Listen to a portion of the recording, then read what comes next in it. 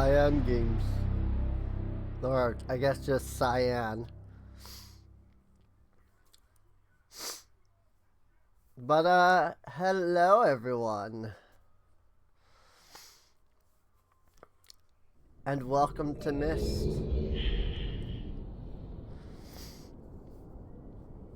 I love that I love this, like, opening screen. Like, it's amazing. It's just like, Myst!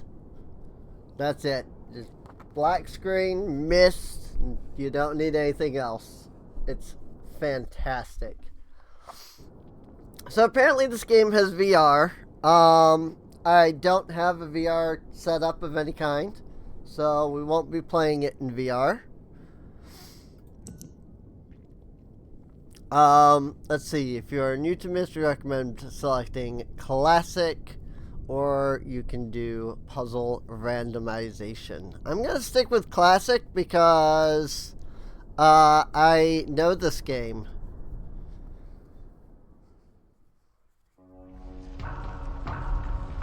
And I prefer not to have that all screwed up on me.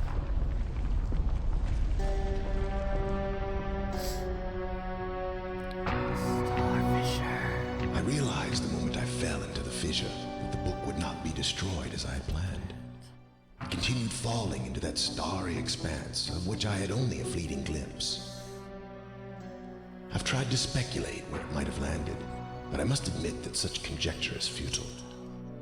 Still, questions about whose hands might one day hold my Myst book are unsettling to me. I know my apprehensions might never be allayed, and so I close, realizing that perhaps the ending has not yet been written.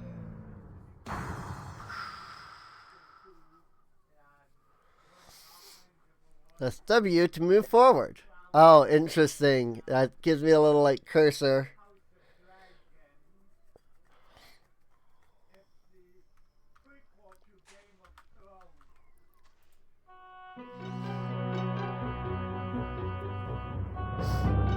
Oh, yeah.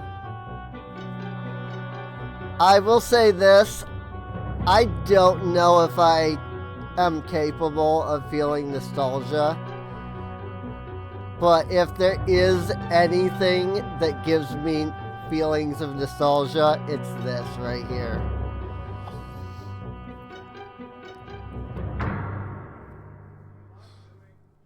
Oh, yeah.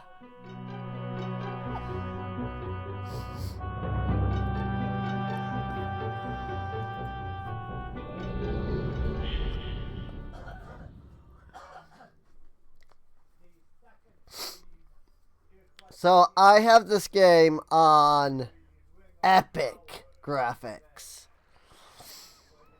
I have no idea if that's good, or if I will be very disappointed because it's, like, too good. And, like, you know, I freaking played this when I was 10 years old. And it was just point and click freaking video game. But I will say, this looks awesome. Maybe a little too bloomy. Maybe I could turn that down. Is there like a bloom, or like, can I do like ray tracing? Will that change that, or is that? I don't actually know what that would even be. Like post-processing, maybe? What if I turn that down to low? Nah, it's still very, like, bloom heavy.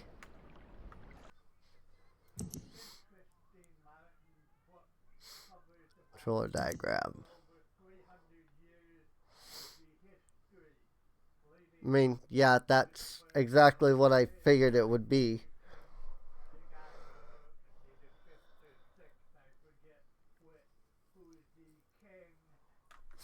P for notebook. Ooh. Okay, that's nice, at least. I do wonder if maybe there is like an actual controller. I don't think that I would want to use controller.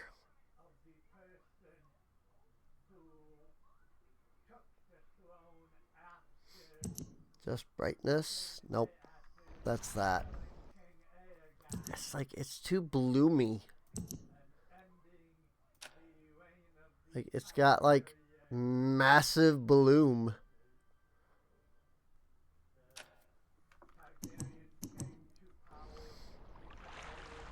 Nope. I don't know how to change that. It's like really freaking bright. And just like slapping me in the face with the freaking bloom. And I don't know how to change that.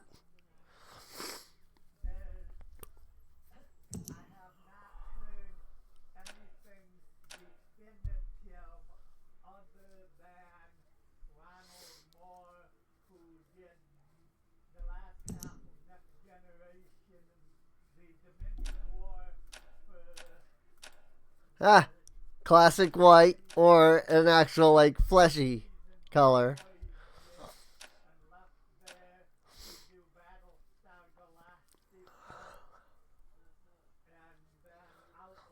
Oh my gosh.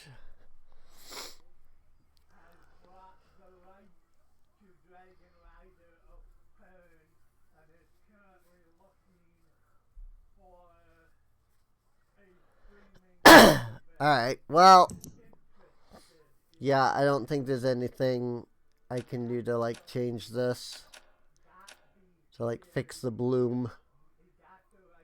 It's just gonna blast me in the face. That's a thing that I notice a lot of games have, especially like Unreal Engine games.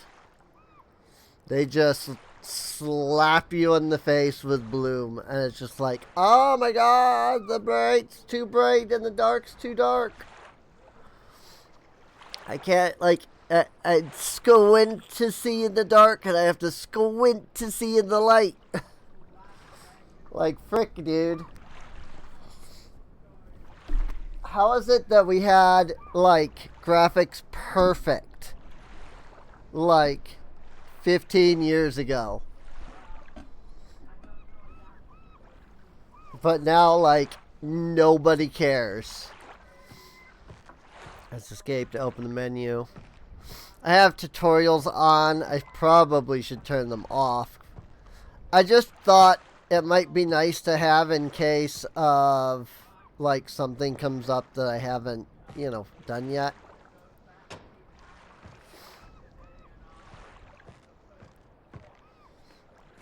Like, in case there's something weird that comes up with the controls, but I might turn them off if it's just gonna be, you know, here's how to freaking do that. You know, hit the freaking menu, and here's how to freaking open a door. And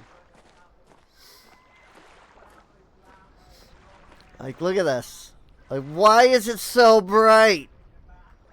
Frick, dude. Why does it need to be so freaking bright? And like, somebody's gonna say like, well, just turn down the brightness. Well, that's the problem. Like, yes, I can go in and turn down the brightness. And when I do, I won't be able to freaking see anything. Just the slider until you can barely see the symbol. You see the symbol right here? This one right here, the one that's barely visible. If I turn that down,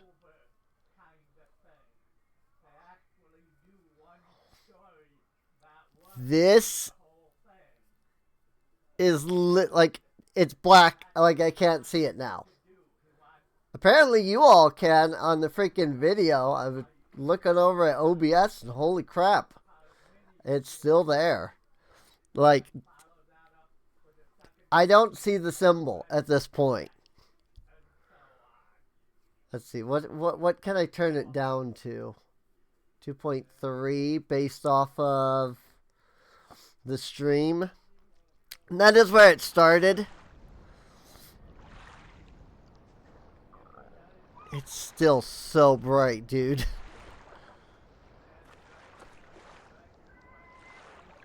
Like, seriously, I'm like still squinting to be able to see here. Especially when like the sun's right there. Holy frick, dude. So bright.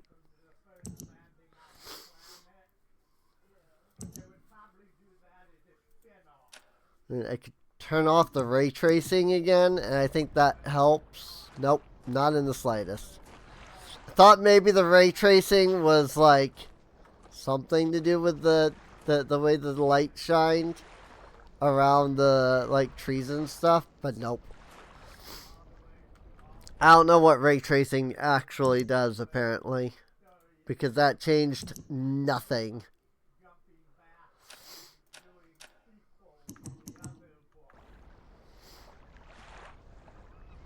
Nothing. Literally changes nothing.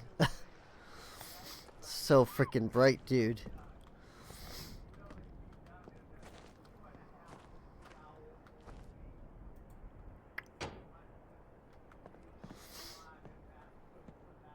Click.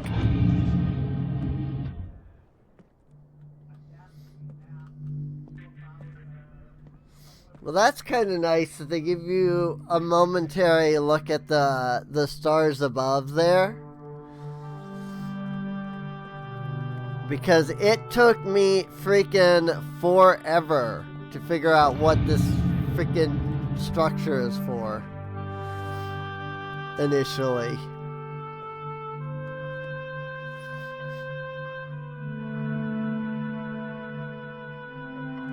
Yo.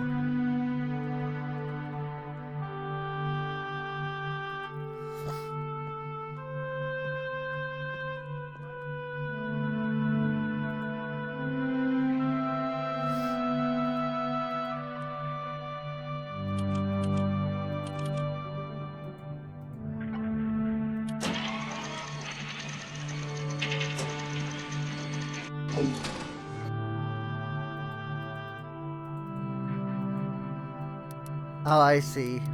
I got it. I see. I didn't even see this lever here at first.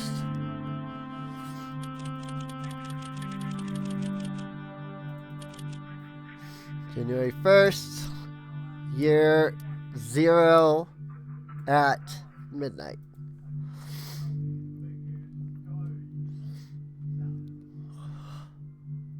God, it's pitch black now.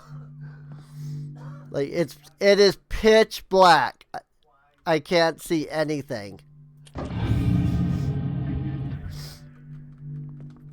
And that's what I hate. It's either too bright or too dark. And there's no in between. Press X to take a picture. You can access your photos through the menu. See? That's the kind of thing I'm talking about. Where it's like, that's like, I'm glad to like see that. That's very useful information.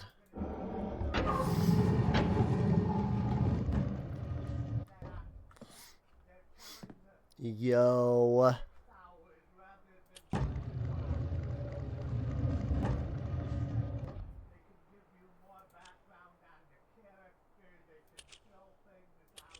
Oh, thank God. It doesn't freaking go. I don't remember the solution to this puzzle, though.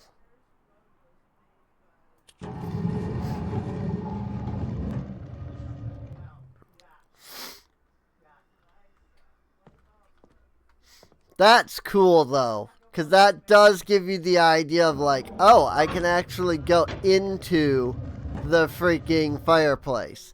That was always, like, one of the puzzles that, like, I struggled with. Press X to take a picture. You can access photos through the menu. Okay. Via notebook. Delete. Yes. That is super handy that you can like make notes. Because there were so many times where you just had to, like, either remember or you had to go and freaking look back at something. You had to freaking backtrack. Also, this is nice because you can actually tell, like, this book is burnt.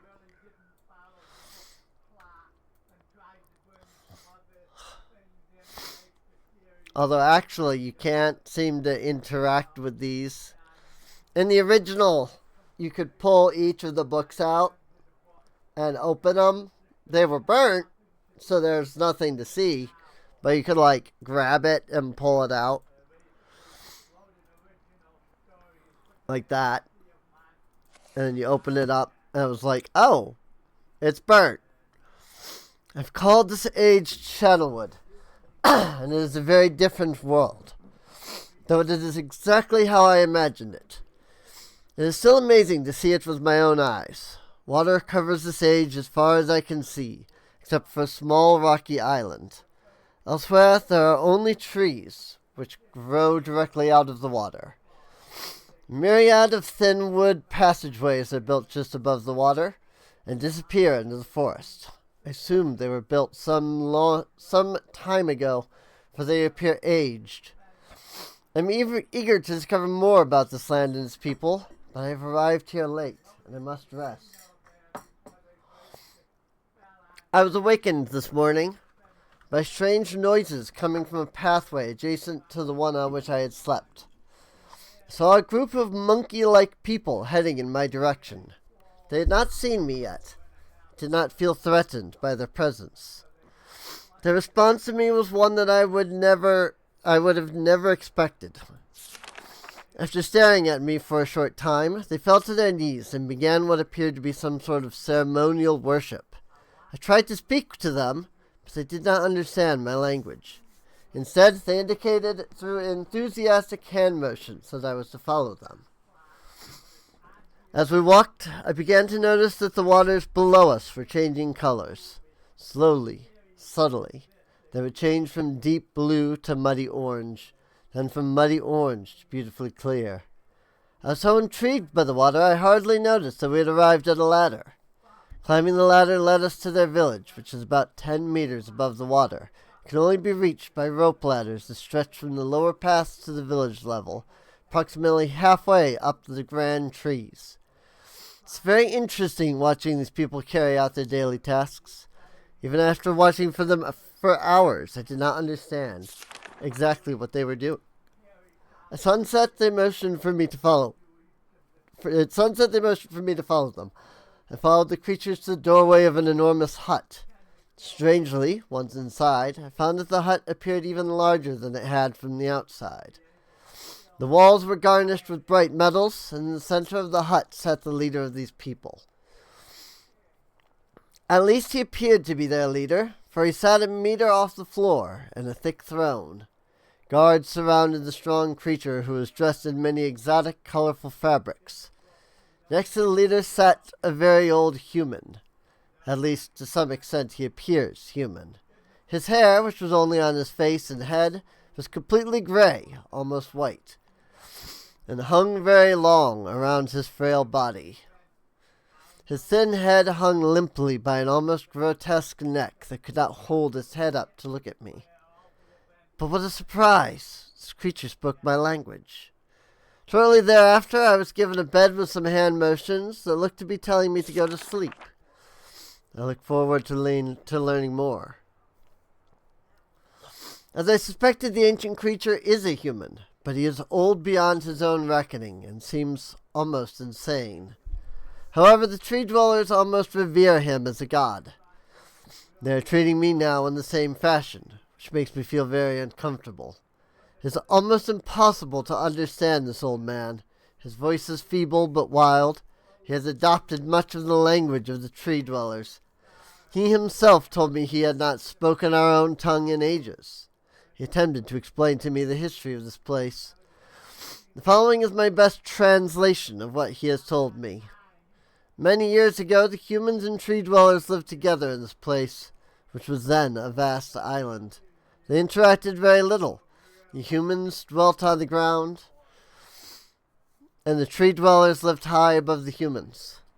Occasionally, the island was disturbed by mysterious rumblings, which happened randomly. Some sort of tectonic or volcanic action, I suspect. Sometimes slight, sometimes heavy tremors would only last a short time, then they would stop, allowing everything to return to normal. One day things changed. The rumbling began and grew quickly to unprecedented levels. Soon it became apparent that the entire island was sinking slowly into the ocean around them. Many of the humans died that day, but not before sacrificing themselves in order to stop the sinking of the island. The humans who lived through this catastrophe moved into the trees where they gradually died out. Maybe because they were unequipped for such an environment, but I'm not sure. This is the story the old man communicated to me, although many details are very unclear in my mind. I am especially confused as to how the humans saved the island from completely sinking. In fact, I doubt the accuracy of that part of the story. The island must have stopped on its own, yet the old man believes in the truth of the story as if he had been there, and the tree dwellers worship him, and apparently all humans, as if they were heroes or gods. The old man ended our conversation today with an event which I will never forget. He began gripping my hands tightly, murmuring something about rest and a sleep. He then said, "We had expected you to come sooner." These actions filled me with a sort of immediate dread. With much effort he stood to his feet. I tried to help, but he pushed me away with more force than I imagined his frail body contained. The tree dwellers quietly surrounded him with very solemn faces. They then kneeled before him. He walked to each and placed his hand on their heads. All the while he murmured words which I did not understand. Finally he turned to me and smiled. Then he closed his eyes and walked out of the door, and off of the narrow path high in the trees. The tree dwellers were silent. It began a procession down the nearest rope ladder. As I was descending, I saw several of them pick up the body. He had fallen onto a lower level of walkway and carried away. He was laying down at the dead end of a short pier-like structure. With the use of some potion, one of the tree creatures lit the pier on fire. I watched as the flames engulfed him. As the strange funeral proceeded, the waters around the pier changed to dull green. This morning I awoke, finding it hard to even believe the previous evening's events. The water is a dull green for as far as I can see now.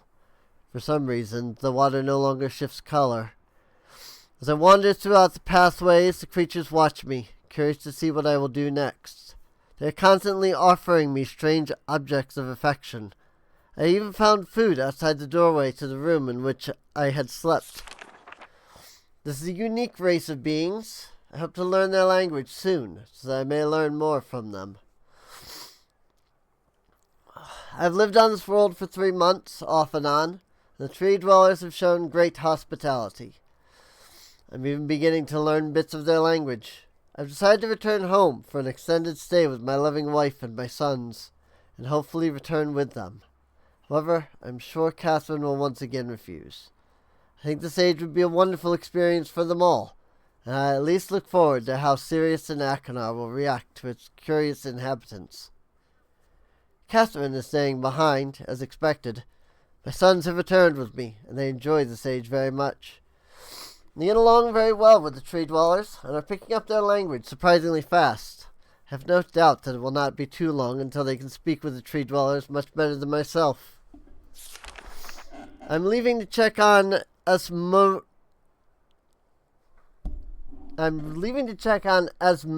age.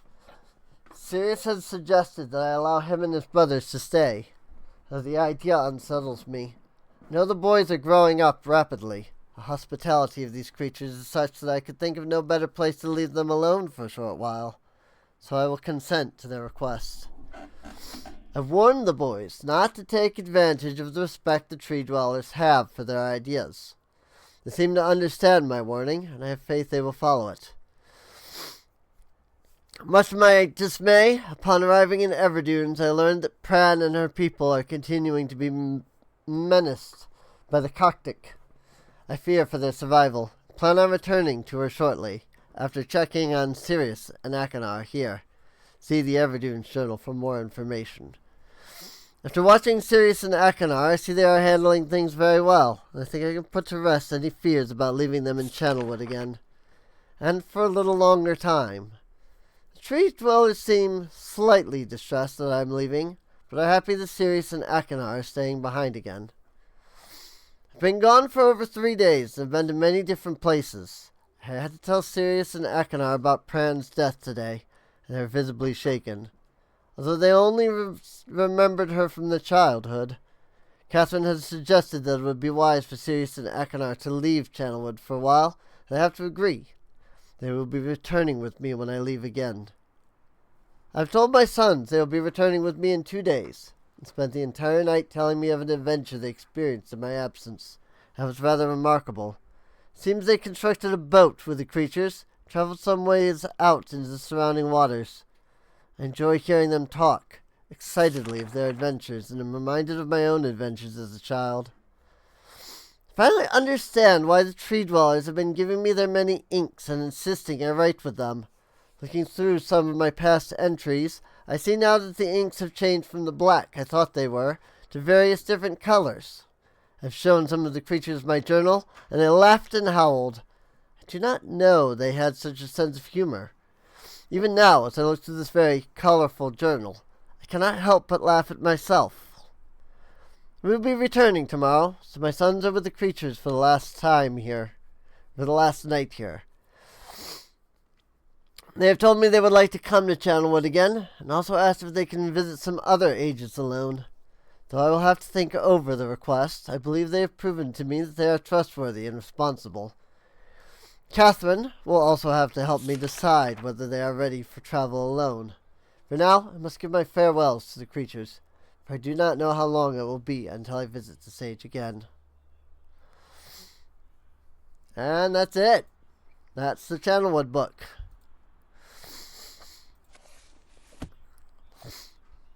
I don't know which book this one is immediately. Emmett was the first to live on the rocks. He named them the rocks because that is what they are. A group of sharp rocks clustered together in the middle of a large sea. This is where Emmett lived. He enjoyed his life. Emmett would occasionally swim to nearby rocks, as it was never too far of a distance. One day, another person appeared on the rocks, for no apparent reason to Emmett. Emmett named this new person Branch. Emmett and Branch quickly became friends, swimming and hunting for fish together often. Emmett showed Branch a simple cave in which he lived on the largest rock. Soon Branch discovered a place where he decided to live, also on the same large rock. Sun always shone brightly in their world. The water was always dazzlingly clear, allowing them to see almost to the deep ocean floor which surrounded the deep sea ocean. Though the sun always shone, it was never too hot for the boys. A light breeze always came from the north and cooled the area down. One day, while Branch was swimming and having fun in the water, he noticed another boy swimming. Branch brought the new boy to Emmett to find out what to call the new boy. Emmett said the boy should be called Will. Will was soon a part of the group, and all 3 of the boys swam and enjoyed their perfect world. At least, that is the story I was told when I arrived today on the island. Emmett, Branch, and Will were surprised to see me at first, but even before the night ended, we were all becoming good friends. Today, the second day on this newly created age, a strange thing happened. It was not strange to me, but the 3 boys did not understand what was happening. While I was relaxing under a large tree on one of the smaller rocks, it began to rain. It was a nice rain, that lasted for about an hour in the morning. I explained to the boys that the rain was not harmful, yet they obviously still feared it. Before going to sleep tonight, I told the boys I would leave the following day. I told them that while I was gone, I would make a surprising change in their world. They didn't understand, not that I expected them to. I still do not fully understand what happened today. I was experimenting with the art, testing the limits of the rules as dictated to me by father. I attempted to create a boat by writing it into the world. I thought everything was planned correctly, yet somehow the boat had become gripped by the rock and broken in half. Although this test did not turn out as I had hoped, I now have answers for a few of the questions my father never answered. As for the boat, I can see the boys enjoy it anyway, and with that I am pleased. They have played on it all day. Even though the boat cannot move, I have enjoyed studying from it. It is a much sturdier platform than the jagged rocks. In the course of my observations, I have learned some very interesting things regarding the solar system of this age. Nights are absolutely beautiful here. I have made note of and named a number of constellations that pass above me. Also, during the night, I catch glimmers of light from the horizon, which I have not been able to discover if it is created by some natural phenomenon or by additional people on far-off islands or rocks. I should very much like to discover which. I rather suspect it is additional people, which would explain the appearance of Branch and Will. The rain today was slightly heavier than usual. Just when the boys were getting used to the light rains, a small storm arrived. They were frightened of the heavier rain, not to mention the thunder and lightning.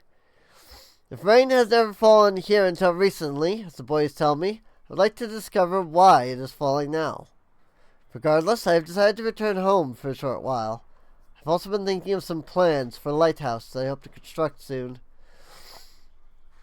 I think that perhaps by shining a bright light toward the horizon, it might prove my suspicions regarding additional inhabitants.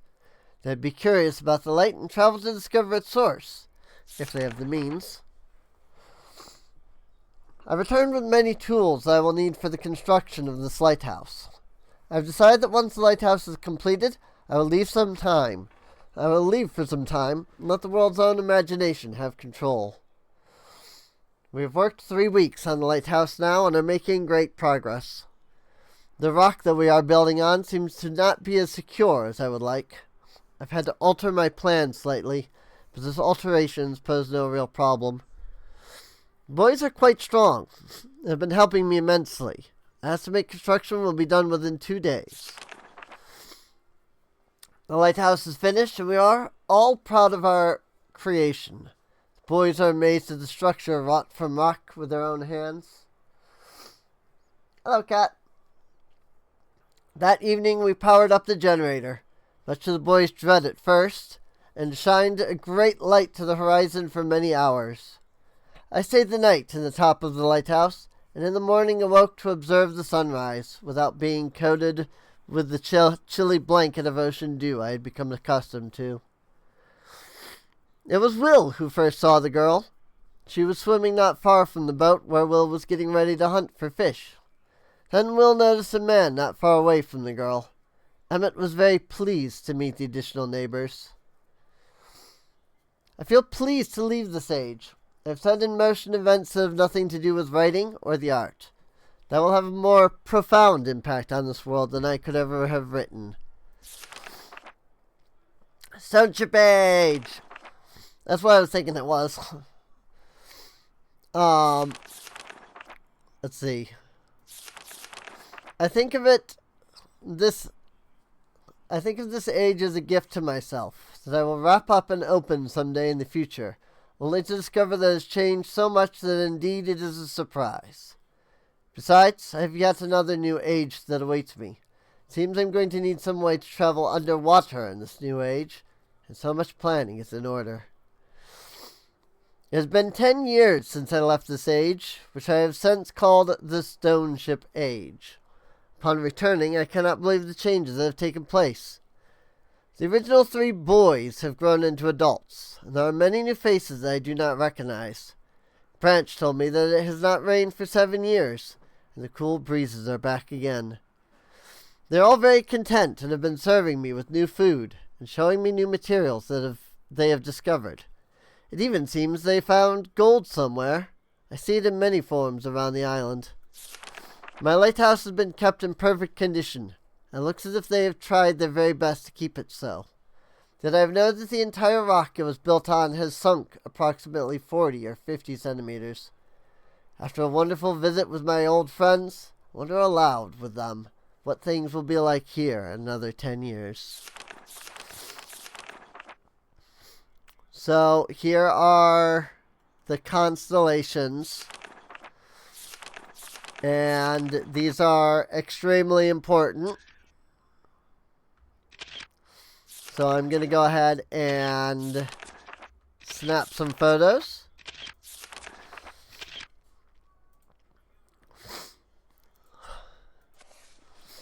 It's been a while since I have heard only silence, and I enjoy it greatly.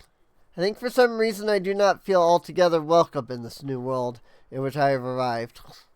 But how could I become unwelcome in an age with no inhabitants? It is, of course, only in my head.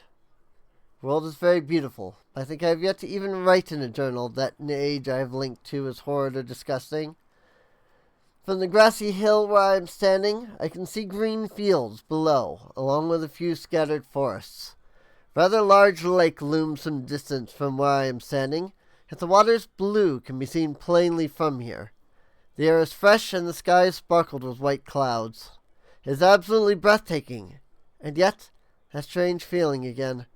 Perhaps it is the hot breeze that continues to blow from the north. Hotter than I would have imagined, it almost singes, and I feel quite uncomfortable when it comes. I will try to ignore it. Night has almost arrived, and the sunset is spectacular. Oranges and reds have settled above the western horizon. Though night has come, the horizon still glows red long past the sunset. Dark reds flow from the horizon and blend into the black sky. Again, the feeling, and I am beginning to believe it is not all in my mind. I must sleep now. I will need my strength to explore more tomorrow. I have had to return home due to an unpredictable natural occurrence more frightening than I have ever experienced. I was awakened by terrible shakings in the ground and explosions on all sides of me. Gigantic balls of fire were falling from the sky, and I immediately left in fear of my life. I must remember to bring a Myst linking book with me when I return, in case the one left there has been destroyed or damaged. I have returned to a different world than the one I left only 3 months ago. It has been transformed into a barren desert land, with only gigantic craters scattered across the land to provide variety. Strangely enough, the small grassy hill where I spent my first night remains exactly the way I found it. Apparently, the falling meteors did not hit this area, leaving an oasis in the midst of this horrible desolation. The hot wind, I remember, has turned into a rather pleasant breeze, which is at least one improvement. I fear it is the only improvement. The magnificent lake I saw on my first visit has now completely dried up. However, another lake now exists and appears to be quite a bit larger. I assume one of the falling meteors created this lake due to its circular shape and the jutting rock that grows out of the center of the lake. The rest of this world seems like desert, although I will verify that statement with closer inspection. Though this world has little visual excitement to offer, it offers much to the ears. Sounds constantly flow through my ears, and I have found where a few of them originate. It seems, as Catherine says, I do find beauty in everything. I don't remember which age this is. I don't remember the name, but I know exactly which age this is talking about. Last night I was awakened by a horrible hissing. I was sweating, and the heat was so intense I immediately dipped my head in a nearby stream to cool it down. The hot breezes had returned, along with a low roar from the ground. I walked a short distance to observe some red flames shooting up from the earth. Suddenly the ground began to crack and a huge chasm opened. The chasm continued to grow until it was far too wide to cross. Then the tumult subsided, leaving only a dull roar. I've decided, however, I can use the chasm to my advantage. Perhaps the heat from the chasm can be harnessed. Even as the chasm has ripped into the surface of this world, it has opened up a whole new world to explore. Although uncomfortably hot, I find it possible to reach a cave in the chasm that had been created, and have now explored deep into the crust of this planet. I have found a vast underground cave system that will take many years to map and explore. I'll also look for a safer way to reach the underground than through the chasm wall. This age seems to change on its own, so I feel I should leave again, see if things are different when I return. It is also important that I check on Sirius and Achenar, make sure everything is going along well. When I return, I also hope to bring some tools I will need for my plans to explore the underground. The abundance of raw materials here is beginning to amaze me. I've returned with some of the complex tools I know I would be needing. I assumed I would have to return for more basic materials, however. It seems as though I will be able to find everything I need here. Of course, iron is abundant, but I've also found titanium occurring naturally. I'm all the more excited to begin work. Everything is set, and I look forward to tomorrow. My raw materials are all here. I think I will be able to have most of my additions to this age completed within 1 year. So love working with my hands, whether writing or building. I began today on... I have decided to... 3 meters is not enough support for the beams, although amazingly strong. To be one of my most prized inventions. Could never have imagined it to come together quite. I doubt. Could possibly work with 14 instead of 8. I'm leaving today in order to bring back Sirius and Achenar. I have left them alone in Channelwood. I believe they will enjoy all there is to see. The age seems to have stabilized. I believe the meteor set off a period of volcanic activity by piercing into the shallow crust, but the tremors have become few. I've just noticed that a large amount of this journal has curiously vanished from the very pages on which I wrote over the last 18 months.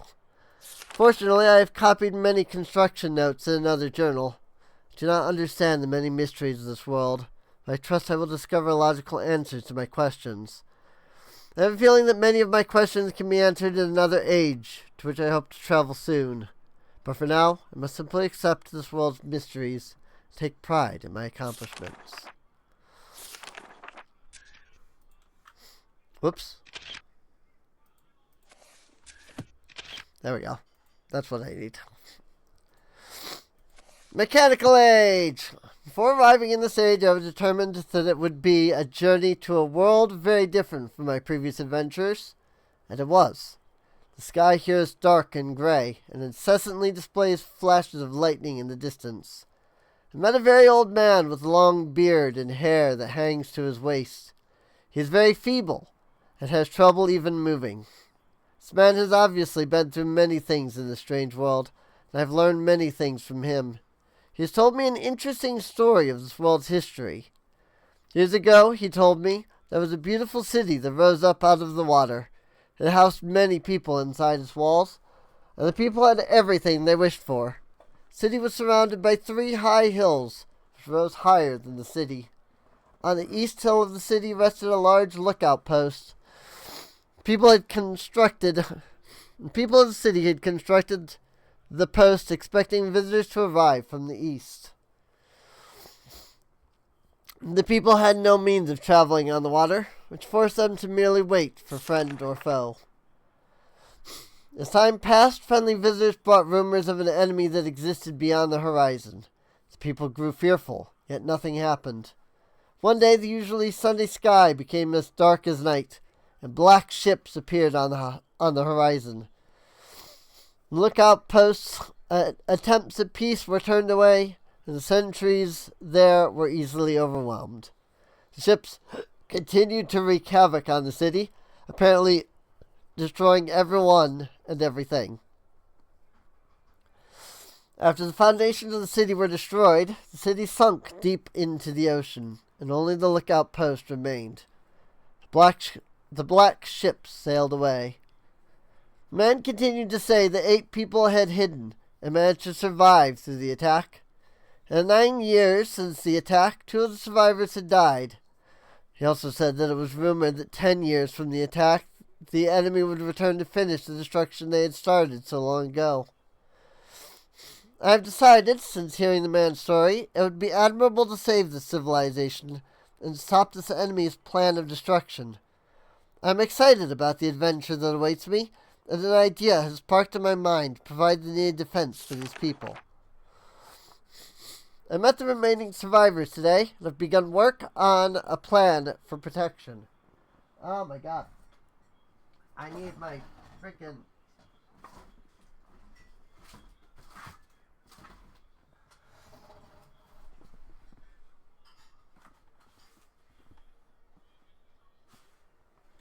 I don't know where my Kleenex are. And my nose is so badly stuffed up. Give me just a moment.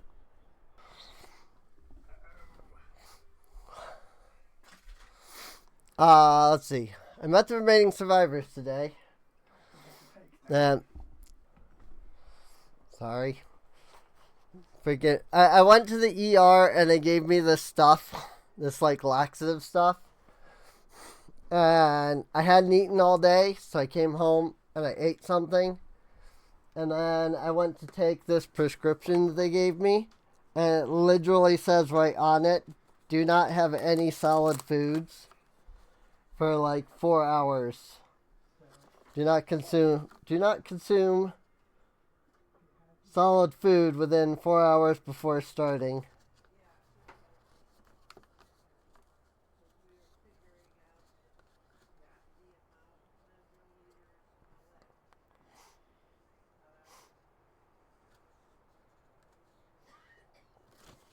So, yeah, I got this thing. It's probably not even going to help, but I got this thing and I can't take it until freaking later. After a short absence, I've returned to this age with my 2 sons.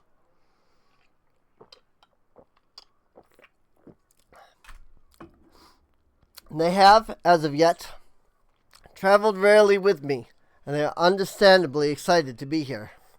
They've grown considerably since Everdunes, and it is already obvious to me that they will be of great help this time, instead of the nuisance they have been in the past. All 3 of us, along with 4 of the healthier survivors, began construction today. We are building upon the old city's ruins, which will provide a perfect foundation for our fortress. My sons have been spending much of their spare time on the South Island, where most of my materials are stored. I'm very pleased with their intelligence, and their creativity is refreshing to see, as they work on some small projects of their own. It's been over 4 months now, and construction is going well. My sons love the world, except for its gray sky. They detest the gray sky, and tell me many times they wish the sky here were like the blue sky in Myst. The old man I first talked to tells me that the enemy is due in 4 months. I feel we will be ready when the time comes. The man reminds me of Emmett in many ways, and I often wonder how Emmett and his people are doing. It has been 6 months of work, and we have finally finished the fortress. It rests between the 3 hills, which are now only islands due to a rising water level that the people experienced after the attack. Inside the fortress, I have designed a most intriguing device. It makes use of a technology called holography. I began experimenting with it on my visits to Aspermere. I'll be working in a couple of days after I compensate for some small miscalculations. This holographic device will enable the survivors to learn to use the fortress. The enemy is due to come soon, and I trust the fortress will provide sufficient protection for all of us.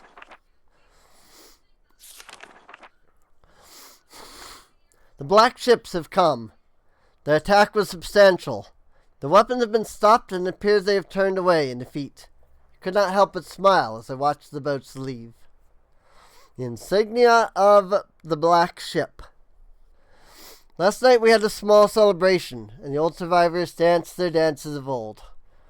My sons did not understand why the sky had not turned back to its original blue. The old man told me that the storms would never end until the enemy was destroyed. I assured my sons that a blue sky was not worth the risk of death, and they seemed to hear me. I've had a healthy adventure, and have begun work on a new book. Once again, I must leave a familiar age in search of a new universe I have begun. But first, I will have an extended time with Catherine, whom I miss very much. I must also return to the people of the tide. I believe in my travels I have found a substance that will ease the pain of their bone ailments that they have long endured. I hope to return to the mechanical age one day and find the population growing and my fortress still strong. Though the sky may always be black, I'm confident the people here feel a heavier darkness has been lifted from their shoulders.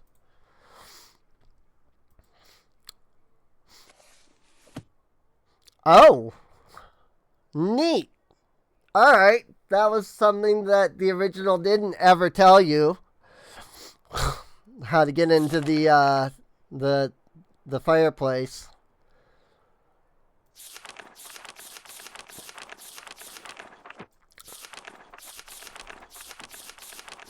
Oh boy. Is there... Nope. And if you click too fast, it actually goes backwards for a page. Oh boy. This is going to be fun when we have to actually do this freaking puzzle. What was it, 148? Nope. 158? Yes. 158. You know what? I'm just going to go ahead and grab that now. Mostly because I already know that that's what we need. It's 158. Technically speaking, now because I know that puzzle, I could actually just skip everything in the game and go straight to the end. But where's the fun in that, obviously? There's a painting of the doorway. This is a painting of another doorway. Strange. This is a map of Myst. Oh. You actually rotate it yourself. Well, that's a nice little, like, quality of life thing.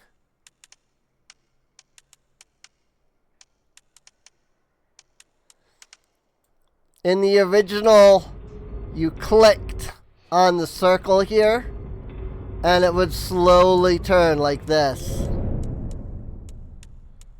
And you just had to wait for it to turn and turn. And it would stop for just a moment when it would become red like this. But if you missed it, it would keep going and you have to start all over again. So far, I am satisfied with the quality of life features in this version.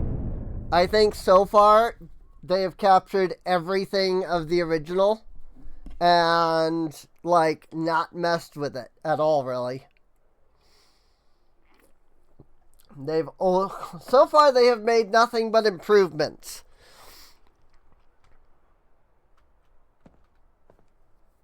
I'd say, you know, after that big complaint that I made earlier about it being too bright and also equally too dark at the same time. That's just modern games, though, from what I've seen. Oh.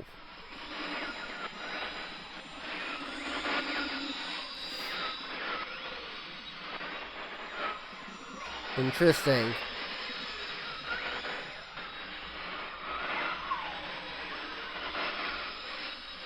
Very interesting.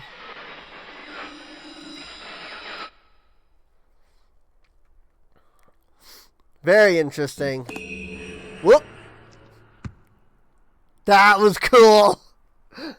I like the way they did that.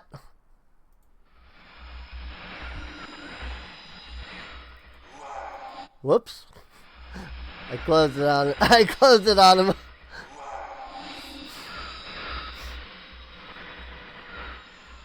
must help me. Bring me a red page.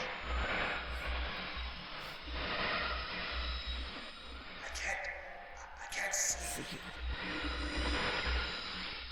You need a red page. You must. Please bring me. Beg of you, bring a page. Help me. I am serious. Give it up. Go.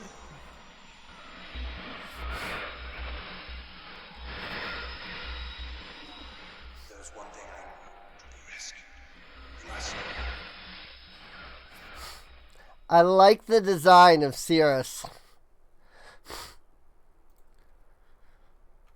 I mean, it's a bit different from the original, but I do like the new design. There was an option in here, though, for classic video mode.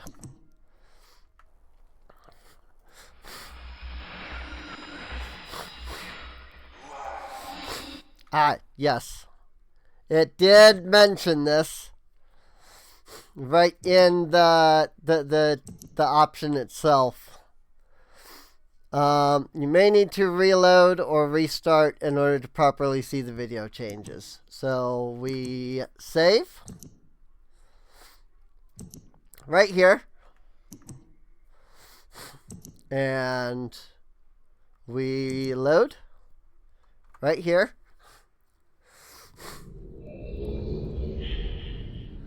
And it's probably going to take us back to the freaking dock, because that's where you always start. Oh, actually, no. It put us right here at where we were. How about that? In the original, you always started at the dock every time you loaded Myst up. Wow. That is it. Bring me a red page. That's the original video. I can't see. Need a red page. You must. Bring.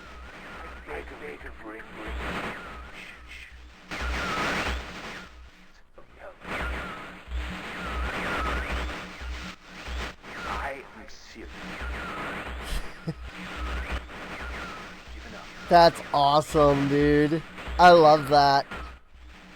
There's one thing I need to rescue.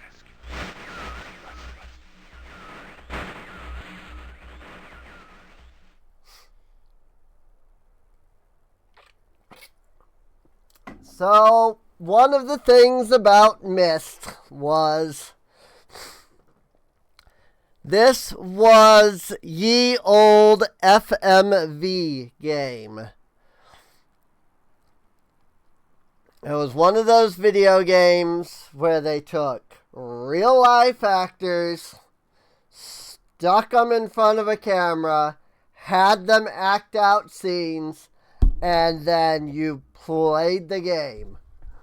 And so they had to do all kinds of wacky things to like accommodate where you're standing or how you're standing, or this interaction versus that interaction. And I'm gonna be completely honest with you, like, I don't know how people feel about this sort of thing now, but this whole FMV thing was the shit. Like, it was, like, amazing. Like, to see like actors playing the characters that you were playing a game of was awesome. And I still think it could work today. The problem is it's expensive to do. Well, it doesn't help that a lot of those kind of FMV games also turned around and hired big name actors such as Mark Hamill and John Rhys Davies and Malcolm McDowell. You know, back when the three of them were freaking massive, you know, actors and whatnot. So, I don't know if Mark Hamill does much of anything nowadays. But, like, this was, like, a couple years after, like, Star Wars got big kind of thing. Like, it was... Mark Hamill at that point was big name, you know? So, but freaking, you had people like Mark Hamill, John Rhys Davies, Malcolm McDowell, and it was insane. It was so good, dude. I miss that era of video games. I want it back. It was just so much fun to watch the actors, like, having fun on these scenes, you know? This game was smart, though. There are 3 people in the entire game, other than the player. One of them is in that book. One of them is in this book. And then there's one other person. The best part about it is the third actor was just straight up the game develop, the lead, like, game dev. Like, all 3 of the people that played, like, characters in this game were just straight up the game developers. Like, they didn't have these big name actors or anything. They were just like, freaking throw up a green screen and record it in 5 minutes. You know? I loved it. It's so good. We'll do the same thing here. We'll watch both versions. I'll probably stick to the new version. But I just love watching these old FMVs. Especially this guy. Are you? See you. Nah. Help me. Bring me blue pages.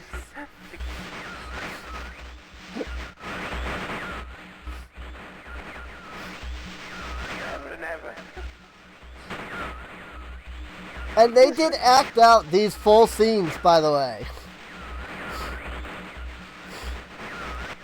I must have the blue page. Like, all of this was, like, recorded. Give them to me. Scripted and recorded. And they decided after recording, like, which parts to, like, cut in, you know, to have the character, like, pop in and out kind of thing, like that. Like, they decided all of that later. So, but they actually just filmed, like, the entire, you know, the entire scene, the entire scene, and then they go in and just apply the static filter and stuff where they think it'll work best. Hello, Skirks. This Honestly, this game is legitimately like one of my favorite video games ever. It really is.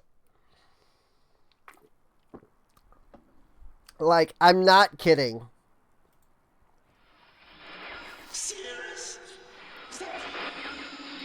Oh, that's different. Oil. A seal? You must fucking help me. Bring me pages.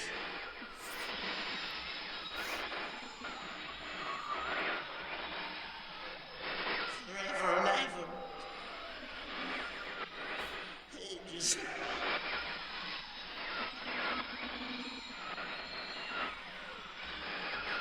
Have the blue pages. I almost prefer his, like, crazy original.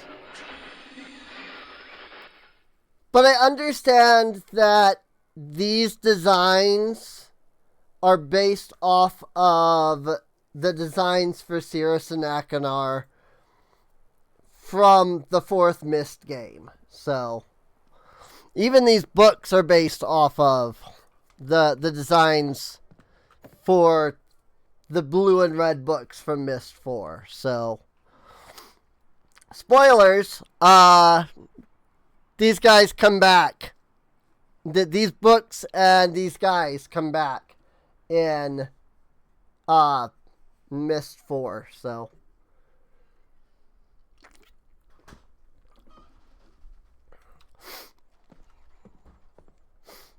alright, well, there is Snobby Guy and there's Crazy Guy. And they both want me to bring pages. One wants red, one wants blue. The question is, where are the red and blue pages?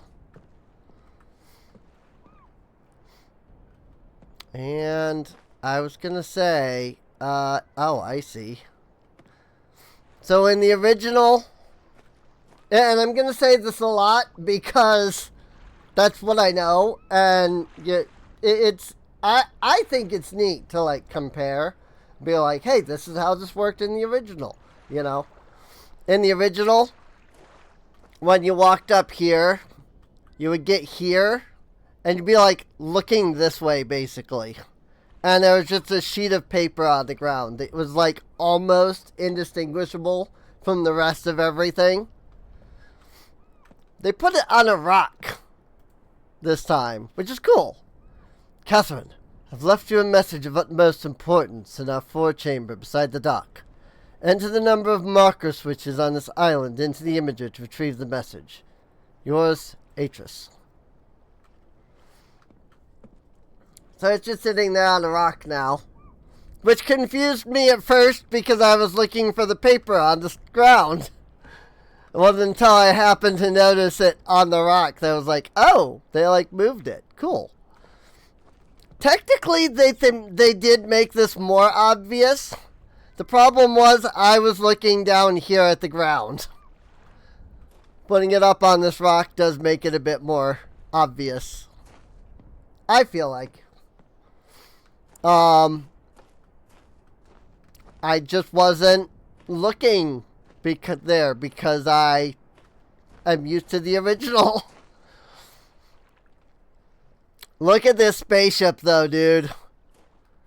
Oh, this looks so good, dude. I'm so hyped for this. Friggin' Unreal Engine version of Myst. I love everything about this so far. If I ever get a VR headset, I absolutely want to come back and replay this in VR. Because I think this would be amazing in VR. Oh, well, that's a little disappointing. You can't see what's here until you turn it on. That actually makes the puzzle here harder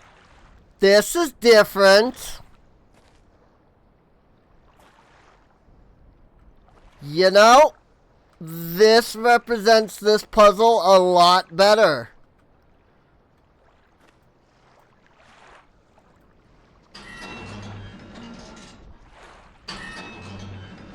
Oh, that's weird, dude. It's not directly one-to-one.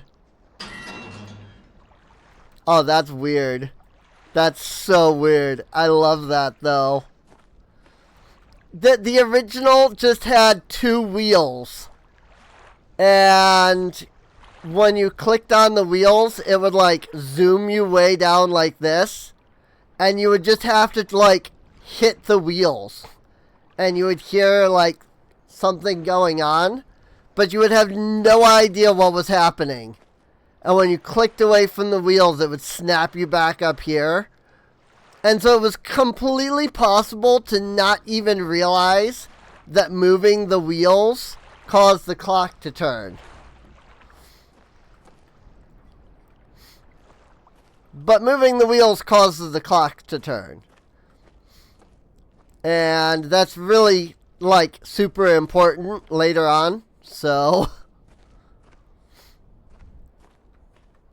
Ooh, this is something that was added in the 3DS version of the game. This little grave here. With the Dunny script on it here. I don't remember whose grave this was. But the addition of this grave was sort of a retcon of sorts. I don't know if it's Myst 3 or 4, where they tell you about, like, an important character that died. And in the 3DS version, they added this grave, where it's like, yes, this is the person that died. So,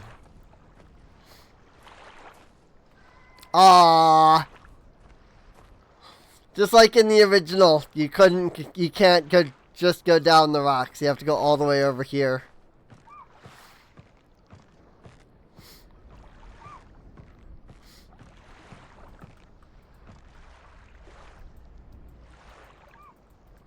Open. Open, open, open, open. Oh, they have a button now. In the original, you just clicked on it and it opened. I didn't even see the button. Quality of life improvement for sure. Once again, I am too used to the original game. Somebody coming in and playing this for the first time, like, I bet you they would immediately see this button. I remember this being really hard to, like, realize you can, like, open. So I think the addition of this button is great.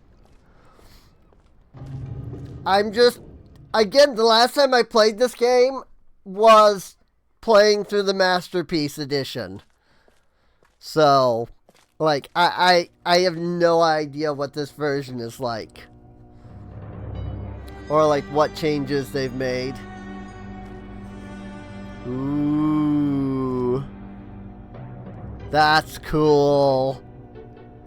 It's an actual 3D hologram and not an FMV of a 3D hologram.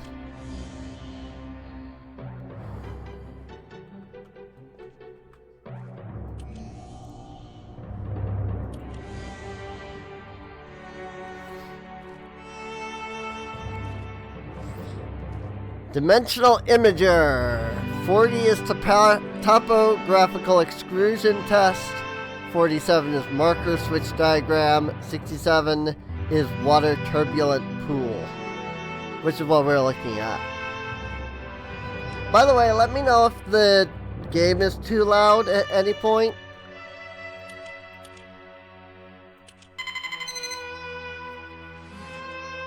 Yes, 47.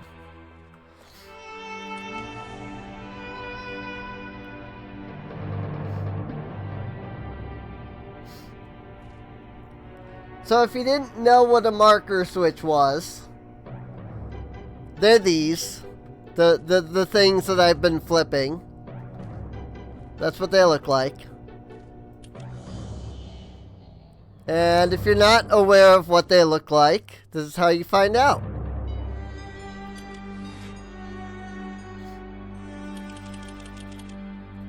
Also, this one is just really cool. Like, look at this.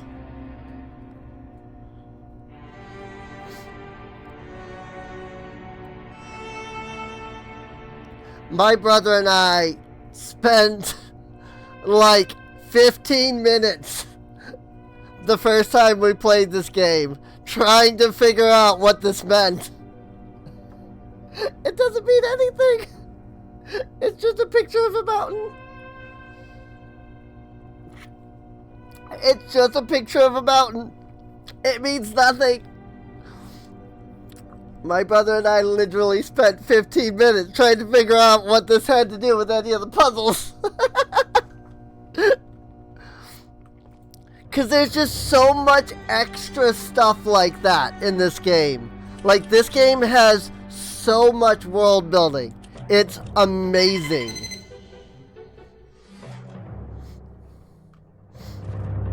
And now, if you... red herring for the win, right?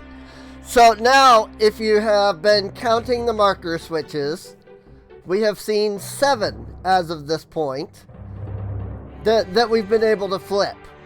There is a marker switch on the clock itself that you can see, thus makes 8.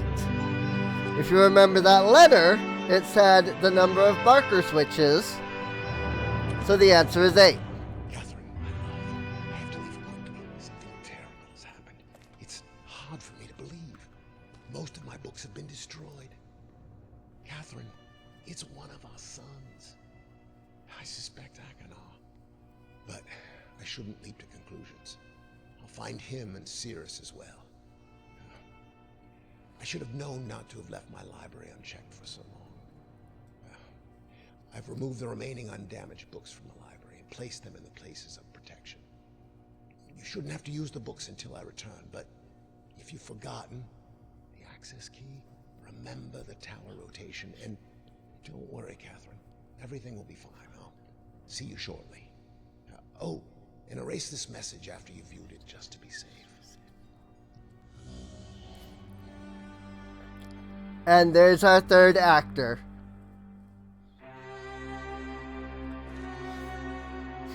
Again, in the original, all of this was all of that was like FMV. It's very clear that that they did get the actor for Atris to like re-record those lines, which is a little sad because I really like the original delivery better. Though this might be using there was a remake for Myst at one point that was called Real Myst. And this might be using the audio from that, but I'm not sure. But I really just, even in Real Myst, I was like, I don't like the delivery of this version. I much preferred the original. The FMV version. Catherine, my love, I have to leave quickly. Something terrible has happened. It's hard for me to believe. Most of my books have been destroyed. Catherine is one of our sons. I suspect Akanar, but I shouldn't leap to conclusions. I'll find him and Cirrus as well. Oh, I should have known better than to have left my library unchecked for so long. Well, I've removed the remaining undamaged books from the library and placed them in their places of protection. You shouldn't have to use the books until I return, but if you've forgotten the access keys, remember the tower rotation. Oh, and don't worry, Catherine. Everything will be fine. I'll see you shortly. Oh, and erase this message after you've viewed it, just to be safe. Okay, so that's also the real Myst version. That is sad to me. That's slightly sad to me.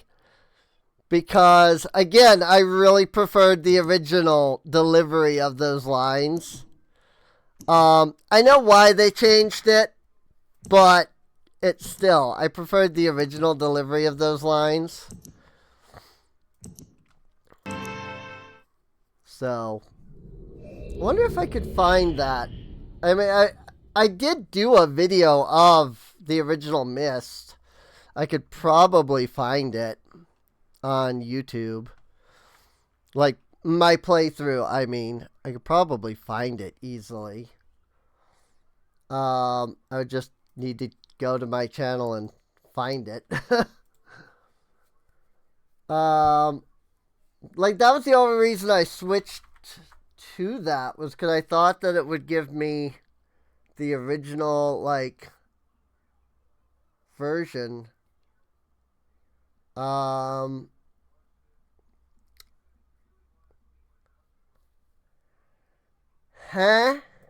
What do you mean I have nothing called Myst on my YouTube channel? What? What are you talking about? YouTube? I 100% did the original Myst. Like, what? Hang on. I don't know how to, like, go to, like, older videos.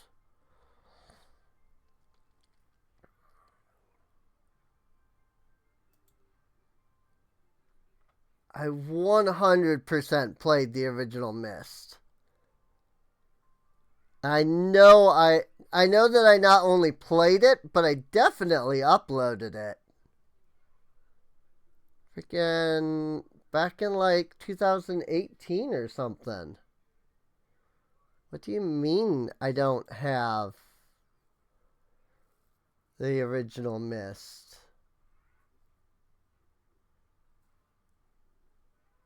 What?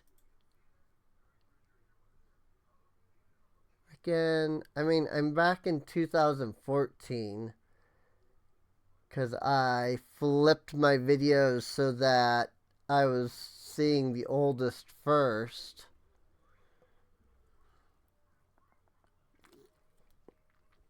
There's absolutely no way I didn't play the original Myst on here.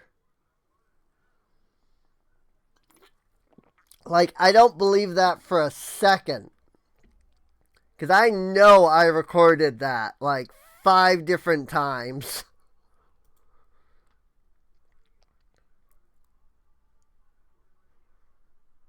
But did I, like, never actually upload them? Is that what happened? Did I only ever record and not upload? What? What the frick? There's no way. Was it a different channel? No. I've only ever uploaded, like, these videos to this channel.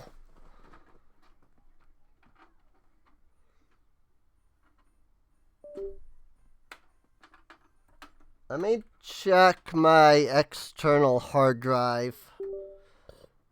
See if it's on there. Sorry for those watching YouTube on YouTube. They're like, "What the frick? Why do we just, like, you know, not what, like, why have we stopped the game?" It's because I know I did this, and I will not believe for a second that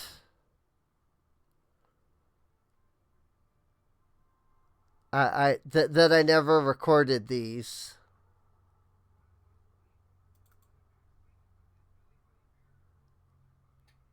What the fuck? I don't even have it on my external hard drive. And I have kept everything that I have ever recorded on my external hard drives. Like, legitimately.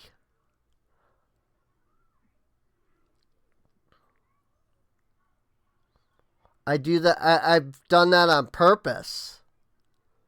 So that if there were ever a point where somebody was like, hey, we can do like a compilation, compilations from your videos if you want. I can be like, here you go. I have videos all the way the frick back to 2000. Well, okay. To 2018 or 19, when I actually started like trying to be serious about doing YouTube. I don't have any of the like 2014 or 2015 videos. But I absolutely have videos all the way back to like 2019.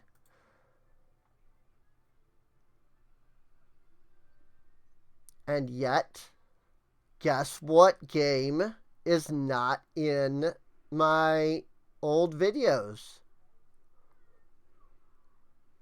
I have freaking Wing Commander 3.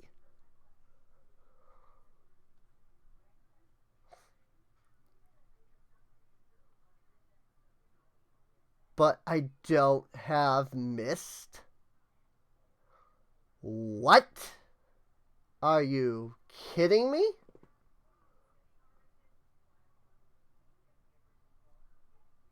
I don't understand that at all.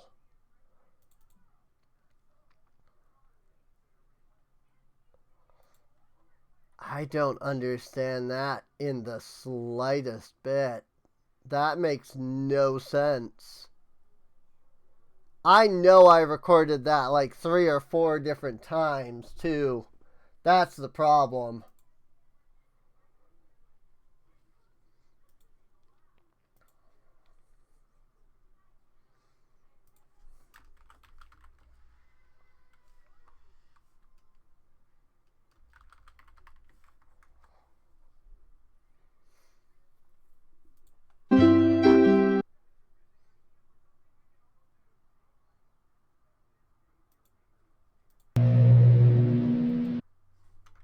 Well, I found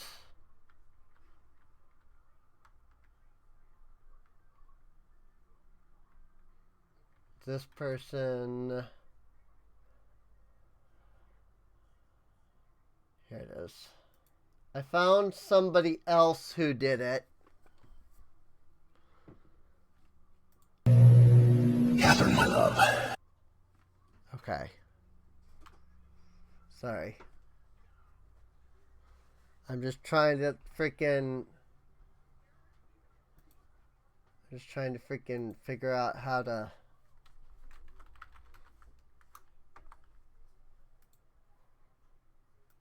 select Firefox.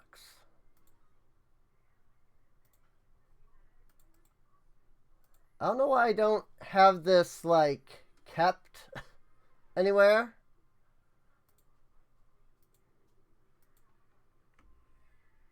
And I'm going to go through all of this, and you're going to, like, watch it, and you're going to be like, oh, that was whatever. Because it's literally just a matter of the delivery by the actor. Like, the way that he delivers the line in this version. It's just something, it's just a personal, like, difference, you know? It's just how I personally feel about, like, the delivery here. And for anybody who's never, like, played it, it's gonna just not even feel like a thing, but whatever. Catherine, my love, I have to leave quickly. Something terrible has happened. It's hard for me to believe. Most of my books have been destroyed. Catherine, it's one of our sons. I suspect Achenar, but I shouldn't leap to conclusions. I'll find him and Cirrus as well. Oh, I should have known better than to have left my library unchecked for so long. Well, I've removed the remaining undamaged books from the library and placed them in their places of protection. You shouldn't have to use the books until I return. But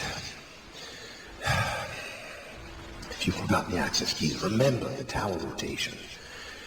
Oh, and don't worry, Catherine. Everything will be fine. I'll see you shortly. Oh, wait, and erase this message after you viewed it, just to be safe. Like I said, there's just something about the way he delivers that line. I don't know. Just there is a significant difference in how he delivers that line in the original. So I don't know, I just like that version better.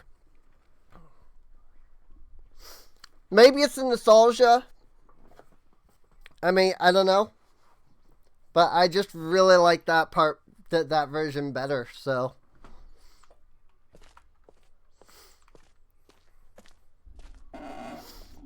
Anyway, now that that's out of the way, we can actually get to, like, you know, the actual game part of the game.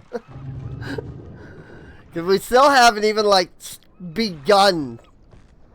Like, all we've done is explore Myst. We haven't even begun to, like, go anywhere yet. So I don't know what the frick happened, though.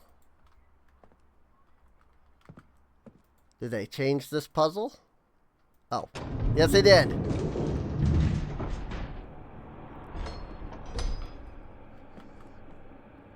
They added a switch here.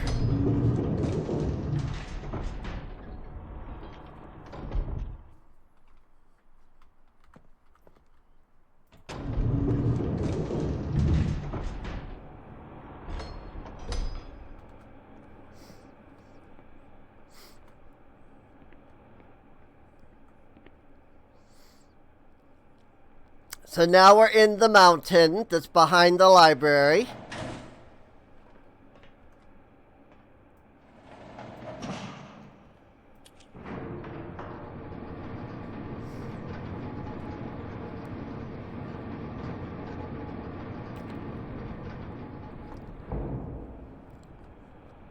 And now we are yet elsewhere.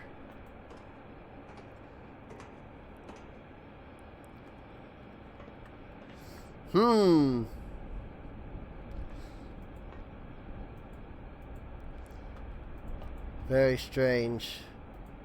Hello, kitty cat. Okay. It's like, how do I get down? So this is the recurring puzzle of this game. There is a key, which, nice, you don't have to freaking climb all the way up to the top of the thing to check the key now. And there's a book. So, I did it earlier, but if you recall Atris mentioning the tower rotation, what that means is rotating the tower of the that's back there. If we actually come out here, you can see on top of that mountain there's that, like, metallic piece. And that's the tower. That's what we were inside of, basically. Down, kitty cat. So, first, we open that up so that we can actually get back in there. And second off, you might remember that we've been hitting the marker switches And if you were here earlier, you'll be able to see that more things have turned on since.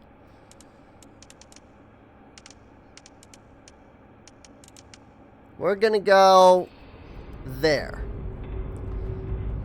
So the red line tells us that we are now pointed at something. So let's go check the tower.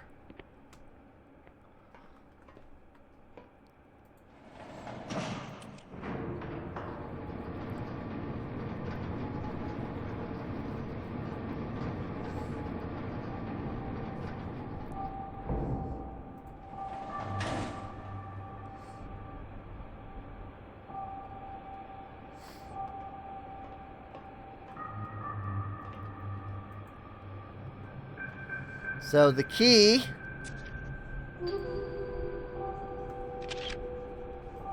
is these 3 dates. October 11th, 1984 at 10:04 a.m. January 17th, 12:07 at 5:46 a.m. and November 23rd, 9791 at 6:57 p.m. But what does it mean?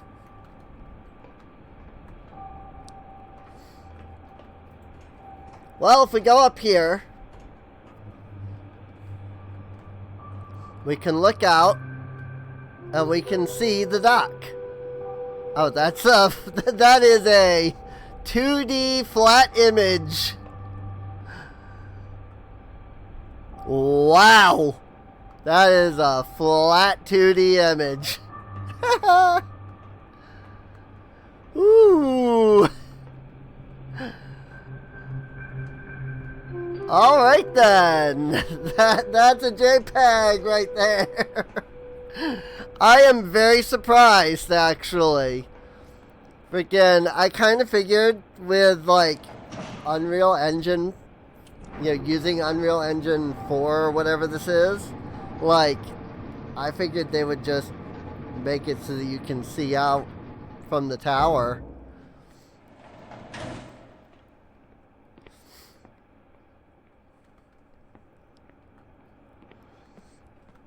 But that is that was absolutely a flat JPEG.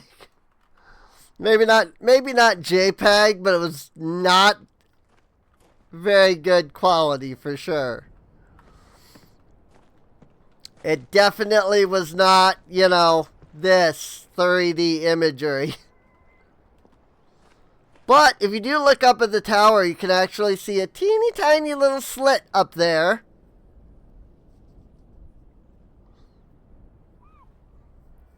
Teeny tiny little slit. Right here. Right above where my cursor is. And that is that little hole that we were looking out from. Which again is also part of why I'm kind of surprised that they didn't just make it do that. Because like they clearly have it set up so that it's there. Like that is where we were.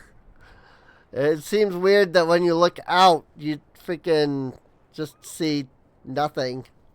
You see an image instead of actually seeing out.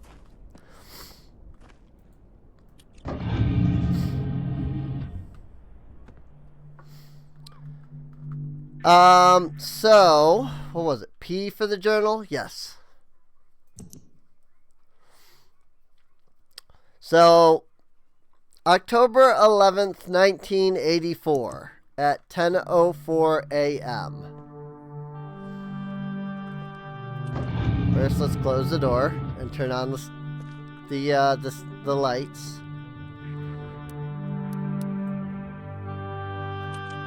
October 4th.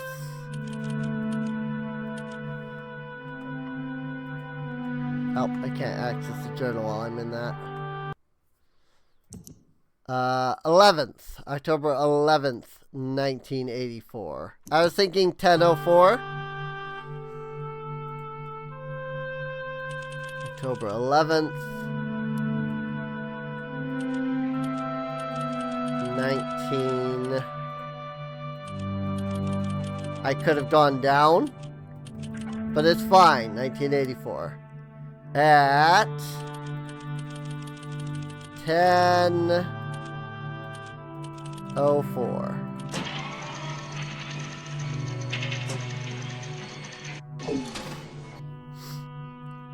So, we get this image of some stars. But Serene, what does it mean? Well, if you remember,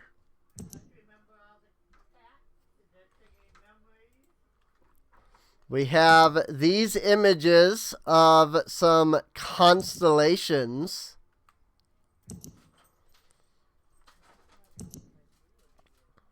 And if we double check, looks like we have 3 big dots here.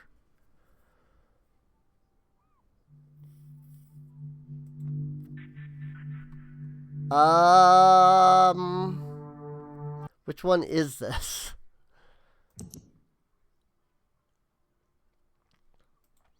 See, this is the thing I'm fairly sure I remember which constellations it is, but I don't remember like looking at this. Oh, do I have the number? Do I have this wrong? No, 10:04 a.m. Okay. October 11th, 1984. October 11th, 1984. That's why it doesn't look right.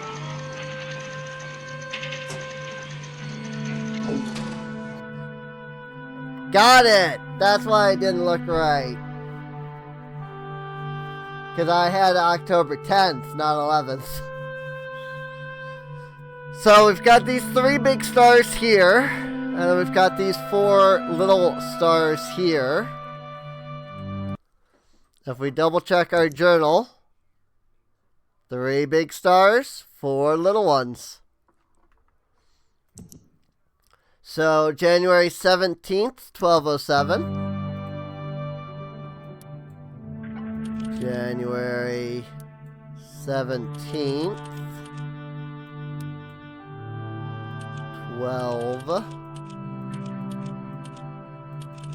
12:07.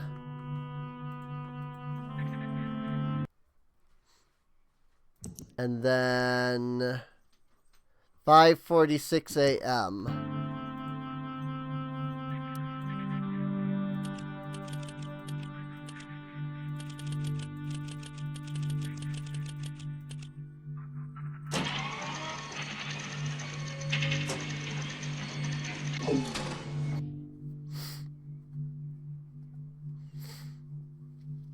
And so now we have this.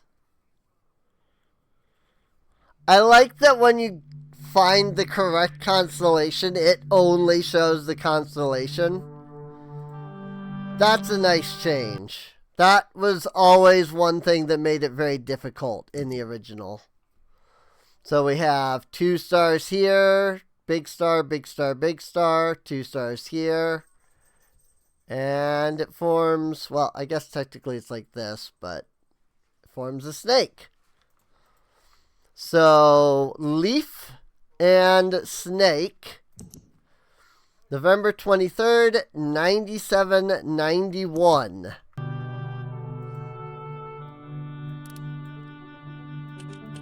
November 27th. And see, in the original 23rd, 97, 23, 97, 91. In the original, you would have just written this stuff down on a sheet of paper.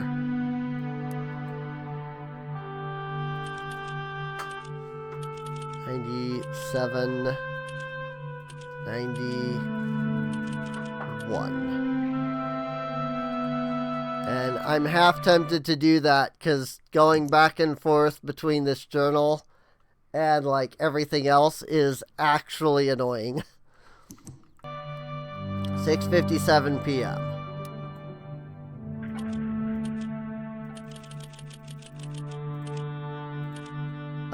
PM though, so that's 6:57, 18:57. Stargazer! Viewed some dated constellations. Cool. So we now know the combo, the combination for this puzzle. It is the leaf, it is the snake, and it is the spider. So now we know leaf, snake, spider.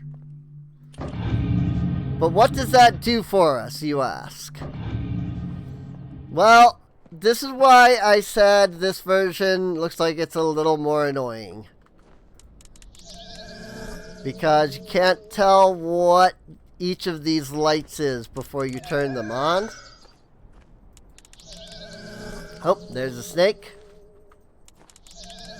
There's a spider. That's an anchor. That's an arrow. That's the leaf.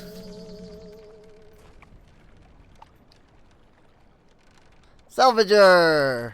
Raise the sunken ship. And also, if you want to undo the puzzle, there it goes.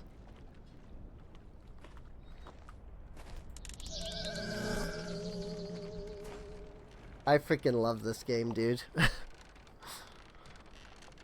This is such a cool game. And now you can see the ship has been raised.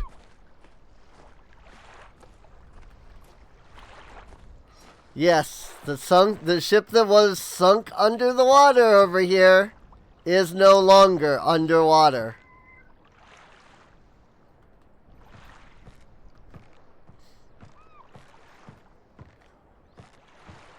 That's so cool, dude. I love the, like, water reflection showing that, yes, it was in fact underwater and it's still wet. That's so cool. Open the door.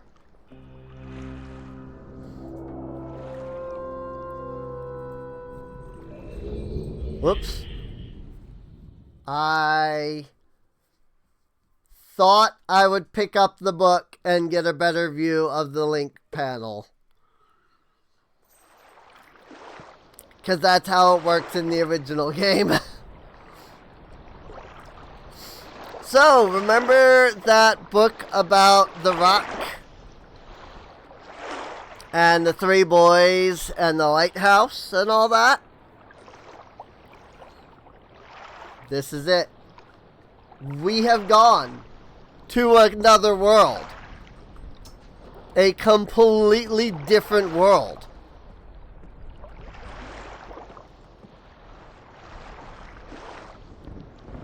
Oh, that's how they're gonna do this puzzle. Okay, cool. That makes that actually a little bit more sensical. So this boat has seen better days. Half of it is embedded into the rock here. The other half is jutting out of the rock over here. There is water that is flooding everything. And kind of making life a little difficult for us. Oh. Huh? I'm sorry, what? Oh. They completely changed this puzzle then. This hole here was a trap door that needed a key.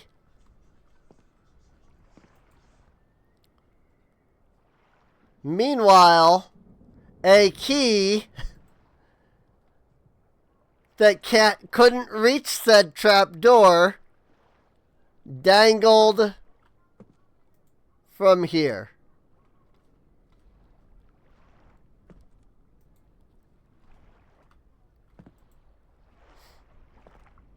So how does one unlock the trap door up there when this key cannot reach that trap door? It looks like they did something different here, though. It looks like the wall, either the wall has been pushed out or the ladder has been pushed into the wall. So it's no longer you need the key. That's a little sad, but I understand why they did that. I will be the first to admit that I spent 20 minutes trying to figure out how to get the key onto the freaking keyhole the first time,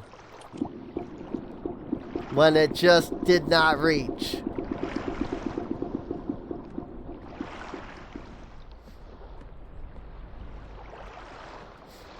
We have pumped.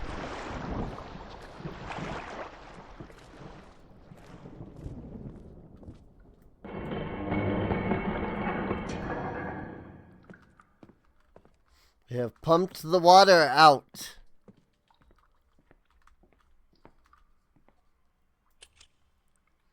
Ah, that's how they're gonna do it. Originally, this was so absolutely dark that you could not see. And there was something right here. And it was really annoying because you would get to this point, you would get to the point where you wanted to return to Myst. And it would involve going down here. And you knew that the way back to Myst was right here. But you could not get there. Because it was too dark. And the game would not let you click on the book while it was too dark. And I like that the book just isn't even there right now. That is a welcome change. It gives more of a reason why you have to actually solve the puzzle here.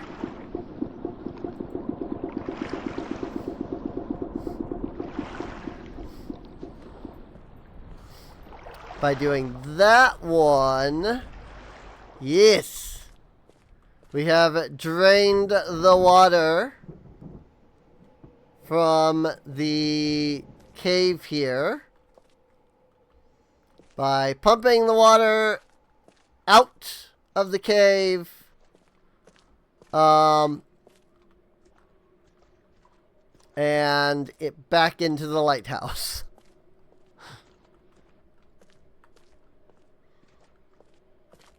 Oh, they made this way more obvious.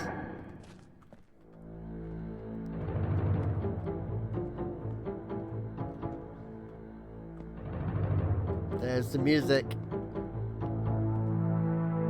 Definitely a remix of the original music, but that's the music.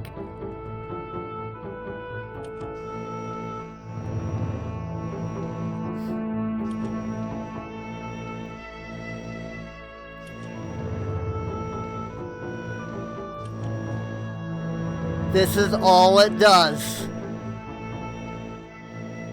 And yet, I could sit here entranced for an hour just clicking this button. Freaking ADHD, man. I cannot tell you how many times in the original game I would come here just to push this button over and over again.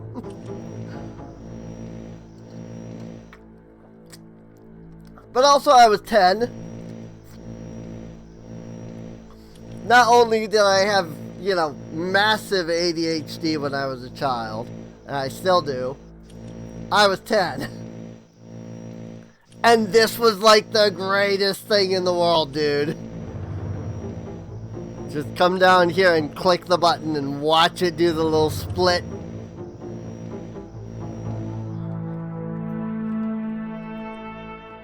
It was so cool.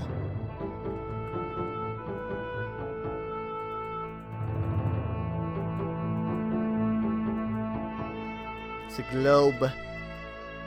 Is it a globe of the stone of this age, or is it just a globe of a random world, though? That's the real question. This is a very fancy bed, I just gotta say. It's almost eye-bleeding. Like, look at this. There's so much going on that bed.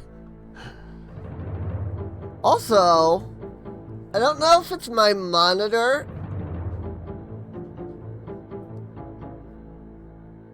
but that bed is like on my like computer monitor. That bed is like blinding red, but when I look over on OBS, it's orange. That's so weird.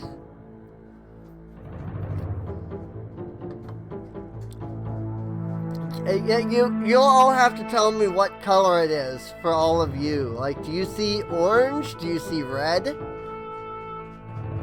Because that is like blindingly, like super saturated red on the monitor. But I'm looking at OBS and it's showing orange. That's so weird, dude. It's more red than orange. So I wonder then if my second monitor's like settings are lower than like my main monitor. Cause on OBS on my second monitor here, it's like just flat orange. Like that is the most orange I have ever seen. So maybe my main display you use is HDR. That's possible. I do think I remember something about HDR. So that is very possible that it uses HDR and gets more accurate colors. Like my second monitor, like that is the most orange that I've ever seen. You know? Like, when I look over at OBS, that is just like flat orange. But when I look over at my main monitor, it's like, blow! Red! Straight into your eyes! Like, that is wild to me, the sheer difference in colors. Cause that is so red on my main monitor. But it is so absolutely orange on OBS. It's so weird. I wish I could show it, but I don't know of any way to like do that. I don't know of any like I honestly don't know of any way to like display what I'm seeing on OBS. versus like what's on the game. That is such a wild contrast in colors.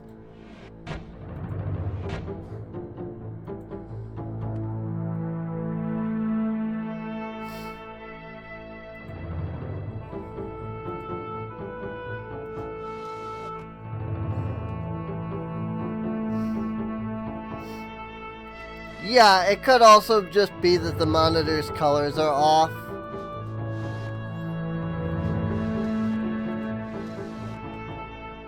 Like, one of the two being... One of the two, or even both of them being off in some way. So, HDR into SDR is a really big change. That doesn't surprise me. Like, at all, really.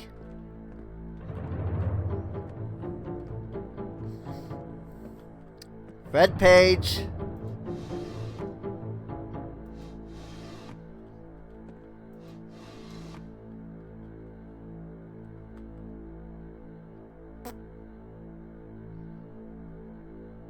Syringes. Bottles of some kind of unknown fluid.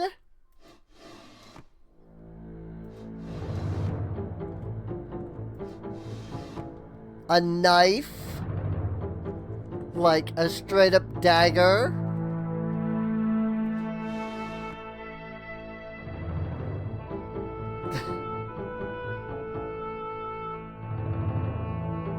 That's so wild, man. And a red page. Oh, it just sucked into me. That's actually really interesting. I wonder then if that means that I can take both pages at the same time. Because I don't seem to have an inventory in this version. You didn't have an inventory in the original, but you had a hand. And your hand could only hold one item. And so when you picked up the red page or the blue page, it would like put that into your hand. And if you tried to pick up the other one, it would just reset. Like if I were to find the blue page and I were to click on it in the original while I have the red page in my hand, the red page would just teleport back to here and I would pick up the blue page. But it looks like in this version, it just like, the pages just kind of like suck into you. So I wonder if it's possible to just like pick up both pages. So that was always a big complaint that I had for the original. Was that you constantly, like if you wanted to see both sides, you had to go to the age, you had to pick up one page, and so you had to like figure out all the puzzles, but then you had to come back and do it all over again just to pick up the second page.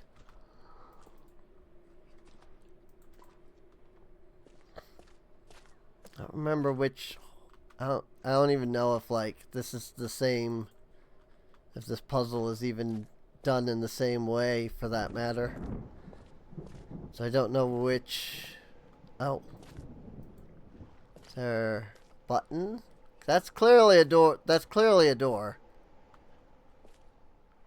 Maybe this door doesn't open until you apply power. Unlike the original where it just did open. But no, because that can't be the door. Because the door's on this side. Looks like the door's on this side. And the whole point of that door is that it leads to the other side. The other side's on this side.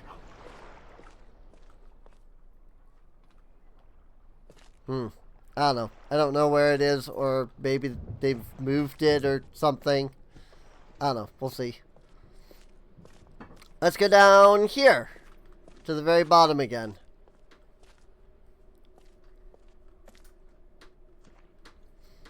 hilariously enough, I actually can kind of almost see a little bit better. I almost see the game a little bit better on OBS. Like in the dark spots, I can see way more. Right. I forgot how creepy this place was. You know, just a rib cage being used as a light. Just a human rib cage with a candle inside of it, emitting light. Vials of some kind.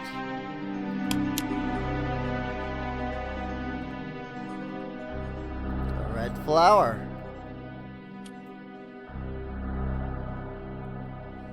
Into a skull. Good. Yes.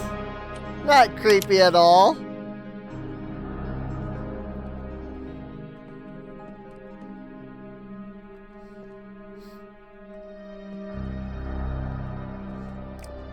Masks.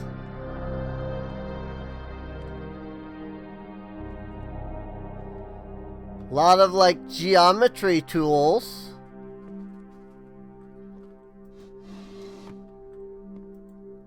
Oh, there's the first half. Marker Swit. The vault is located. The island of achieved very instructions are followed. Each of the marker turn everyone on position. And as a final step, there to the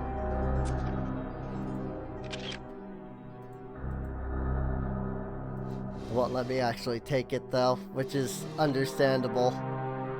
If you were to be able to take that and hold on to it, that would just ruin that whole puzzle. Ooh, yep, I was able to take the blue page as well.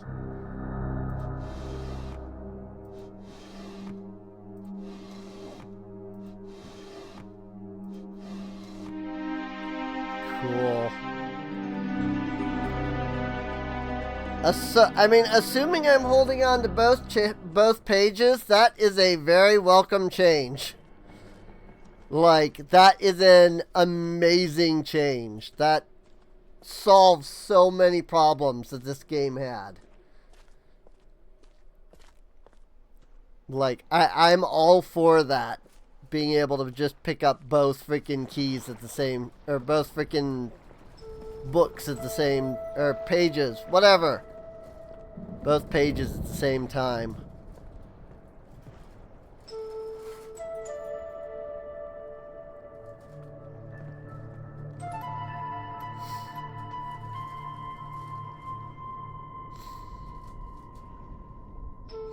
It looks so good though, dude. I think I can honestly say that this is one of the very few games that I legitimately think that these, like, that the improvement of graphics improves the game.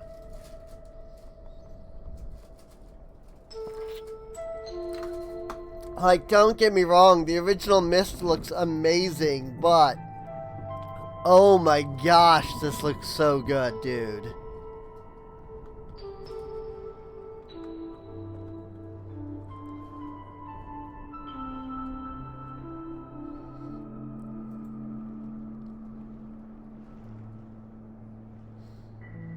Oh, they made this way the frick easier.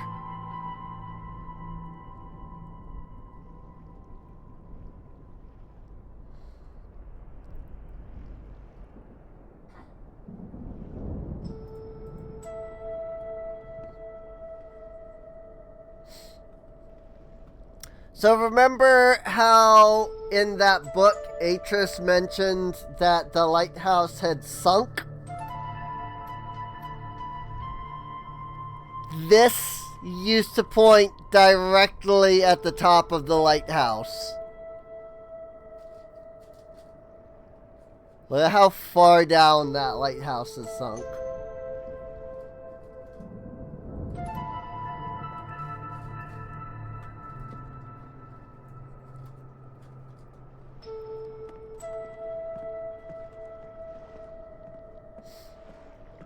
I mean, it never actually did, like, in the game, but in, like, in canon, you know, in world canon, says that that lighthouse was, like, the top of that lighthouse was even with that,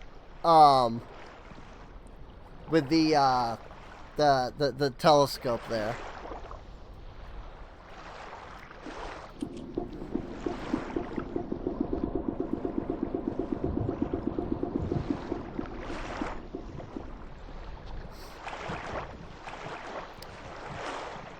So, the boat's full of water again.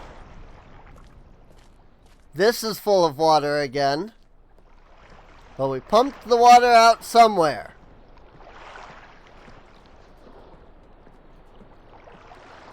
Here.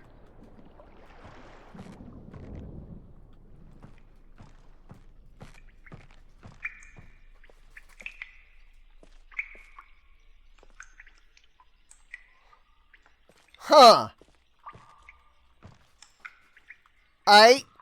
That's different.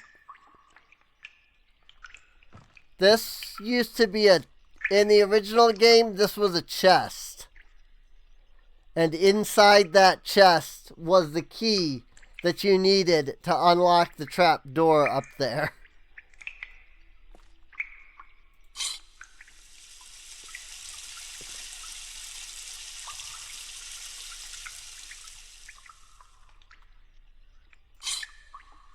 And that chest had this little nozzle that you drained the water out of. And by doing that, you would then come back up here. You would refill the lighthouse. Okay, see, this just makes me want to play the original again because apparently I don't have that on my channel.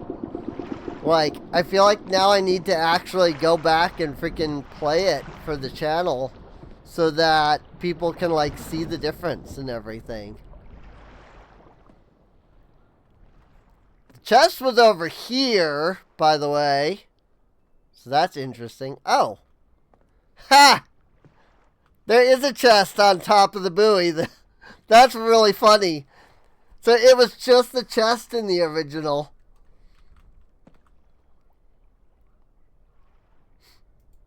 And then you would grab the key. And you'd put the key in here. And it would open up to be a key on the inside. It still is. That's amazing. But what do I actually use this key on? Is there a keyhole here that I'm not seeing? Because, like, in the original, there was a trap door here.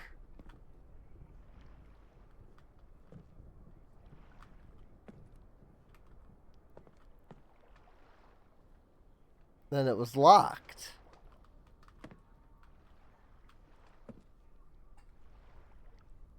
But I don't actually know what the key goes to now.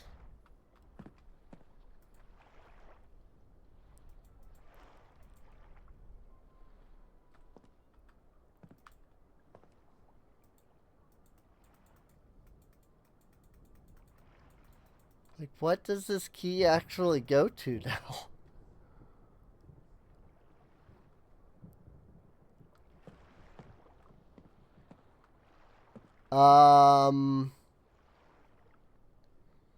Does anybody see a keyhole?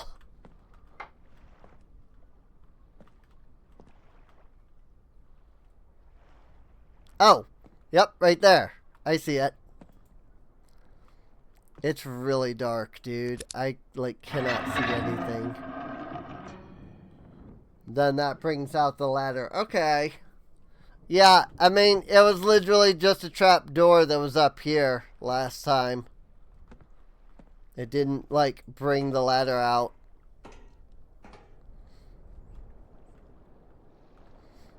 Ooh.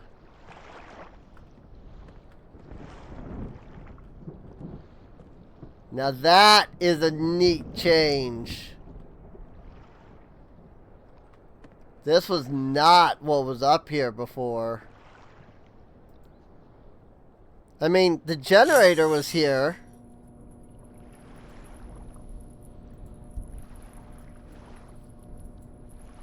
Also, this thing provides so much more power so much faster. The generator was here, but it was a completely different, like, thing up here than the original. Whee!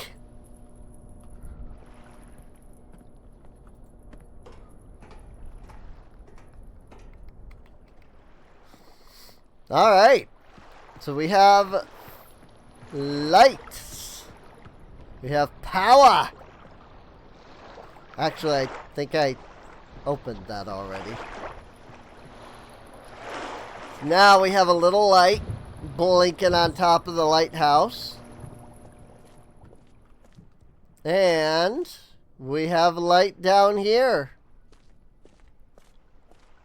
Which means that we should now be able to find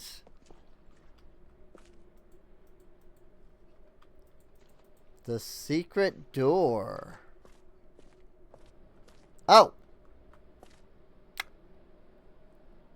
That is not so secret of a secret door in this version.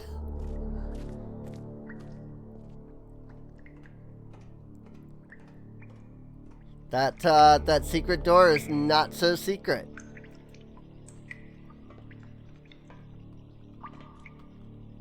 Oh, good.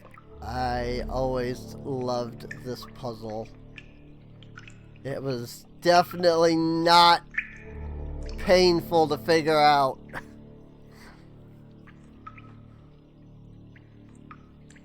So the lighthouse point, the lighthouse is at 135. That's 0 because of the north on the compass. This is 180. That's 90.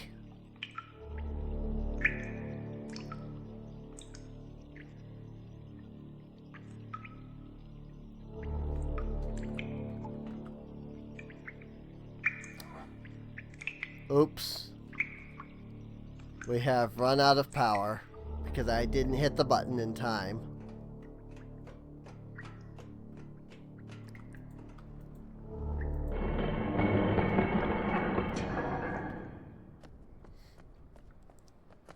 Have to figure out which of those buttons is 135.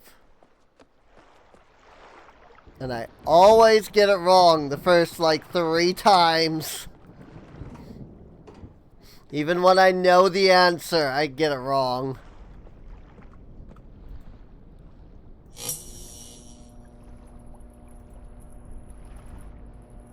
Power! This battery drains a lot faster, though, than the original.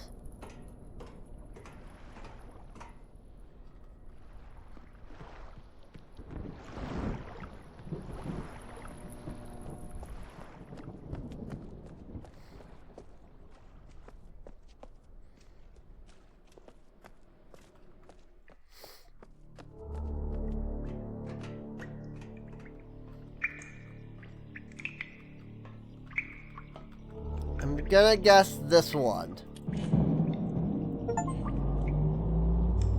Yay! Beacon! The lights turned off. I was like, oh, I got it wrong. But then they came on and I got the achievement. And I was like, yay, I got it correct. After all.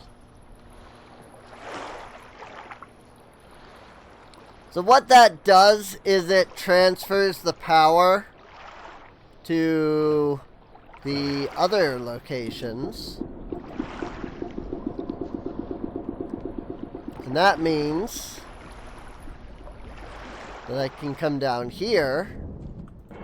I don't think it transfers power. It lights that up. It shines a light into here and shines that light and everything. And allows you to see this desk where you push this button. And there's the Myst book once again.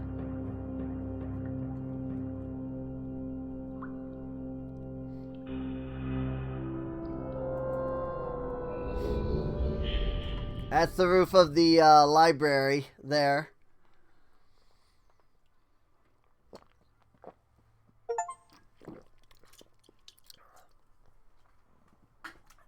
And that's it. That is the entire Stone Ship Age. Like, that's it. We completed everything there.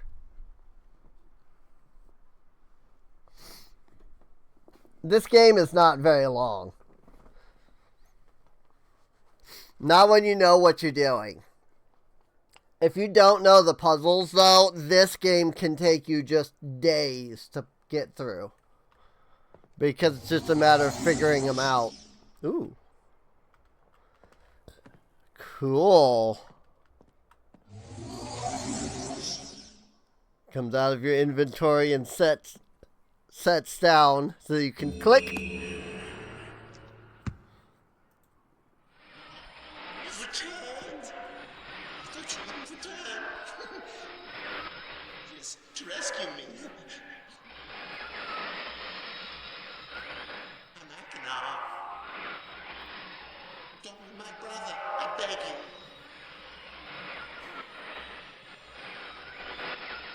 May be complete. Don't. Always blue pages. Listen to him. Listen to my brother. Egotistical fool and a liar. Liar. Bring me the blue pages. Ignore the red ones. Don't bring the red ones. Earnestly implore you. Wrongfully imprisoned. You must believe me. Will have my retribution. Please bring me the blue pages. Blue pages, please.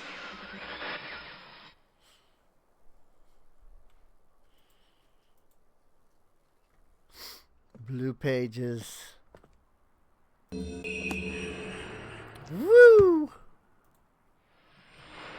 You've returned.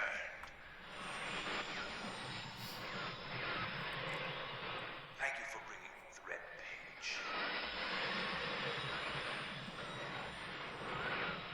You must continue to help me. My name is Cirrus. Release me. I beg you to find your name. You must release me, for I need. Release me from this book, which has become. Bring me the red page. I need more red pages, please. Beg. Don't waste time. Look.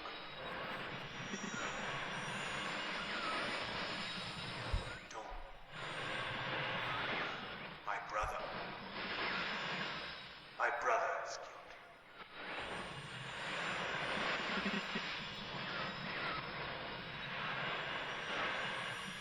And I, wrongfully imprisoned. Bring the red page to me.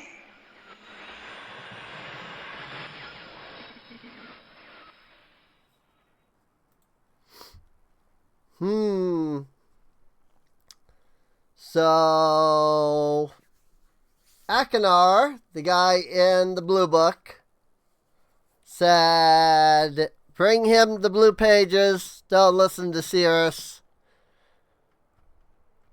He's an egotistical fool and a liar. Cirrus, over here, said he was wrongfully imprisoned, which Akinar said as well. And did not bring the blue pages. But who do we trust? Who is telling the truth and who lies? Whoops.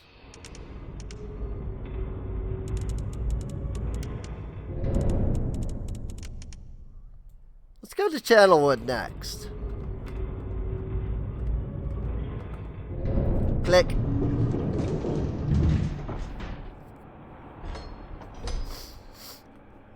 But yeah, now that we're actually in like the meat of like the game, we'll get through the majority of this pretty quickly, actually. It's not a hard game. Well, when you know the puzzles, it's not a hard game. The puzzles can be really difficult. I should say it's not a long game. Ooh. Once again, that is a JPEG.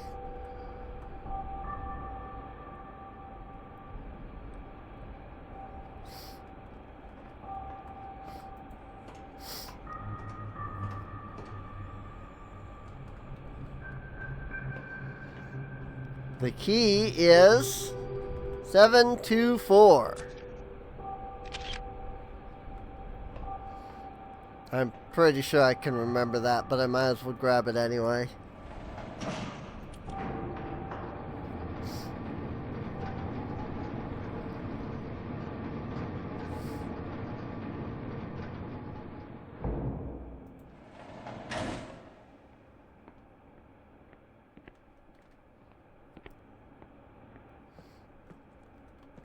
I also like how, because it's in 3D now, they can just rotate the tower around.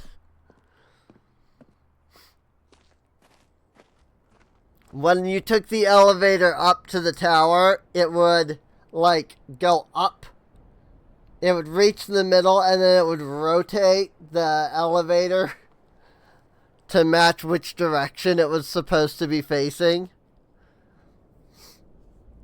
And then it would actually like transfer you to a completely different map depending on which like direction you're supposed to be facing.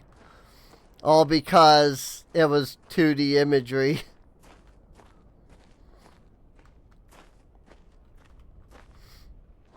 But yeah, you can see there's a marker switch over there. We just haven't been able to push the button. So we gotta get over to that clock at some point.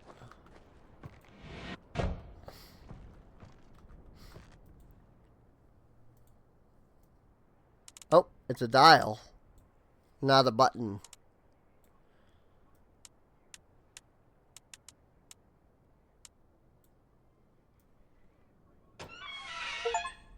Seven, 2, 4. Oh. This was a box of matches in the original.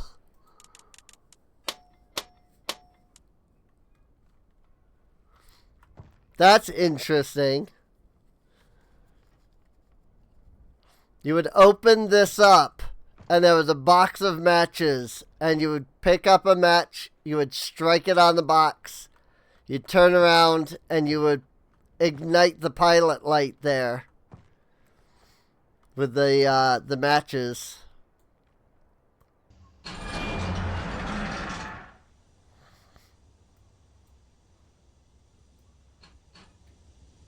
Rotate.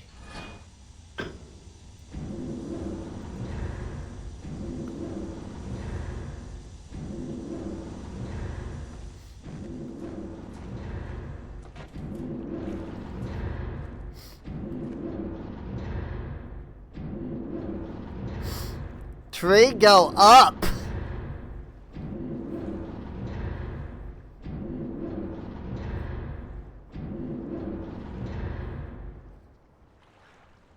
tree get tall.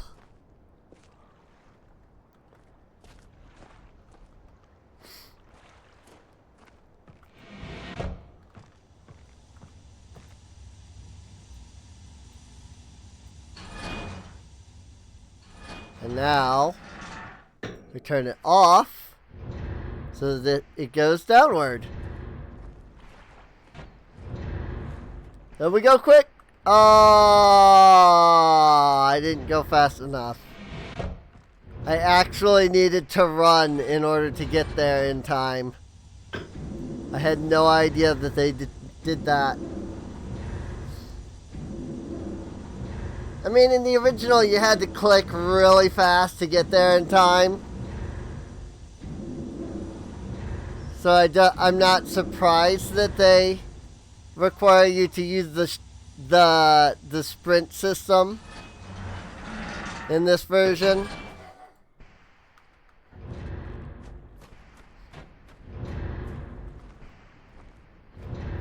That's just really funny that they did that. Down we go.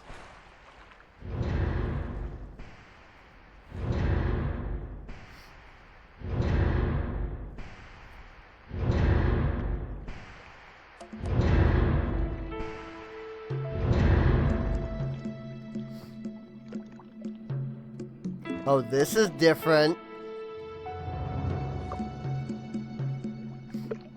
In the original, you just came down here and there was just a book. This gives you a little preview of what channel it'll be like when you go in. That's really cool. I like that. And there it is.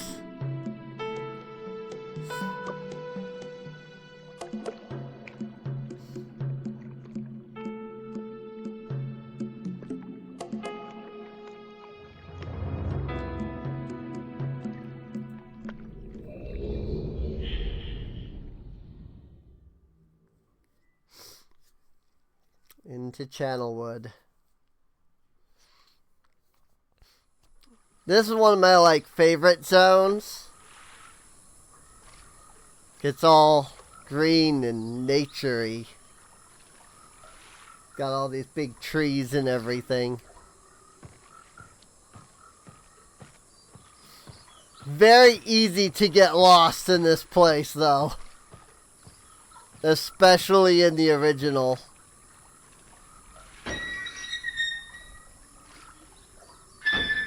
Okay. They make that a little more obvious in this one. That's cool. I like that.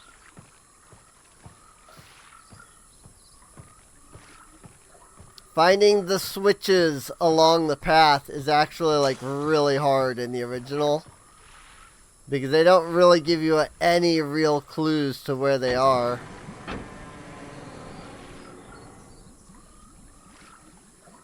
Nothing happens.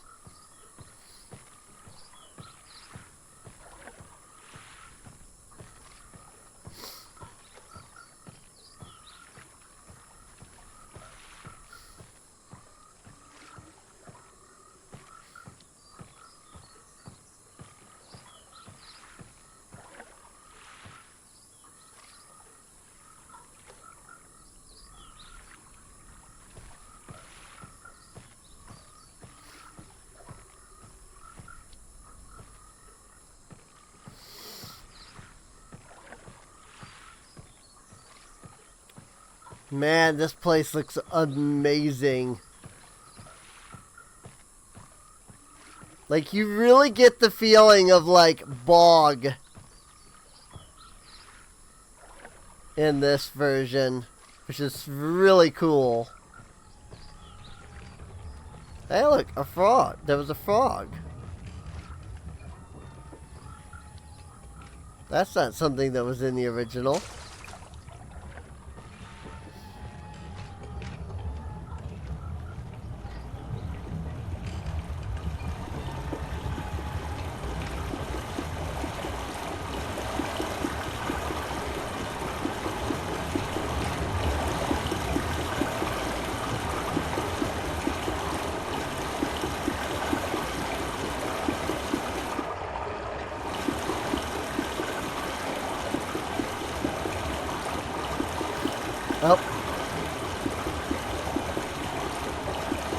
Now water is pouring into this.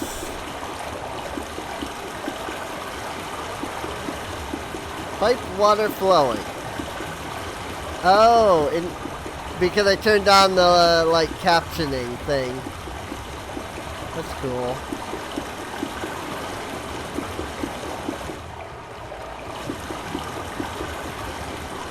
Actually, I don't know what this does.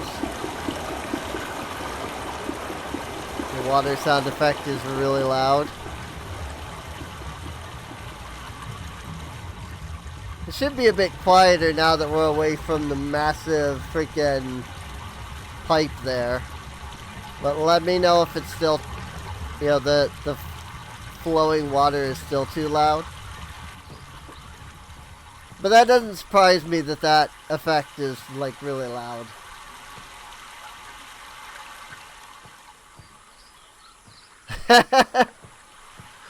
That is a weird freaking... Just this. This is weird, the way they have the caption set up. Yeah, it doesn't surprise me too much that it was really loud. Even in the original game, that's like super loud. So...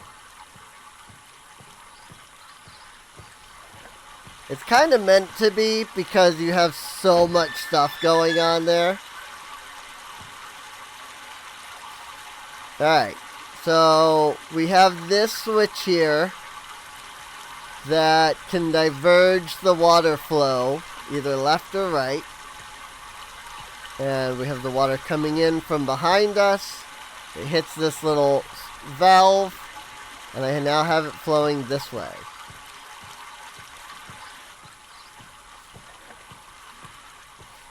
So that comes over here to this. And now this one flows that way right now. So let's see where that goes. That goes to this one. And then that goes this way.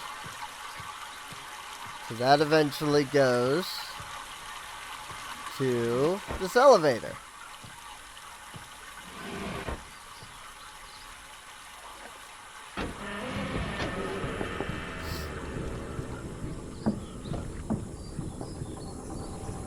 It's water powered.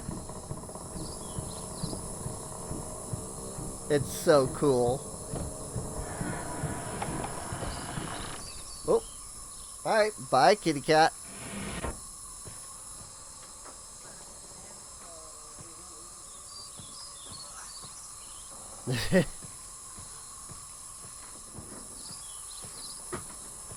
She sensed you were shutting the door, I guess, because she just literally just took off for your room there.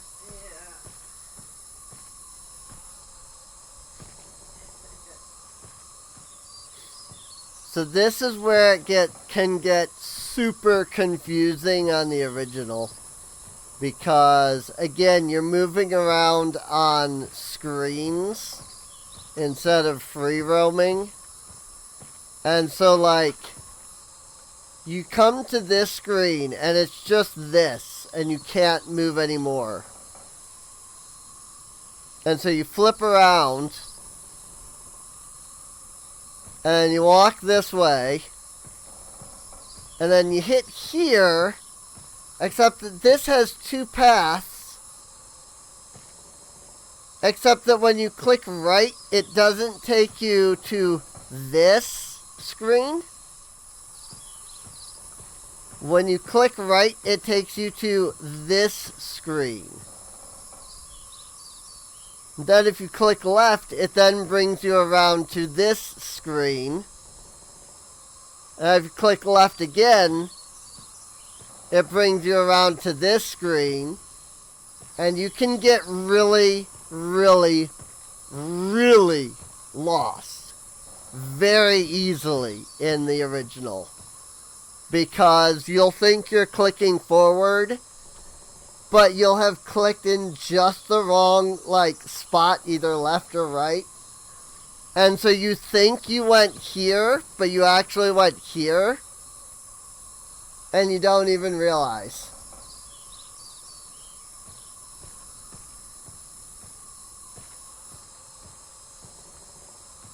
Or you'll think like, oh, I'm here, so I'll click forward, but then you're here instead.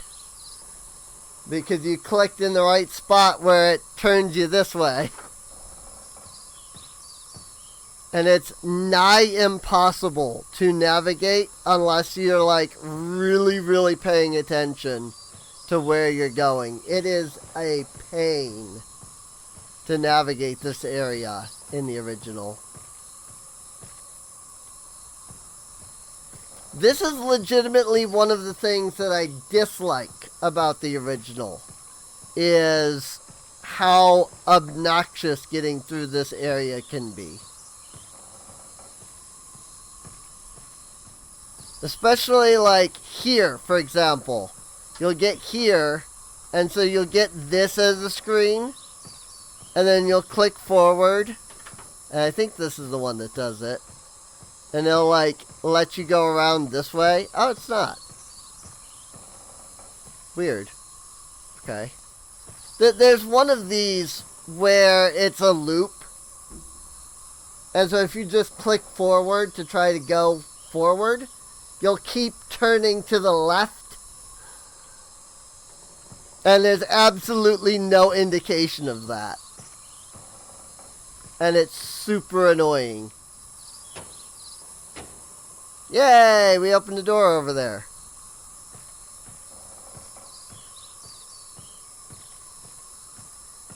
So you'll think you're going forward, only to just go around in a circle. And you just end up completely lost. It is the worst.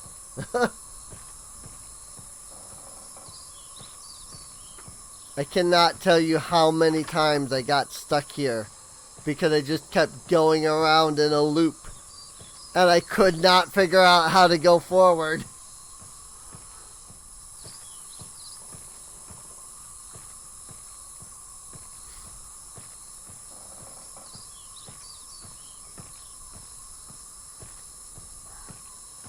And it's all just because of the original, like, control scheme for the game. You know? Because it was all 2D, like, painted images. It wasn't actually a 3D environment. Right here, by the way. It looks like this is the loop, because I just did it. I just did the loop.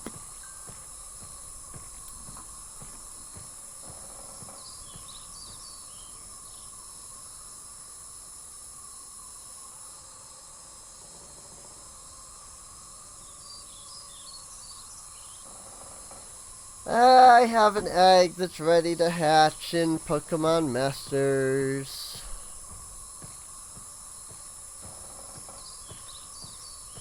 Can't do anything with that at the moment because I'm on stream here. But I have an egg that's ready to hatch in Pokemon Masters. Whee! Down we go. And click. Cat. Seriously. Why do you go over here so much?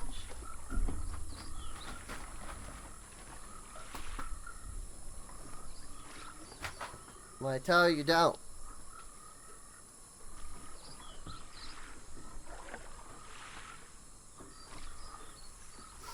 So I just had to get my cat out of a spot that's... She likes to go and then get stuck. So I keep trying to convince her not to go. Because she then gets stuck. And it's like, well, I mean, what did you expect? Of course you're going to get stuck when you go into the spot that gets you stuck.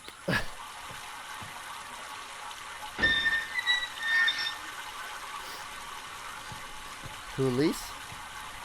So now we have pipe water flowing this way.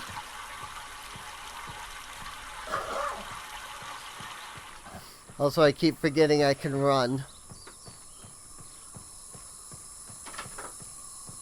Not that it's particularly useful there, but...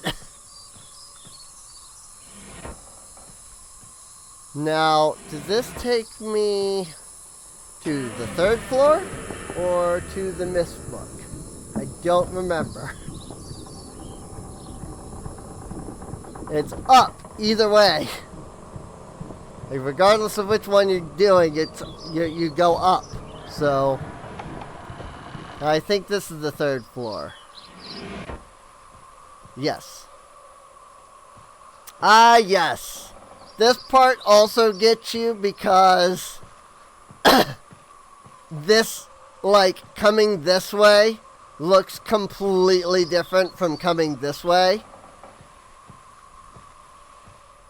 And, like, this is the only shot that you really actually get with the elevator in, like, screen. And also, usually the elevator's closed, so it's like this. And so you'll be like, you'll go this way, and you'll end up over there, and you're like, okay, I missed the elevator. Then you turn around, and you go this way, and you get over there, and you're like, how did I miss the elevator again? So you go this way, and it's hard to, like, show on here because, you know, like, you get this image, and, like, okay, you know, you can see the elevator, but then you click forward and you get this. And so you have to click to the left to turn. And so you can just completely miss the elevator in the original. Because it's separate images, it's not a 3D environment.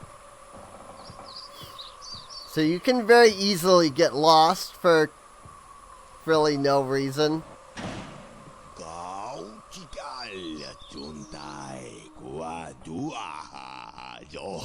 Hey, it's Akinar. Woo! Chump. Somebody's losing their hand. I mean, there's literally blood all over this thing.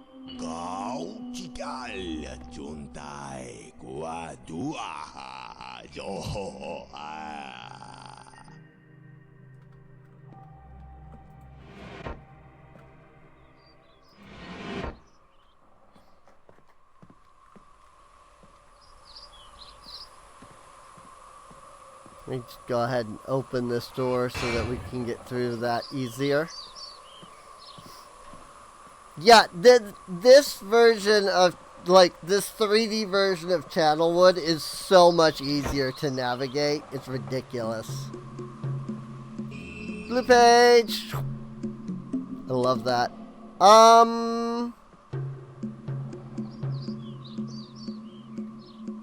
The nails make sense if you're building, but why do you need the giant meat cleaver?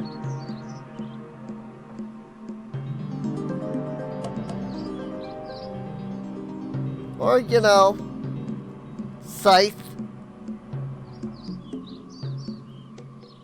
and spears.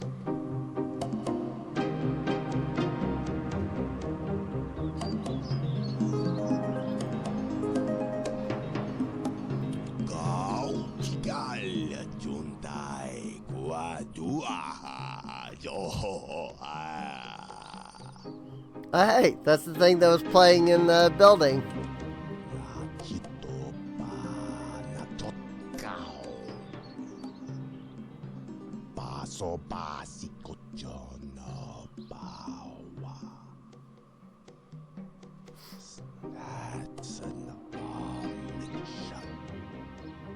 It should be noted that the director for the original Myst literally created an entire language for this game.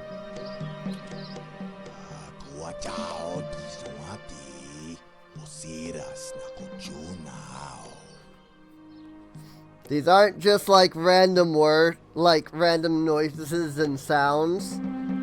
Like, he legitimately made an entire language just for this game. And then, like, it got popular and expanded on and everything. And it's in, like, this guy had so much, like, foresight. I hope I pushed the right button, my dear brother. He is preparing. What a very interesting device you have here. I'm not erasing anything important, am I?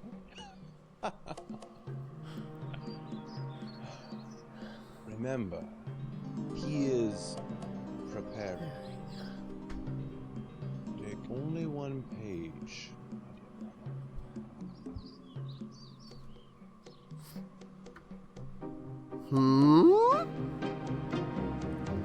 brother. Take only one page, my dear brother.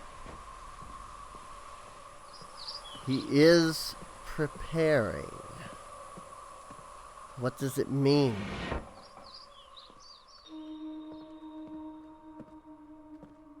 I hope I pushed the right button, my dear brother. What a very interesting device you have here. I'm not erasing anything important, am I? Remember, he is preparing. Take only one page, my dear brother.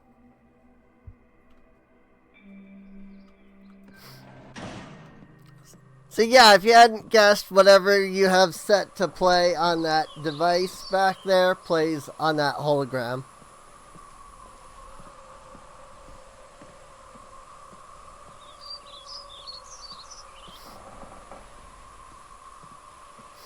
But where are the monkey people? Remember how there were supposed to be monkey people that Atris found here?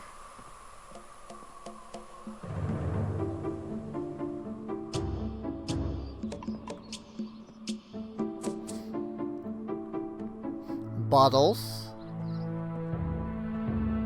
Fancy little sink here. Oh.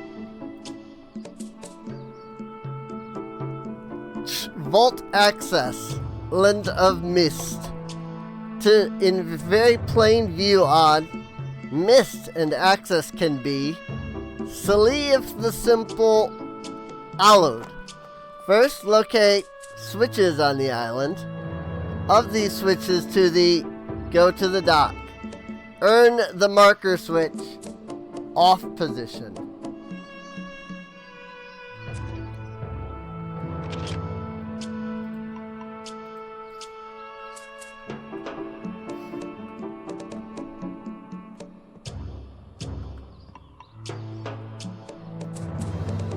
Oh, there's a red page.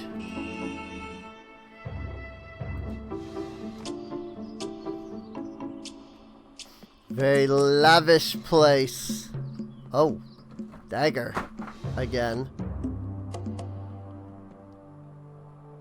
Very fancy place. Is anybody starting to notice any kind of patterns here?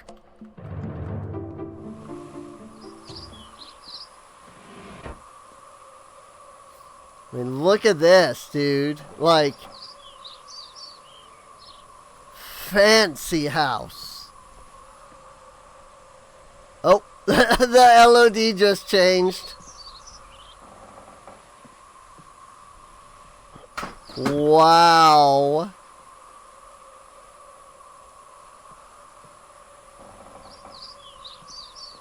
I don't think I'm supposed to have this good graphic for this game.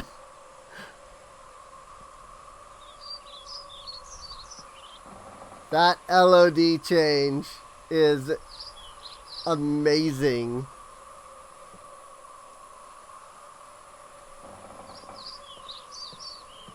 That's hilarious. I love when I can find stuff like that. It's like, clearly we were not supposed to see this. Ah, frick. I was hoping that they would just make that close automatically for you. Nice little quality of life thing. But I suppose it makes sense. This makes me really excited for the remake of Riven. That I also own, by the way, so we will be able to do that one too. Like, I want to play that after this, because Riven, like, if you were like Myst and thought maybe the puzzles were too simple, Riven will make you go, okay, maybe those puzzles were not, maybe they overcorrected in this game. Like, the puzzles in Myst can be seen as being too simple by some. And so in Riven, they were just like, we can make big game, so let's make big puzzle. And they did. Oh boy, they did. Oh lordy, they did. Some of the puzzles on Riven are insane. Dude.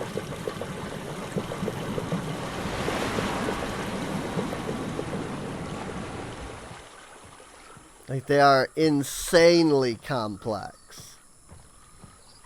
And I'm not saying that as like a compliment to the game. Like, oh boy, Riven is a piece of work, dude. It really is. But I love it all the same. I definitely like Myst better because it's simpler. But, oh boy, is Riven, Riven is ridiculous. It's fun, but it is ridiculous, dude. Oh boy.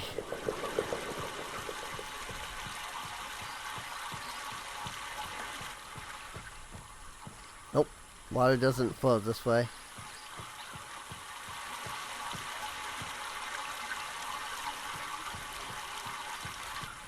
I need it to go, I need to switch it up here.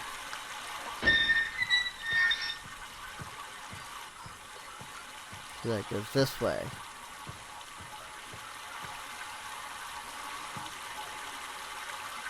And then this way. Yes! Cool. Now it should be going all the way to that elevator over there. So now we run back to the bridge, because that only takes us to the pipe on that side. There's no walking space. And it should bring us right here to this elevator.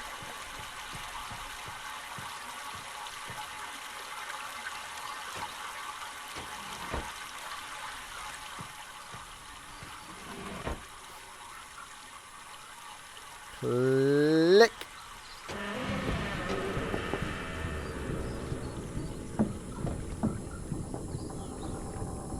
And up we go.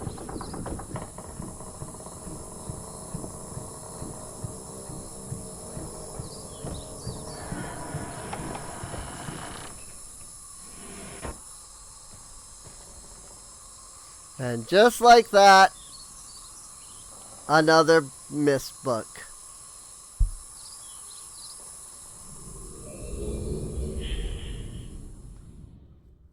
And just like that, 2 more pages. 1 red and 1 blue.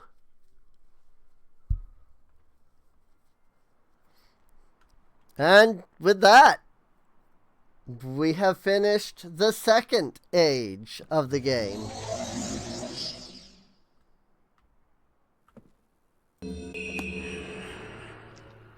Let's see what Cirrus has to say now. Have returned. Additional page.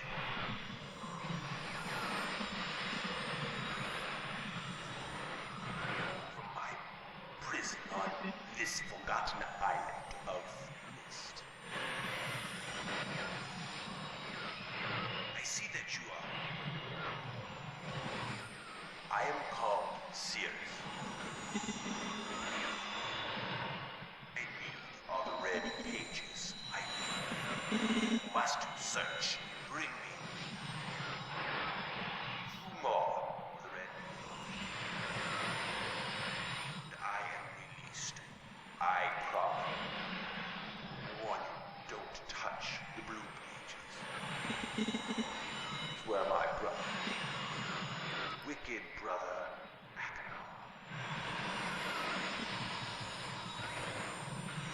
he is a man of distorted mind, senses. He disgusts me. Do not release me. Thirst for destruction is none. Never ending. Bring the red paper. I beg you, please, release me from this prison. I promise you will be greatly rewarded. You must help me. I beg you to help me.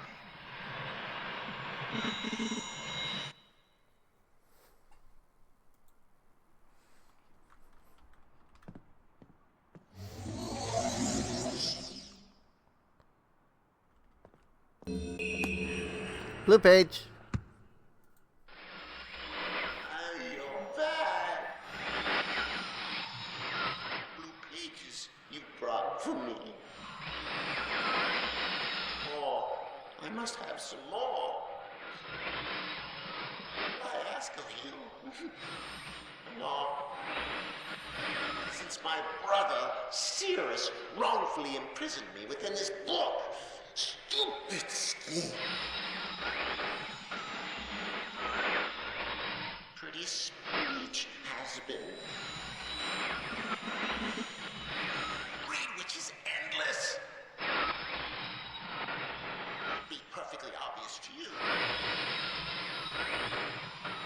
Evil enemies destroyed all but four.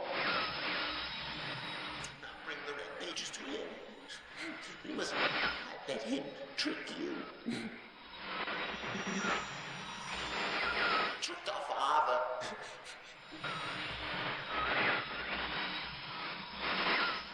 Hideously murdered our father. He'll trick you. He'll murder you. Don't touch the red pages.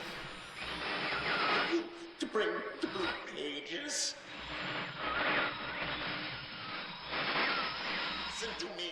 Listen. You must obey me. Blue pages are my only hope. You must help me. You must help me.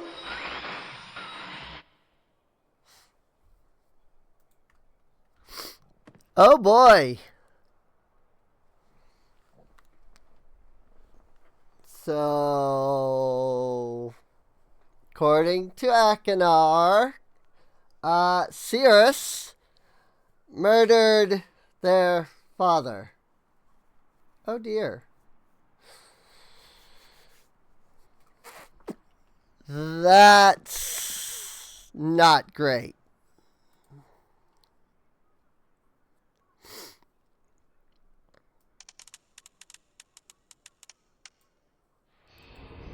Let's go to the rocket ship age.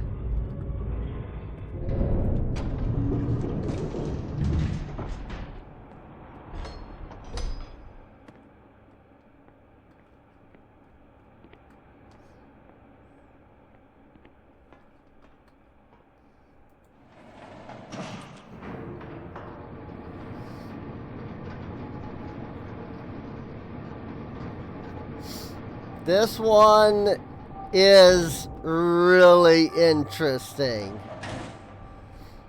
Because this one is entirely based on sound. If I remember correctly. 59 volts, not 49. I was incorrect. Here's the JPEG again.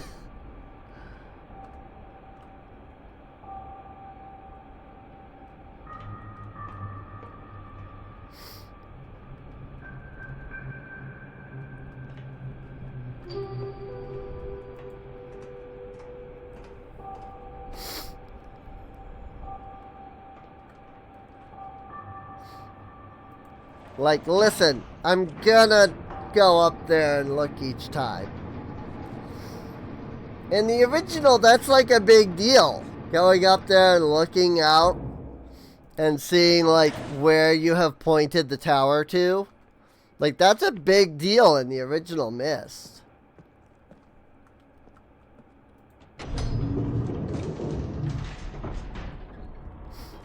Maybe not so much this one, though. But I don't know. I have not watched somebody play this for the first time in a very long time. Ooh.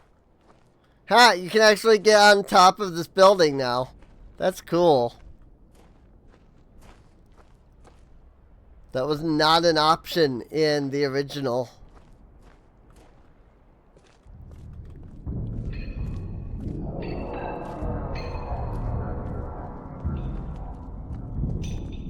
Clicky clicky. Click to go very fast.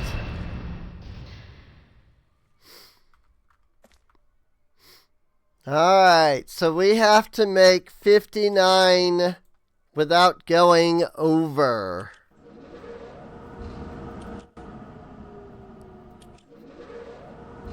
That's 2. That's 22.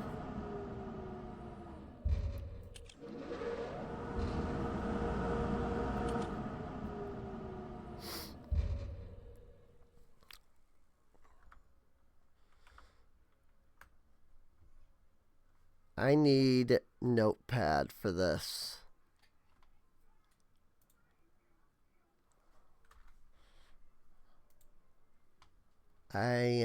I need a notepad for this, because otherwise this is going to be, like, nigh impossible. Otherwise. Why did the notepad just close?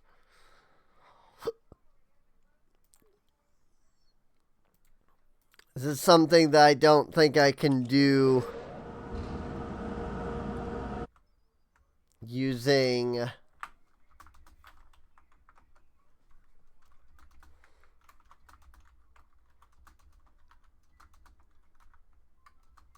the in-game journal thing. So that's 10. Number 2 is 7.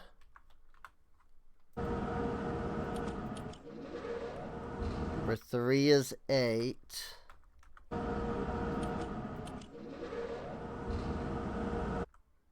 Number 4 is 16. Every time I alt-tab out of the window, it, like, mutes the window. By the way. In case anybody was wondering why, like, the sound keeps, like, popping in and out. It's because every time the audio stops, it's because I alt-tab.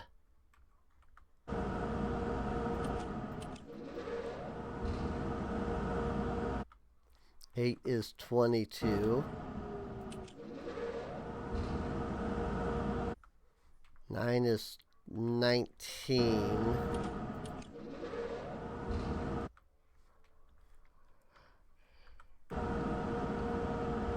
And 10 is 9. So how do we make 59 with that? 10, 7, 8, 16, 5, 1, 2, 22, 19, and 9.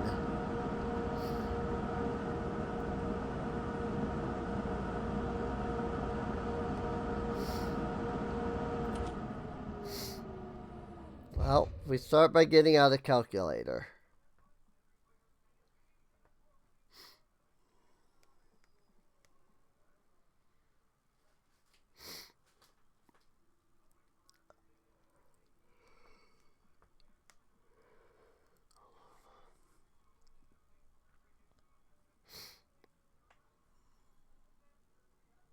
I might have it actually. Let's find out. Whoops.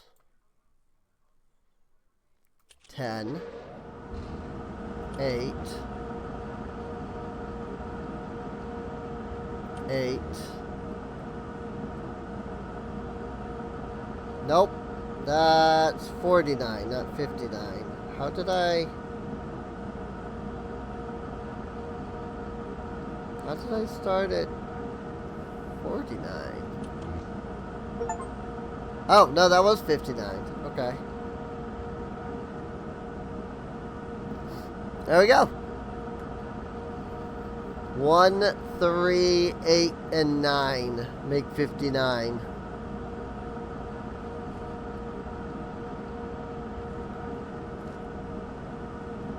There's a couple of other options in there as well.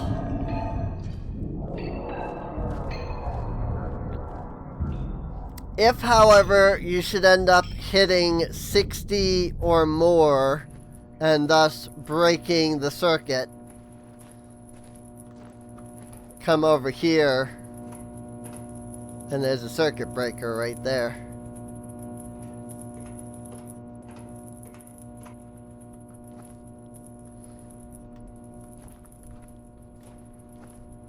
And if that doesn't reset it, then you can come over to that one and there's another circuit breaker there. Either way, one of those two switches will fix the problem. Then you just go back.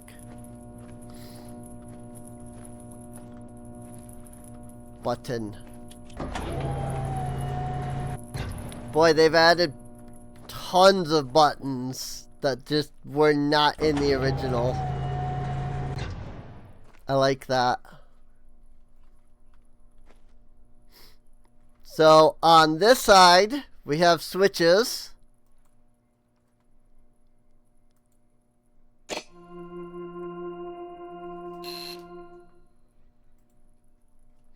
And on this side, we have a piano.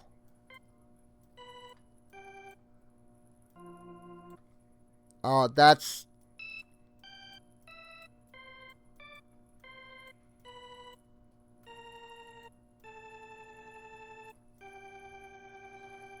going to make this puzzle so much easier, dude. Oh, I love that.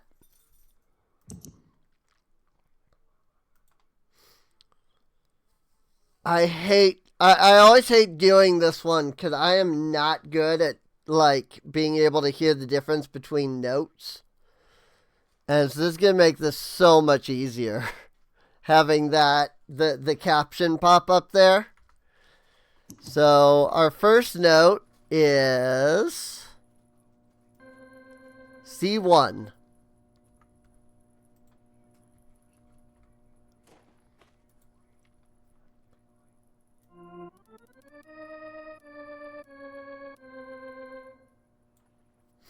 So C1. That's so much better, dude.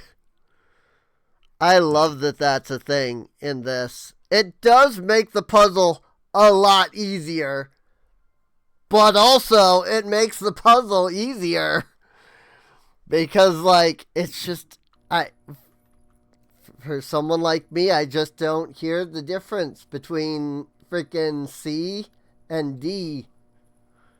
Or, like, C2, C sharp 2, D2.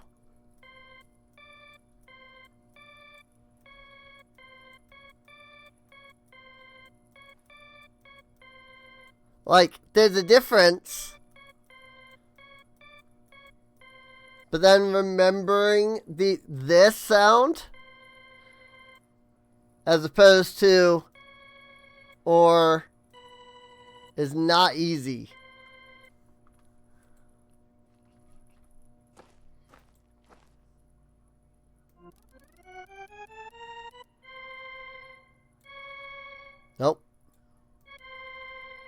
C2.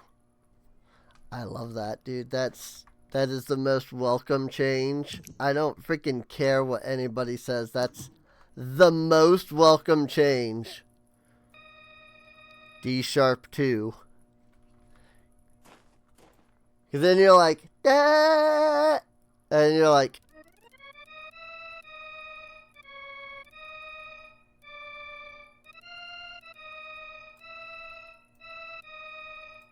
trying to figure out which of those freaking notes it is. It's D sharp 2, man. Thank frick, dude.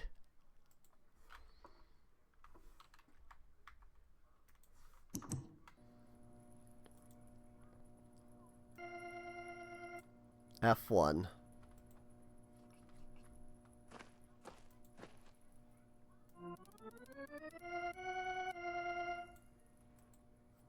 F1.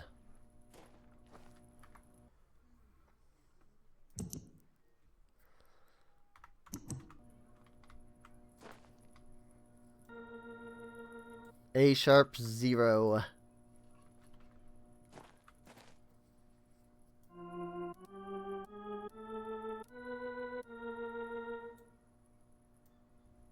Click.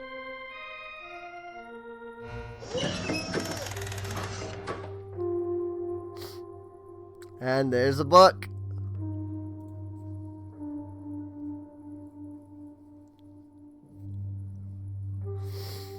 So remember the book that talked about the chasm and the meteors and all that? This is it.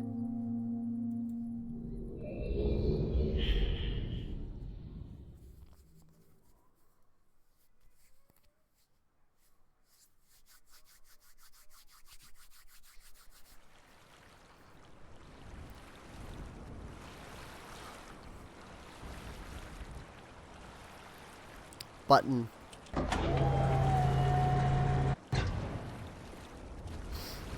And here we are.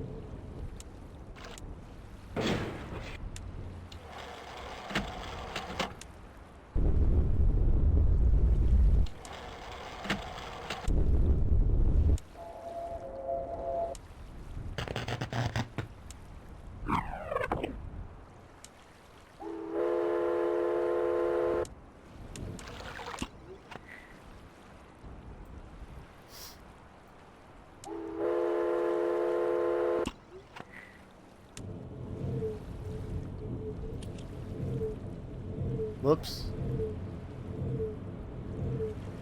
Didn't mean to click the button. That's going to make this a lot easier too. The subtitles for like sound effects are just going to make this so much easier.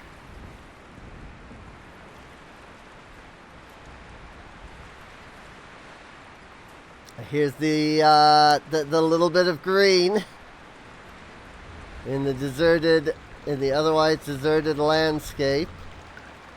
Water running.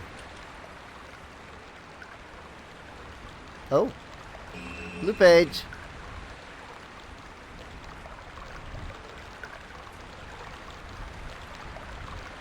There's a mic picking up the sound of the water running.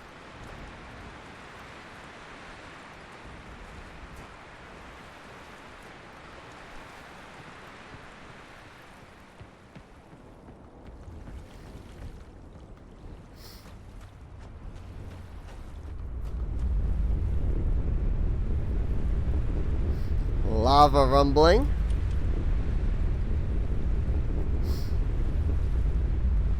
There's the chasm that was mentioned in the book.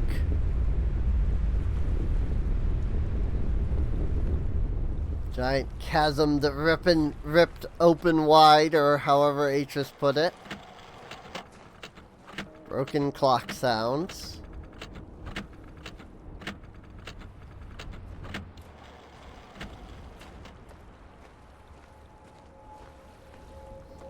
Ooh, the crystals.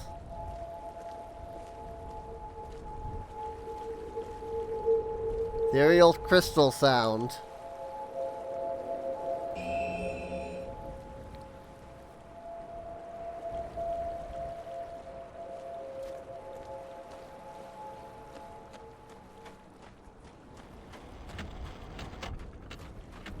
Whoops. Going the wrong way.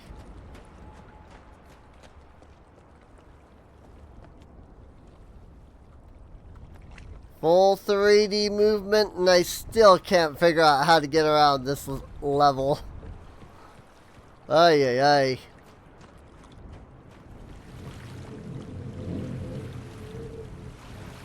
Wind blowing.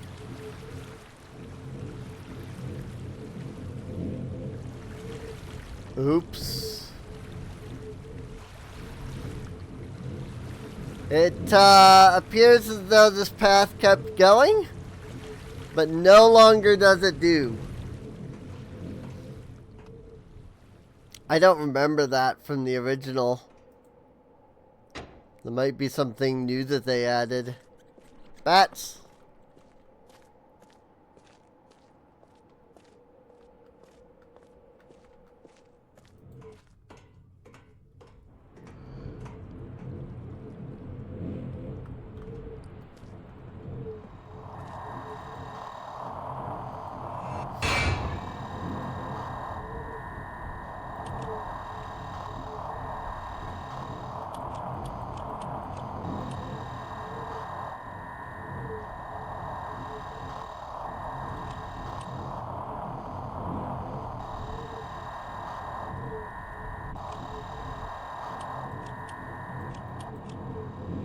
Wind blowing. That's not what I'm after.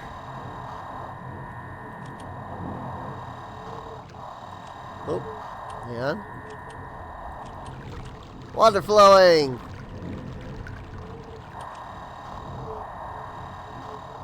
This is the chasm.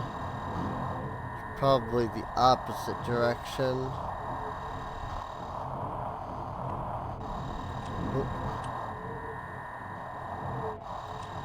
Nope, that's ethereal crystals.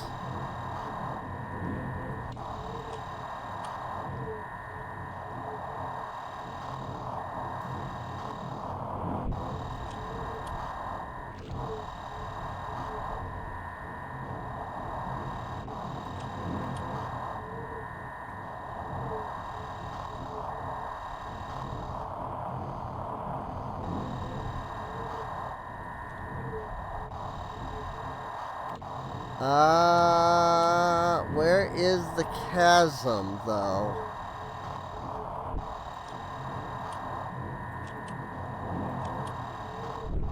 Lava rumbling. Got it.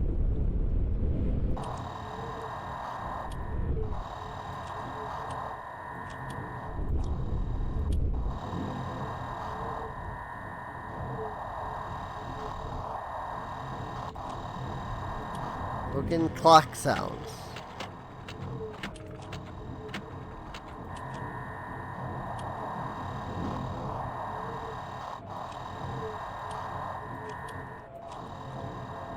Ethereal crystal.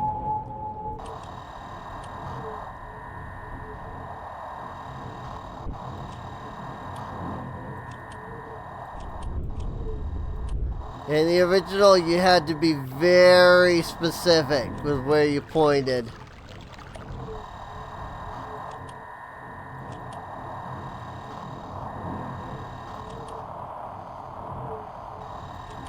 If you weren't, it could completely throw you off. Ethereal, water, wind, lava, clock.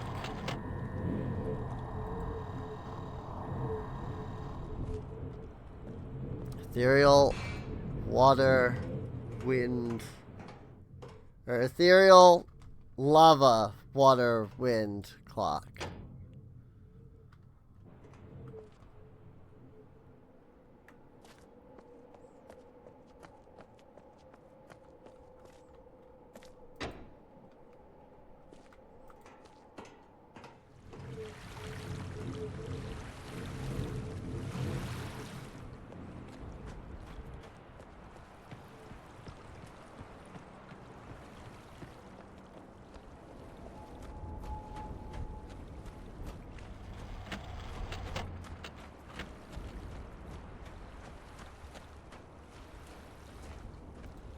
So,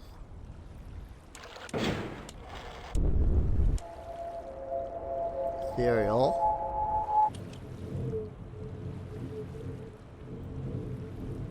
lava,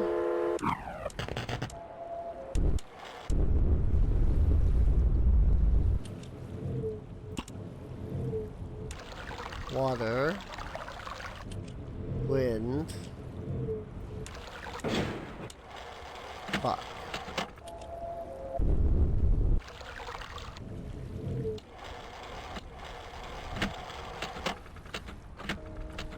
No? I got it wrong.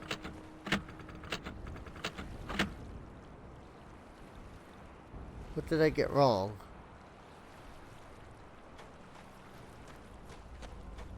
I don't know. I don't actually remember what I got wrong.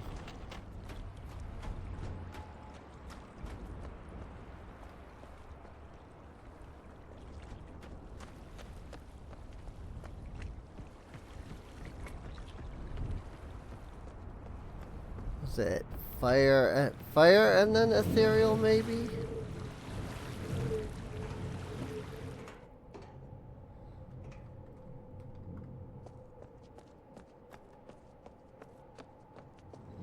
I am getting like tired. I usually have been going to bed pretty early as of late.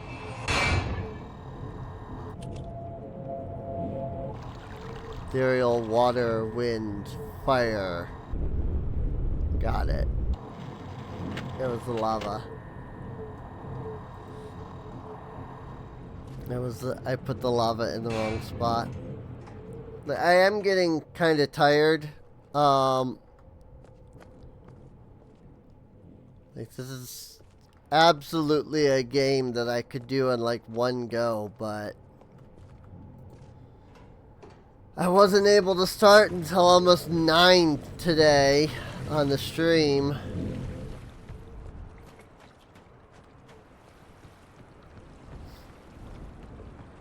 And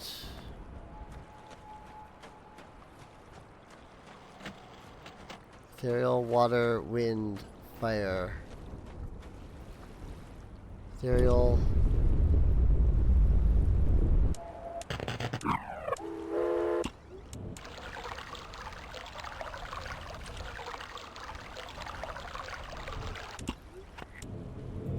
See, having to do this entirely by sound makes this way harder. I like that the captions are there because it really helps me know what's what.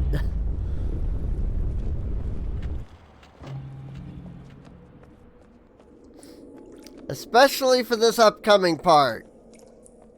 Because, oh boy, you thought we were done.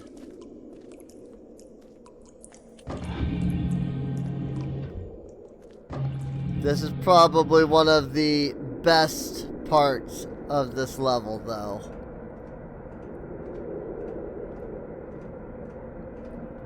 Look at this thing.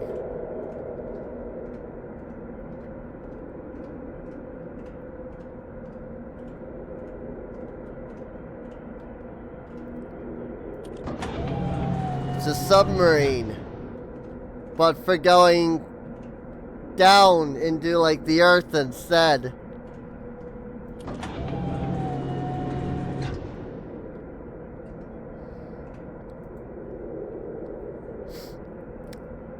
Here we go. That was not the right button. Here we go.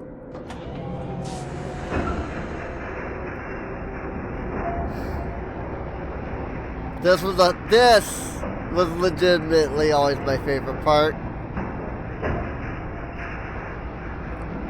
Riding this thing through all these caverns down here.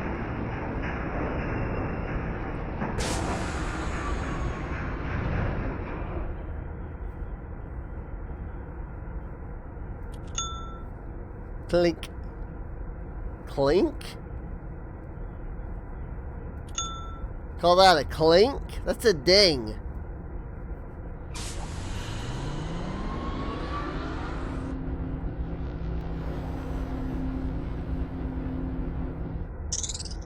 Spin.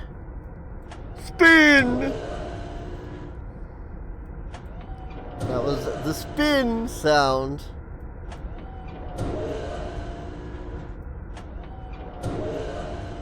So we just came from that direction, so it's not that one.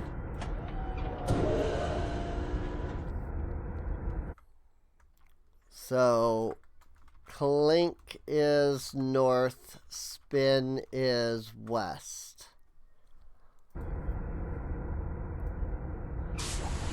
We will want to know that.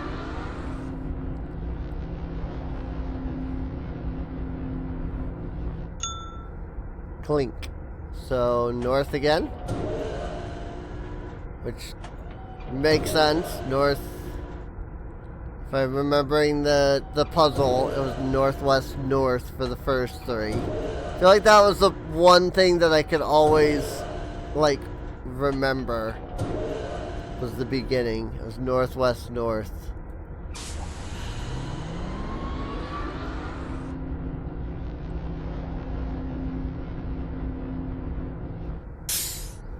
Exhaust sound. Well, it's not west, so let's check east. East is open. And we actually just came from the south, so exhaust can't be south, because that would be the way that we just came from. So exhaust is east. And then the last one is south.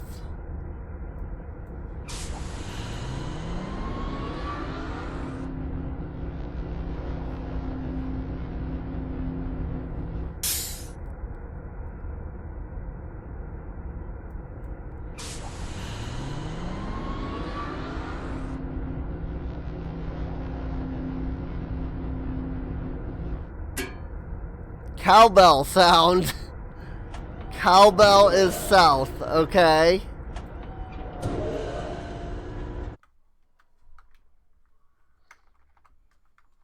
Cowbell.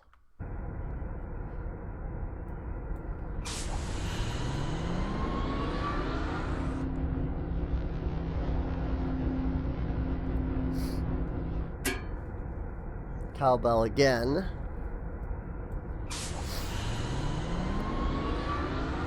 South we go.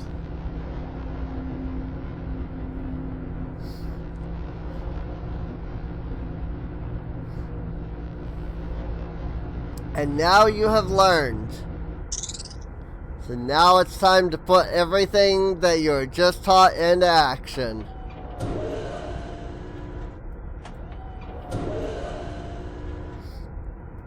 West. Because now the road's not going to be straight anymore.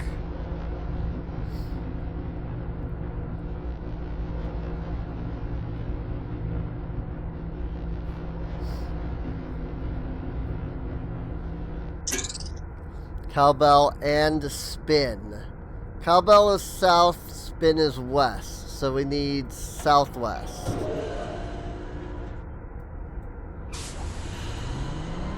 That is so much nicer. It does kinda break this a little bit, because it's the original, it really is a matter of like trying to remember.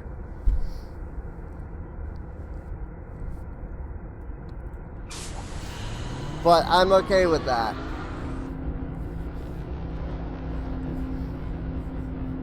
I'm okay with the like caption giving me all the things so that I know exactly what's what. Spin and clink. So spin is west, clink is north. So west north. Or northwest. However you want to word it. Technically west north is correct.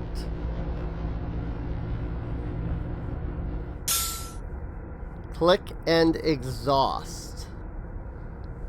So northeast. Oh, that's to the west.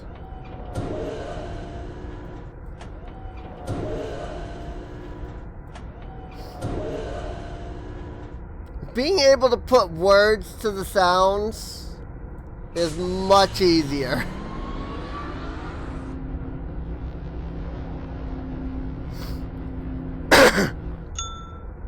Clink. So north.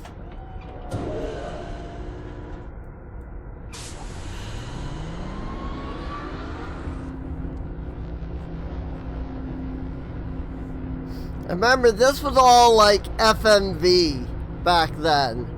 So this was like super, super impressive.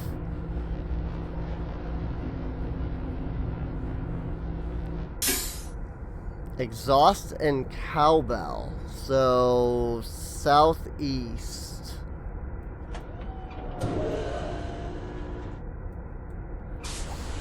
And that's sort of the other thing too that this really got you on, was when they do the double sounds.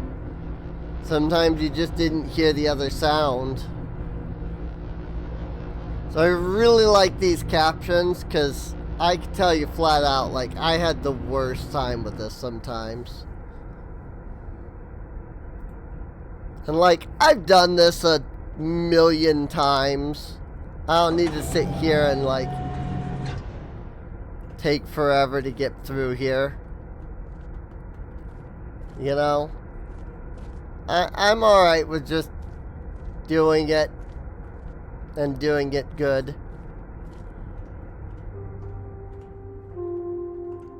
Look at these crystals, man.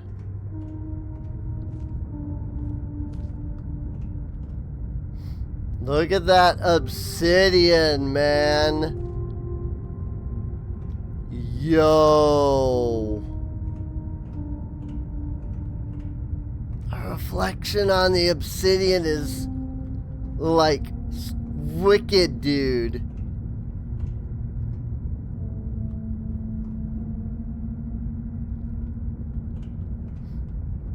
How a book managed to survive down here in a freaking volcano without burning, I don't know.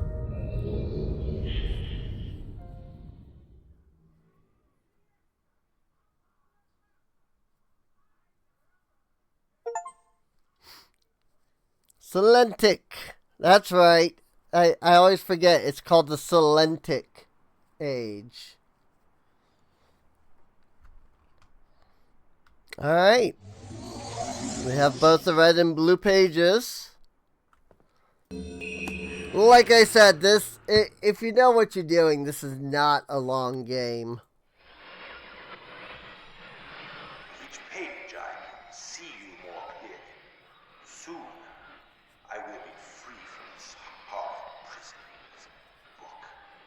You must visit the one remaining age which you have not. I am confident that clear to you that my brother is demented. He is guilty. He took advantage of the freedom of our father given us long, I can now begin to gain a twisted pleasure, conquest and destruction. I ask you again, do not retreat the pages. He will destroy both myself and you, just as he destroyed the other ages he missed.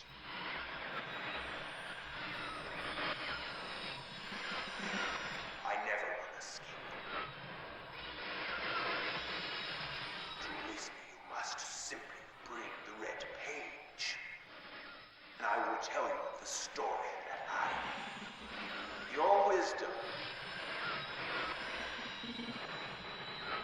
will see that I am innocent and he is guilty.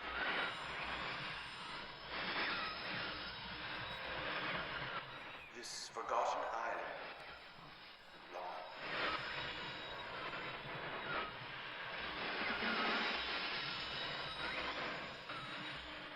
I will owe you my life, and you will Sussy serious, right?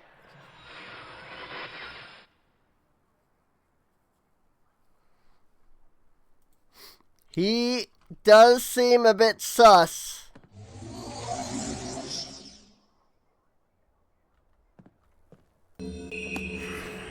Blue page. Oh, my friend. Man, it really cuts this game in half Pages. when you when you can grab both pages. Sirius is guilty. Do not release him. Will destroy me. Just the innocent bystander have been wrongfully tricked into imprisonment.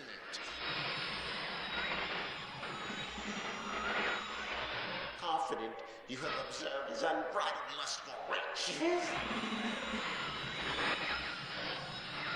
4 remaining worlds. Supply was almost perfect. Blow to father. He tricked him into believing that it was I who was the murderer. I did not murder father. Bring me the remaining blue pages, please. A liar. A fool and a liar.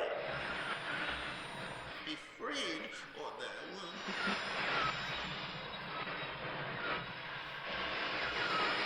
Blue pages from the last age of Myst. I must be freed. He must free me. I cannot bear it here for eternity.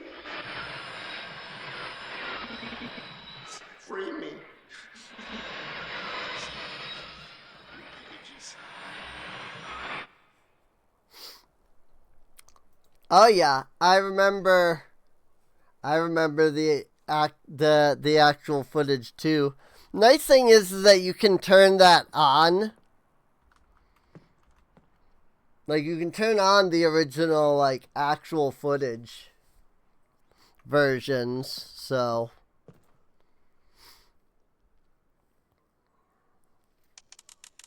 yep. You indeed can. Oh my gosh. Just like turning.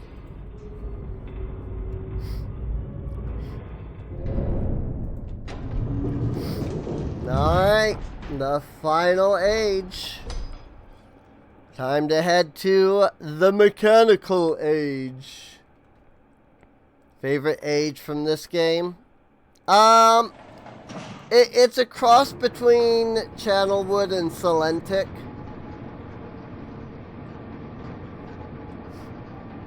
I like Channelwood a lot because of the aesthetic. You know, it being in like the forest and whatnot.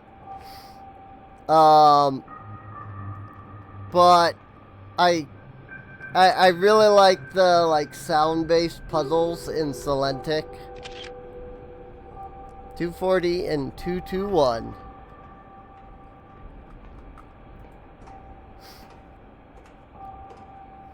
Like it was always it was always some of my like favorite like gameplay as a kid. to go to the Salentic Age and then just like ride the like submarine thing, the tram, whatever you want to call it.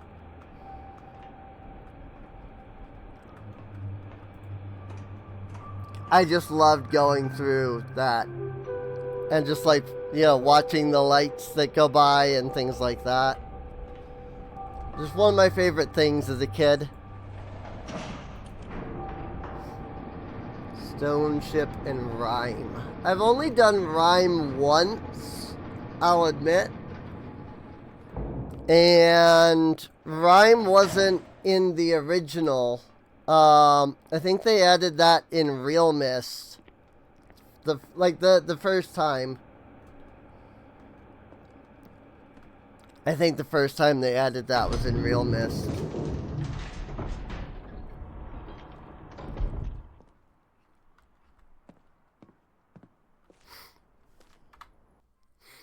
All right. 240 and 221. So it's time for the clock. I've been waiting for this age to come here and do this clock.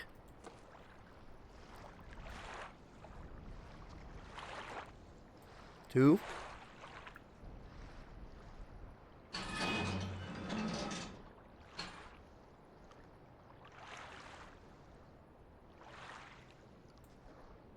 Oh.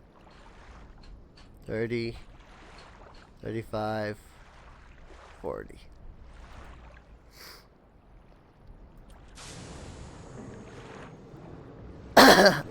God, that makes that so much better. So I think Rhyme was first introduced in the Real Myst version of the game. And I never got to play that version as a kid. The only version I had was like the original. Like original. So like I didn't have like the Masterpiece Edition or Real Myst or any of that. So I never got to do Rhyme as like a kid. And so I didn't even find out that Rhyme was a thing until the 3DS version came out. And that was like, what, 15 years after this game had originally come out, so... Oh boy, this puzzle. Always such a fun puzzle.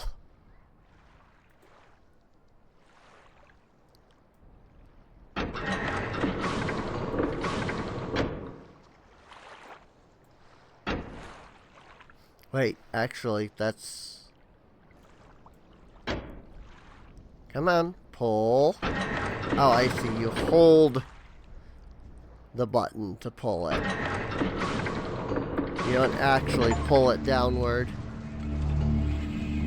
Solve the gear puzzle of the clock tower.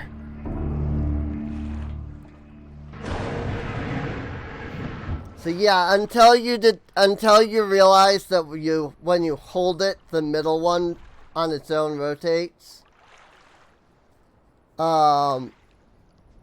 Like that one seems completely impossible because no pulling of the two can ever solve the puzzle. You have to pull and hold. And it took me, as a kid, it took me so long before I realized that you could pull and hold. So...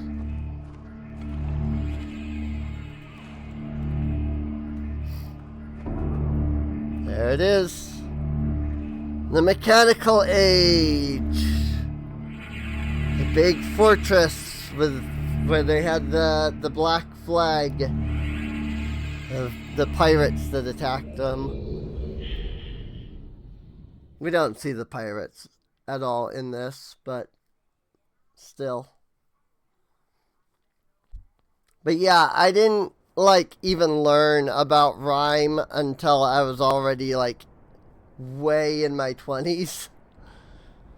So I like didn't even know for like a long time. So there, I have legitimately nothing in the way of like possible nostalgia for rhyme. And I've only ever done rhyme once.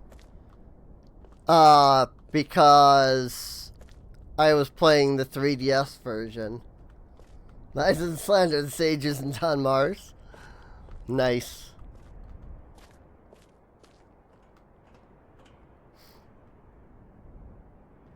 Man, this game just looks so good.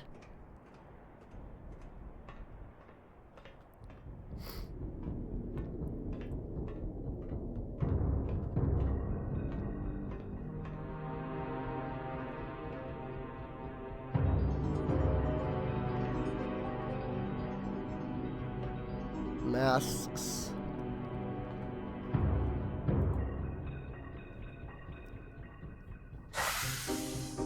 Yikes! You've heard of Jack in the Box. How about Cobra in the Box?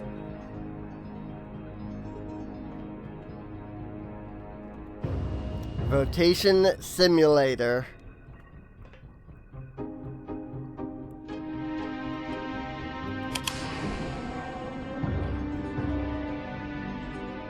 Oh, not open that.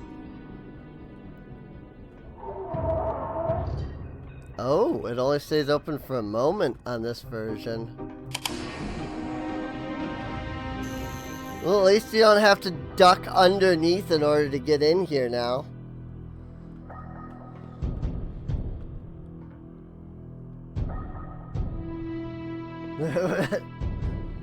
Rotation simulator where you can plan the ideal blunt rotation. Nice. You know, just a decapitated head. Nothing wrong with that.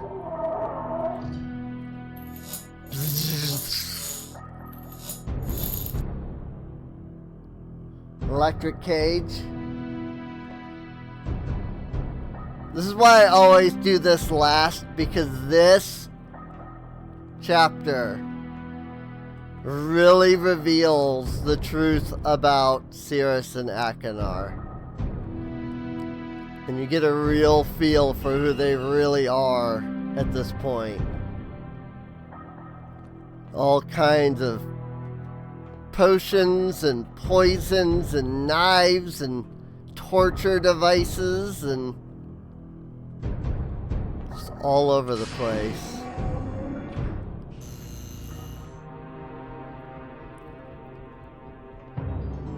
Swords,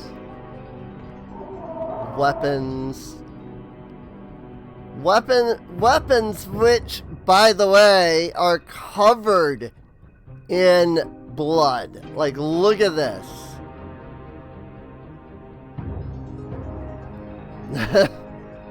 Like, oh boy.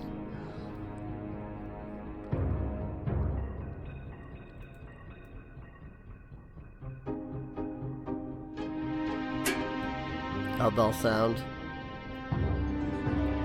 Unlock.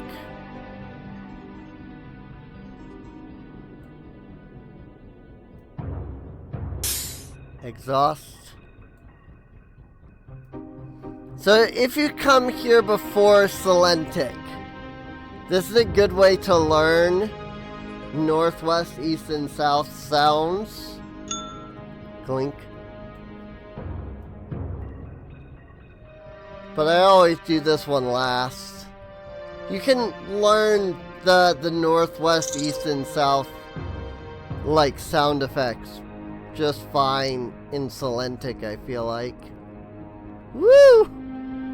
Whoops.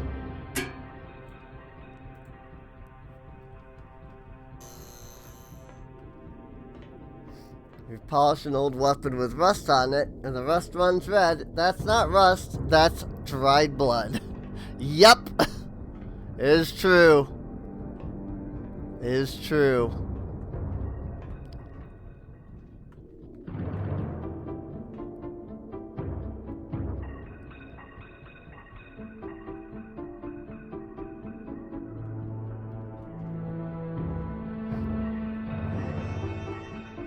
There's the rocket.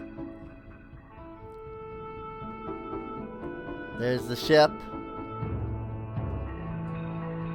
Clock tower.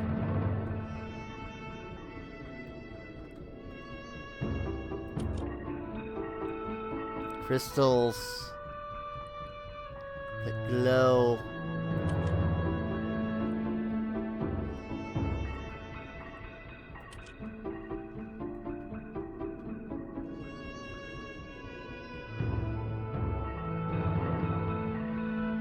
And this area really shows you the absolute lust for wealth.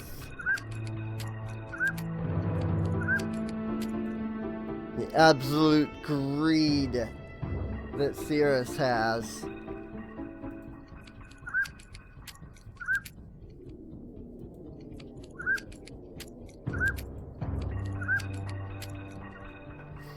And there he is. Look at Cirrus, man. I am a god, basically.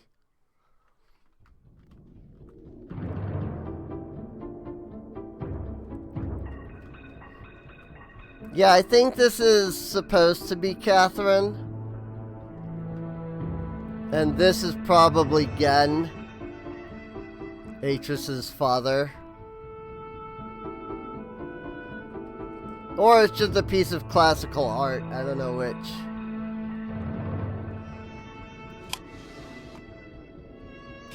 Button inside the chessboard.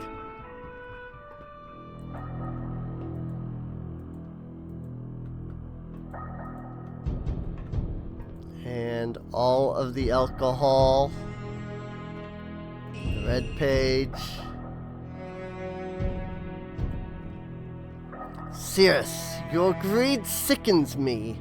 Your desire for wealth and slander is never satisfied. The plunder. I will instruct my subjects not to pay your new tax, and you know they'll listen to me. Gods, Achenar.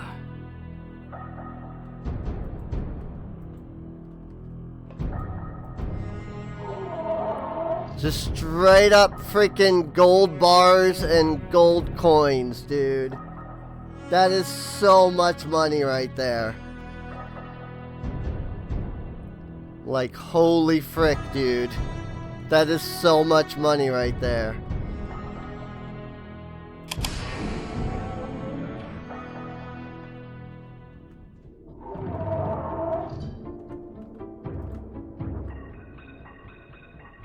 This telescope doesn't rotate, but this is the same telescope that's in the lighthouse.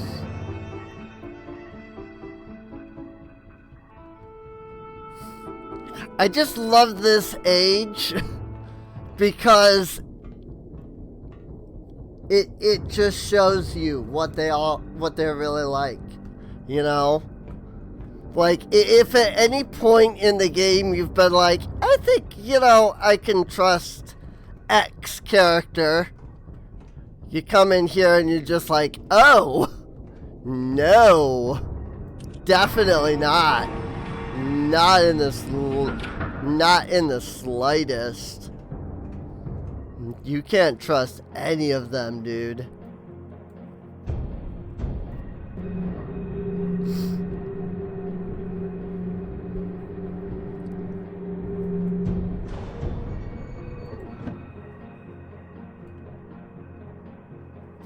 Wish there was more brain rot Myst memes.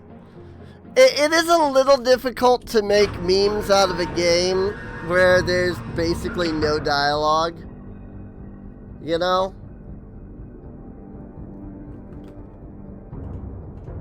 Like, really the only real dialogue is from the two brothers. I mean, other than when we actually get to see a certain somebody. I don't want to spoil it for those who haven't seen any of this stuff. Oh, wow. This room looks so good. Yo.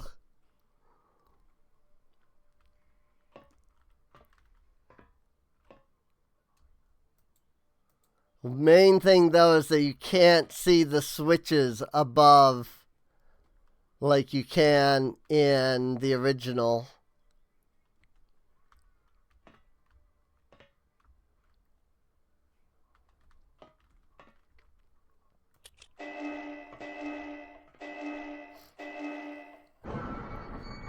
Which makes it a little difficult to know that you have to do this.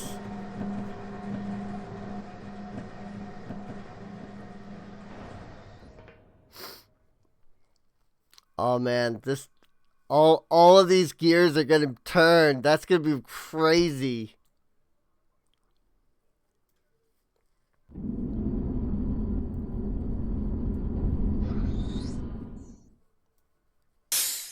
Exhaust. So we're facing east. That was so cool.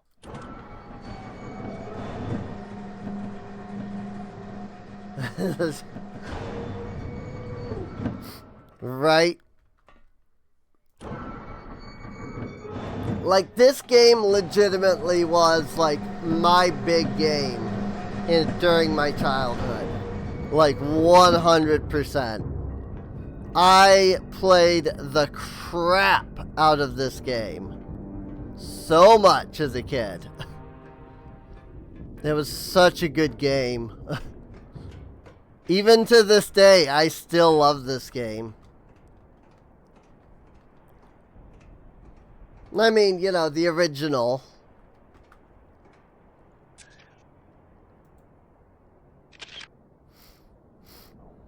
Circle with spikes and left semicircle. Yeah, I can understand that.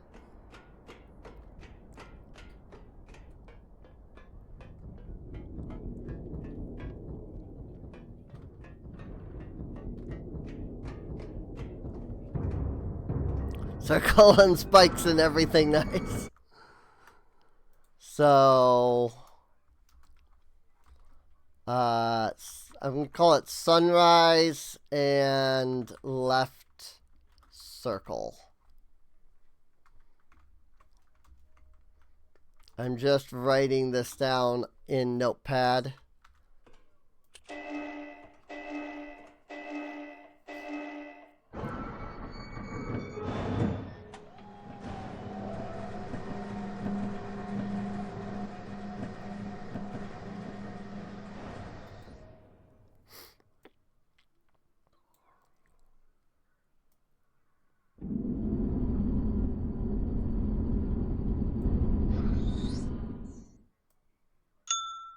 Clink. So now we're facing north.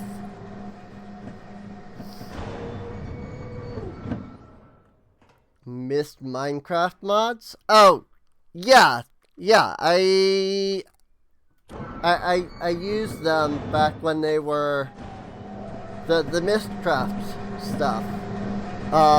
Like, I used those for mod packs way back then, like 1.12. I don't think they're up to date with the current version though, unfortunately. But not a lot is, to be honest. A lot of those old mods are gone now. Ring. And then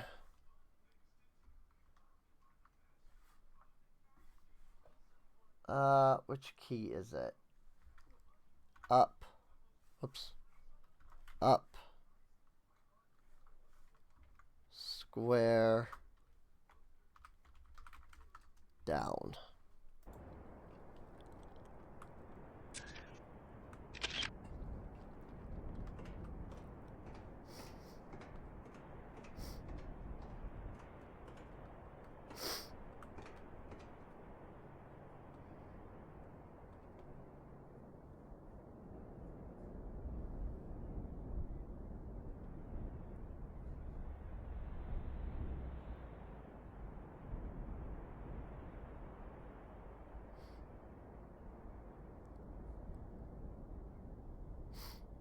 Sorry, just watching the clouds. Very fascinating.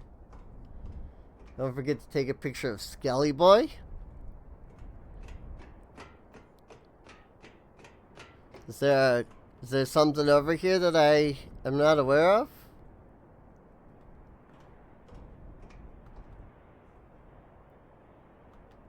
Another ad, PRB.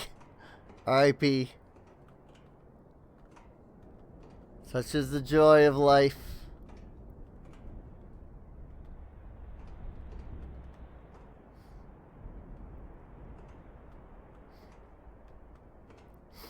I don't know what Skelly Boy is, unfortunately. Rotate the fort and look through the telescope. Okay.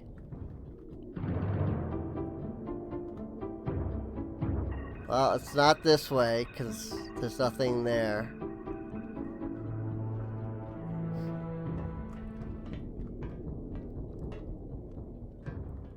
So we'll try the next rotation.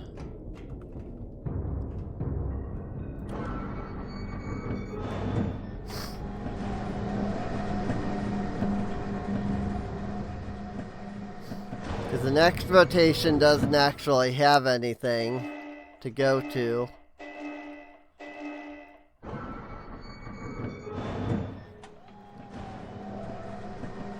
Spin! As Vinny would say.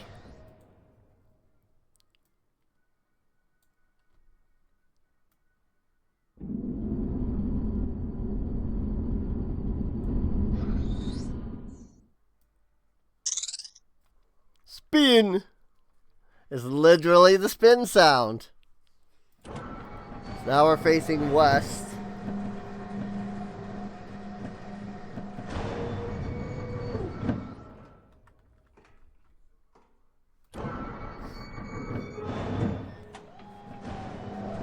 I never saw the subtitle. I mean, you gotta turn on the subtitles if you want them. So, if you didn't specifically turn them on, then that is understandable.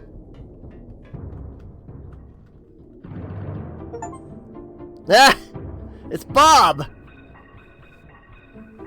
How about that?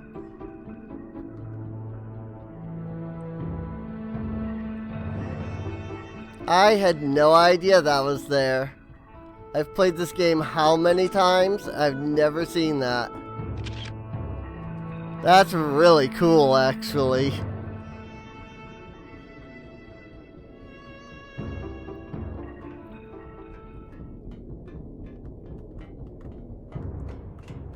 I usually just skip past this because there's nothing here. I had no idea that there was a dude, like, hanging off the edge on that platform over there. And he's only visible through the telescope.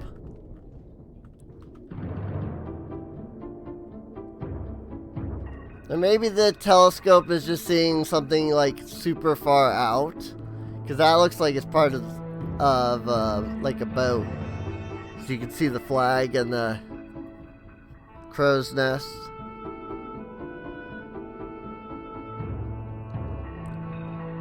So yeah, it might just be looking at something way the frick out there.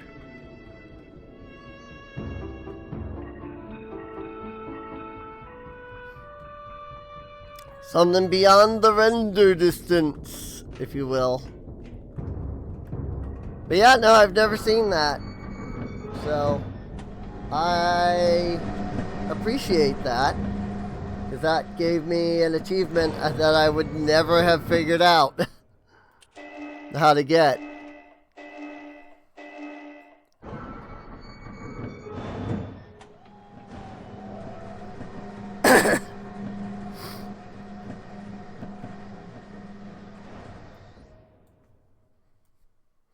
And time to rotate it back to its original position.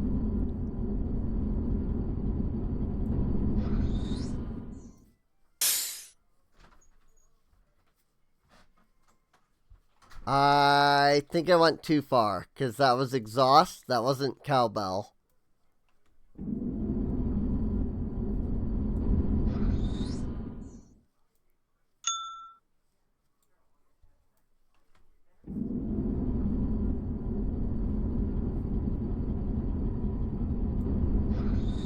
Whoa! There's cowbell. Exhaust sound me after work. Right? I remember working. It was 7 years ago. But I remember when I used to work. Now I sit here on a computer stuck in a chair. Like, I don't have a wheelchair on my VTuber just for the heck of it, you know? Like, that's legit.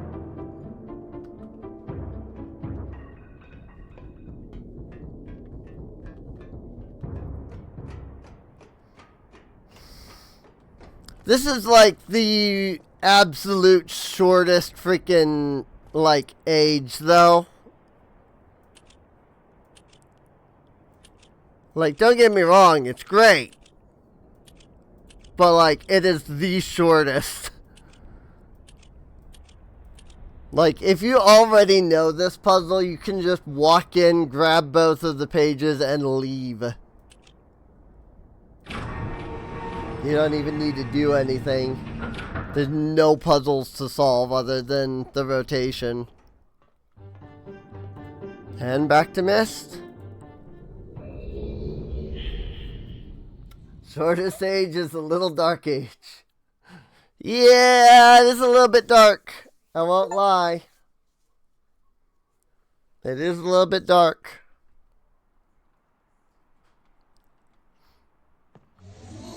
Alright, the last pages.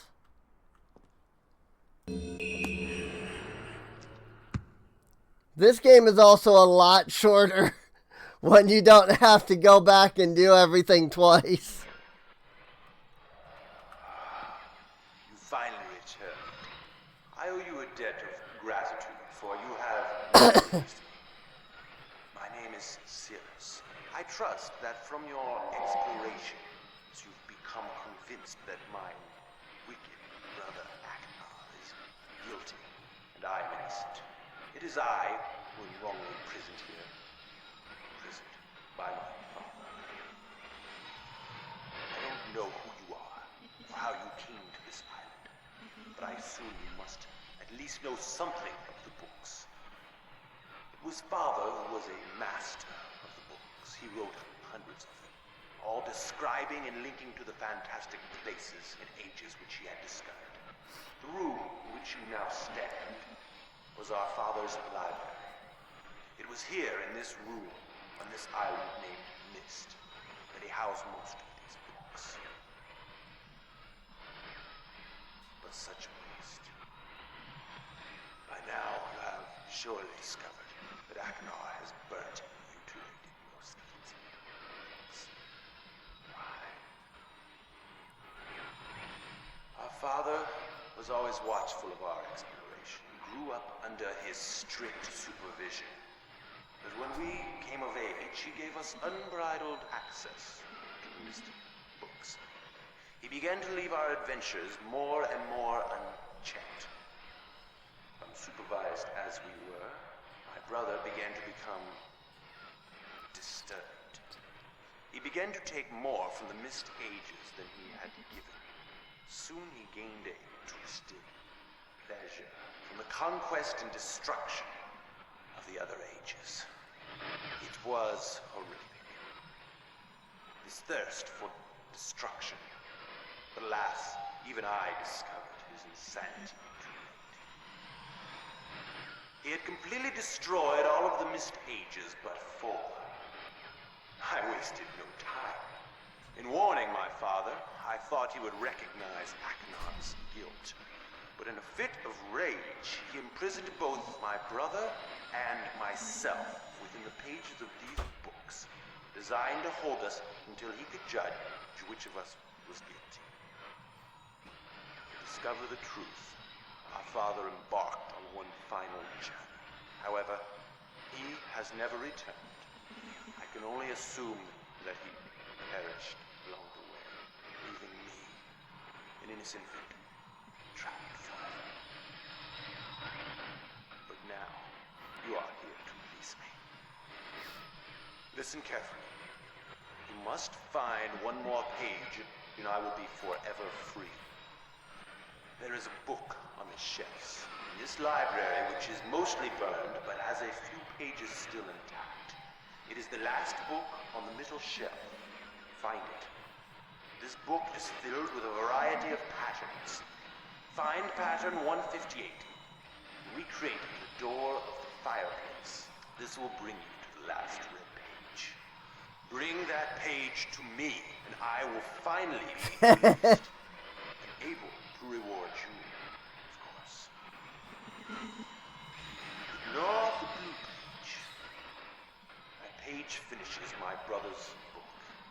It chills me to even think what would happen if you were to release him. There is another one.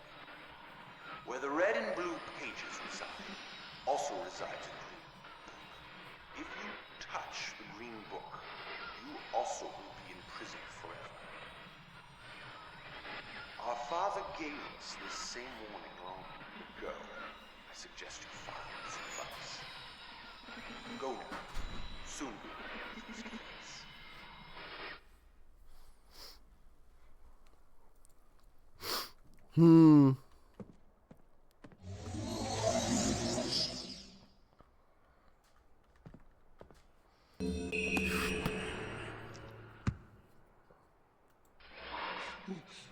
Hello. I'm Akhenaten. I'm glad to see that you have returned to help me escape from my wrongful imprisonment. It was Cirrus who did this to me. Cirrus, my wicked brother. Do not listen to him. I warn you. I warn you again. He is a liar. Do not be persuaded by his evil lies. Do not release him.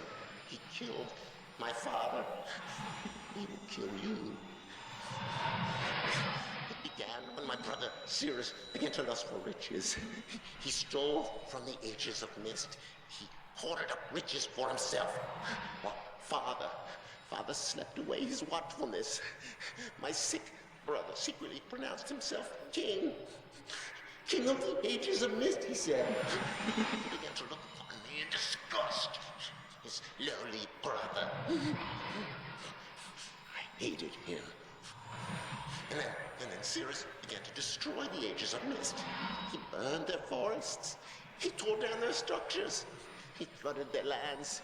He murdered their inhabitants. He completely destroyed all but 4 of the ages. Of course, I had to warn my father. But when I finally found him, there was Cirrus also talking cleverly with the lying tongue of a serpent. He convinced father that it was I who had destroyed the ages. He convinced father that it was I who was greedy for wealth and plunder. And as Cirrus dealt the final blow, he tricked father into believing that I was the murderer. But Cirrus did not deal as fast a blow as he had planned, and his father died a slow death. He at last doubted my brother's clever lies. And so, in dying, father imprisoned us both, unsure from which of us the blow had come. I swear to you, what I say is the truth. Release me. You must release me. My brother is a deceitful liar and deserves punishment. I only wish vengeance for my dear father's wrongful murder. Believe me. You must only recover 1 additional page to release me from this prison. It is the easiest to find.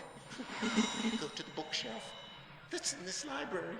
On the far side of the middle shelf, there's a burned book, which is different from the other burned books.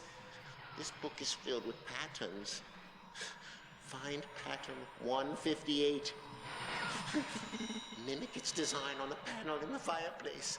Doing this will bring you to the last blue page.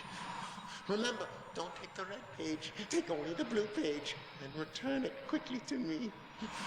Oh, and do not touch the green book. It is a clever trap to imprison those who have not been warned. Do not be tempted, for you will rot and die, imprisoned as I am. I tell you, if you follow my instructions, it will be well worth your while. I promise you that. Go. Go.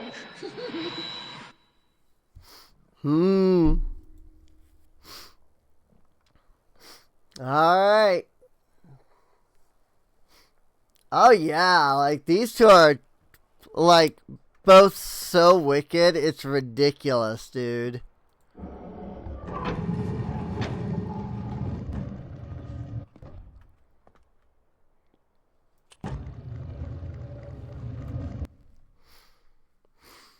And now that pattern that I showed at the very beginning of the playthrough. Page 158. As I said, I could just complete the whole game immediately because it's just right there.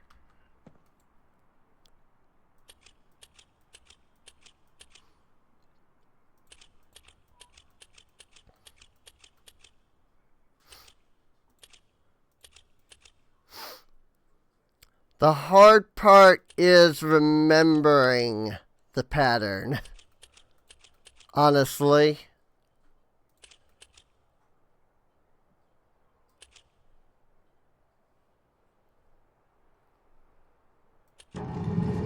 Nope.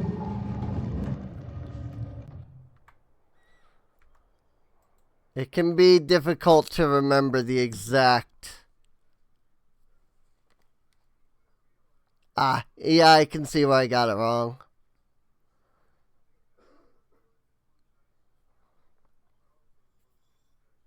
It's this section here that I always struggle with, like these two lines.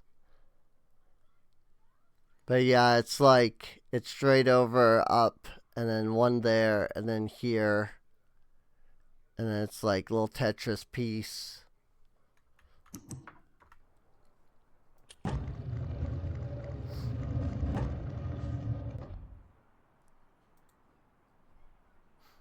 It's like a little Tetris piece. And then like this.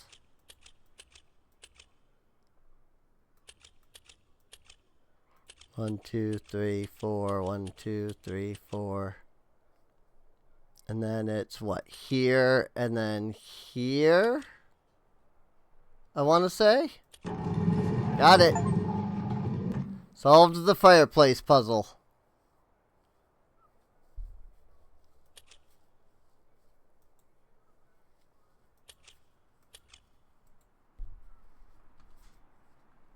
Oh, it turned me around and I didn't even see it. I see. So here we are, the red and blue pages and the green book. Go ahead and save right here.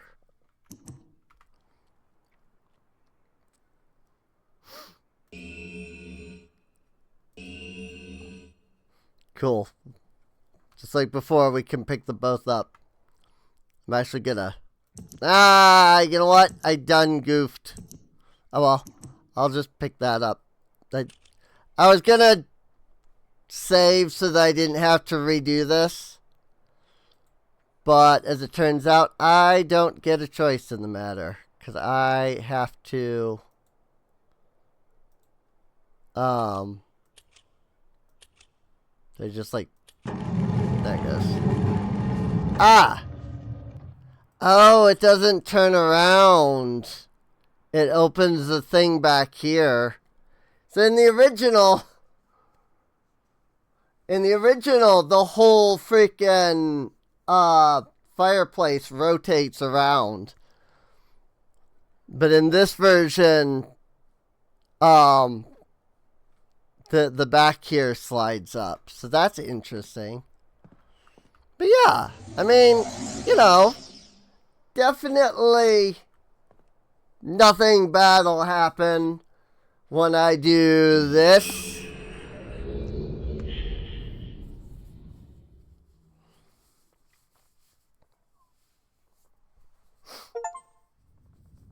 You fool! Oh, Achieved the yes. bad ending with Cirrus. Yes. I'm free. Oh, thank you, my friend. My dear friend. You've done the right thing. You stupid fool. It looks like perhaps you're in the book now. And what have we here? A page. Oh no. Oh, I hope you enjoy your new home as much as I enjoyed it.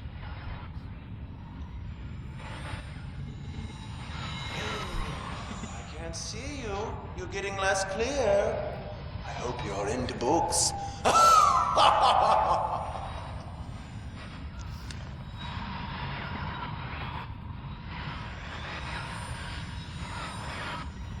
library looks much the same as I left it. Wagner! Oh.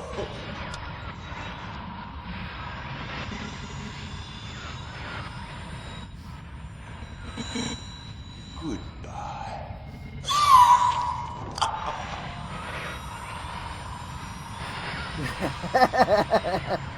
The well-spoken genius alcoholic with a god complex was a bad guy. What a twist! Right?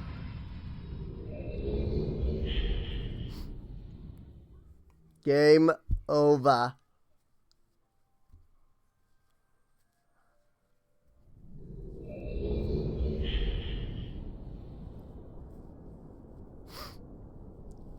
Yay! We won!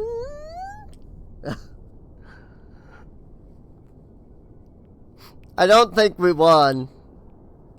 I think we didn't win. In fact, I think we did exactly the opposite of winning. Myst originally designed and created by Rand Miller. Hey, Rand still did the voice of Atris even in this one. Oh, Rand also did Akanar. That's interesting. Robin did Cirrus.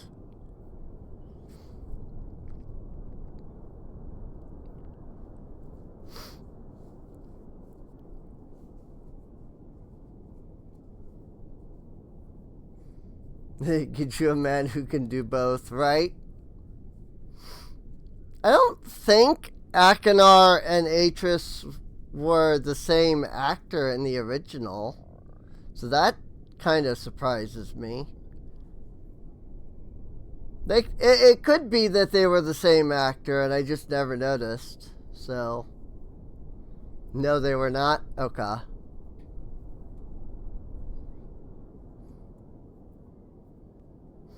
Yeah, I was gonna say, because, like, it was three different, like, completely different guys, you know? So. Rand Miller and Robin Miller. The original Myst. Chris Bandcamp, Chuck Carter, Bonnie McDowell, Ryan Miller, Richard Rawa Watson. The original 6 people that made the game. So,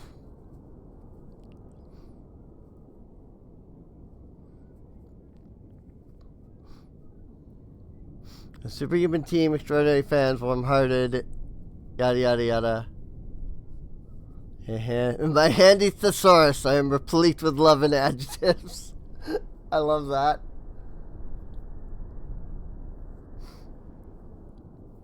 Myst uses Unreal Engine. Thank you for playing Myst. Woo! Let's look at Mark Hamill. I mean, I guess it depends on what you mean, but yeah. Let's go ahead and load that up.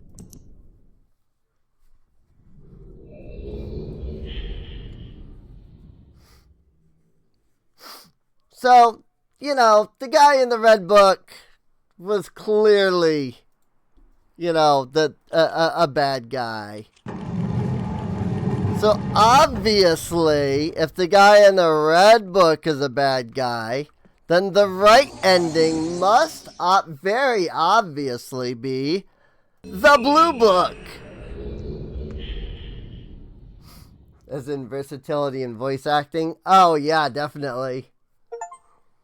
No one would suspect Luke Skywalker was a psycho clown. It's true. Achieve the bad ending with Akinar.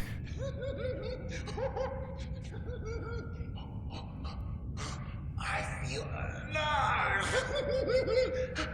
How do you feel, my friend? Oh, and what have we here? Perhaps the pages you worked so hard for. Oops.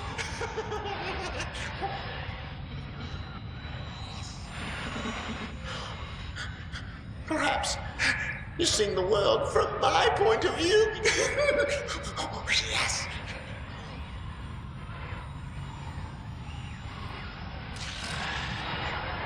Oh.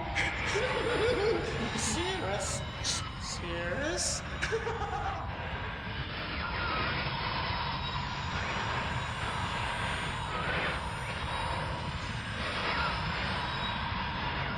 Oh no, the spastic psychopathic. Someday. The spastic with psychopathic tendencies was a bad guy. What a twist, right? Yes. Yes.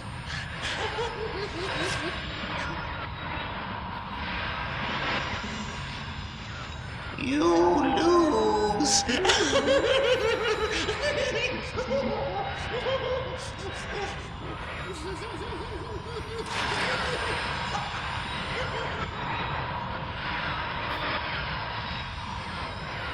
Well, R.I.P. In the southern states, we call folks like these bad seeds. It's true. I hope I can skip the ending credits this time. I didn't try last time. Nope. Okay. We're going to be here a moment. Because we can't skip the ending credits. Or if we can, I'm not finding the button for it. So...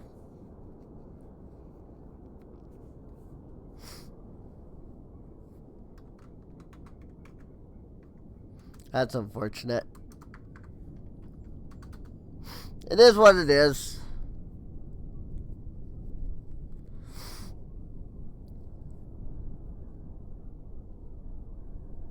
We'll get the true ending once this is once these credits are over. So same as it ever was, huh?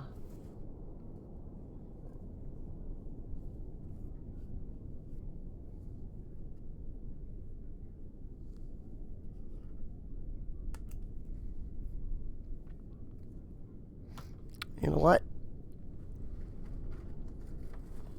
I'm gonna use this as a chance because tomorrow I won't be able to eat. I'm gonna use this as a chance to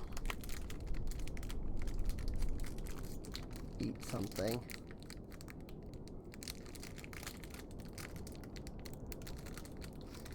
You gotta get the bad ending with Atris too. Oh. You know, that's probably is an achievement, isn't it?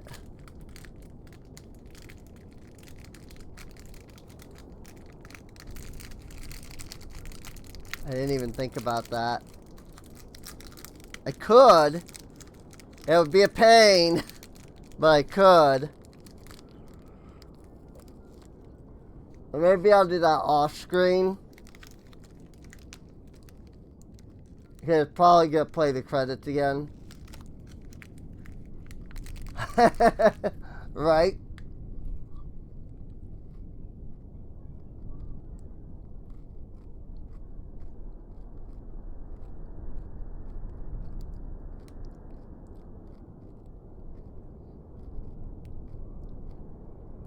My question is,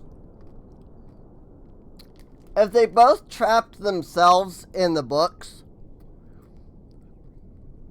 who tore out the pages afterwards?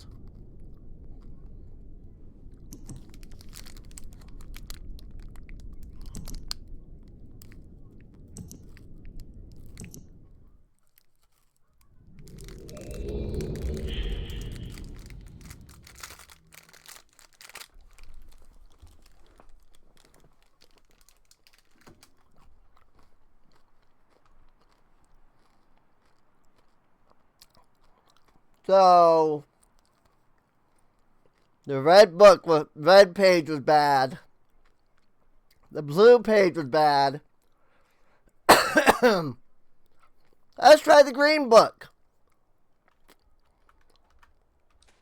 Who the devil are you? Don't come here to Dunny, not yet. Oh, I have many questions for you, my friend, as you no doubt have for me. Where should I begin? Sorry, I want to turn up the audio here. Atris is apparently very quiet. Like, the whole rest of the game has been fine, but his... Perhaps my story is in order. My name It's is quiet. Atris. I fear you met my sons, Sirius and Akina, red and blue books on Myst Island in my library. My library. Oh, it contains my works, my writings. I wrote many books that linked me to fantastic places. It's an art I learned from my father many years ago. Oh, but the red and blue books, those were different. I wrote those books to entrap over-greedy explorers that might stumble upon my island of Myst. But I had no idea my own sons would be entrapped. My sons, Sirius and Akina. We had many journeys together. I gave them free rein to the books. Perhaps it was not wise. I could see the greed growing in them. I had not told them about the red and blue books. Their imaginations went wild. They dreamed of riches and power. Of course, they did not know the books were traps. They begged for access to those books, and of course, I denied them. Oh, they devised a plan. An evil plan. I had no idea to what extent their greed had progressed. Their own mother. They used their own mother. Oh, my dear Catherine, to lure me here to Dunny. Of course, I could return to Myst, except they removed a single page from my Myst linking book. I cannot return without that page. You, my friend, can bring that page to me. Oh, I pray you believe my story above the lies that my sons have told you. If you could find it in yourself to return that page to me here in Dunny, I could go to Myst and bring justice to my sons for what they've done. I must return to my writing. I pray that you believe me. Please hurry.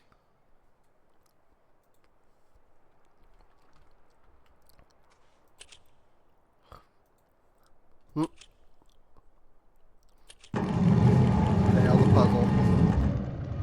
Save after the monologue, then jump in. It's fine.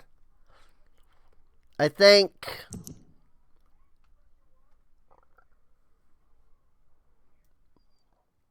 I might just do that off camera. Cause it's probably gonna give me the ending credits again. I don't really want to go, deal with that. So, for those who have been paying attention, in our adventure, we found these 2 half pages. Marker switch, vault access, Island of Myst. It basically tells you that the vault is located in plain sight on the Island of Myst. And if you turn on every single marker switches, or every single marker switch, and then You go to a very specific marker, then you flip it back to the off position.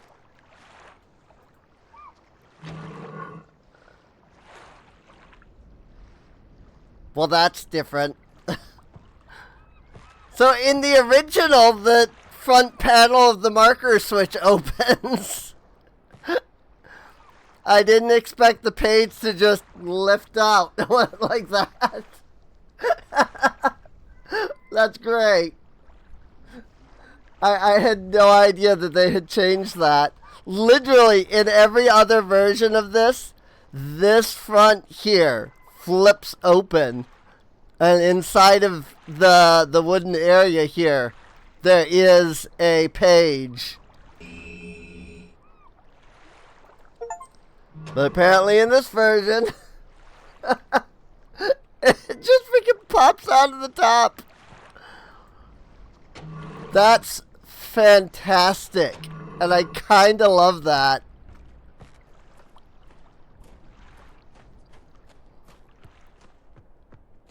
But also, like, the only way that would even... Like, the only thing you could put in there is a page. It's supposed to be a vault. Ah, well. It's fine. Can we remember the puzzle again?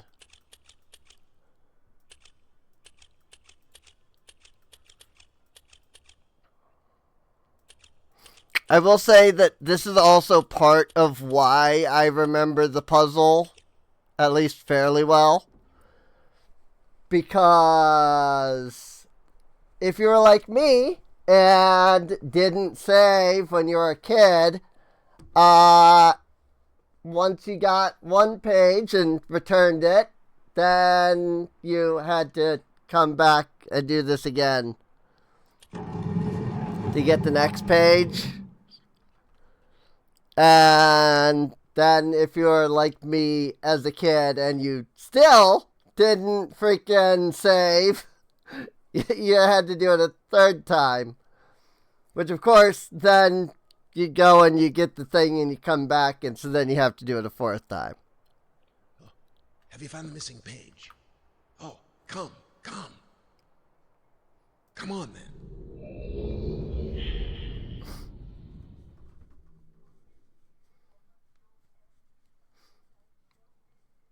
Does the dunny symbol look like a pair of pants? I mean, it's meant to be like a building. All of the books in this one, they have like a little building looking thing. Hi, Atris.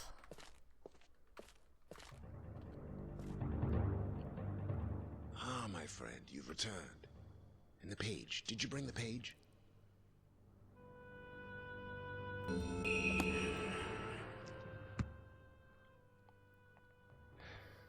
You've done the right thing. I have a difficult choice to make.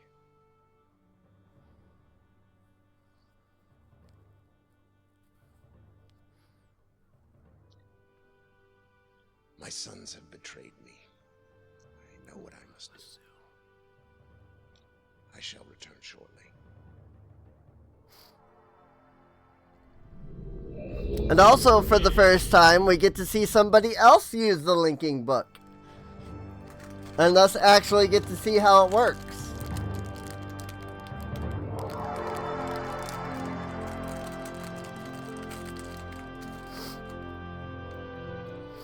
I mean, it's a better 3D model than real Myst had, but yeah, it is unfortunately very sorely disappointing.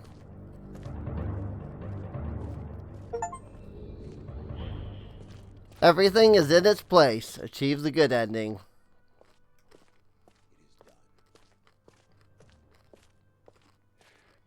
I have many questions for you, my friend, but my writing cannot wait.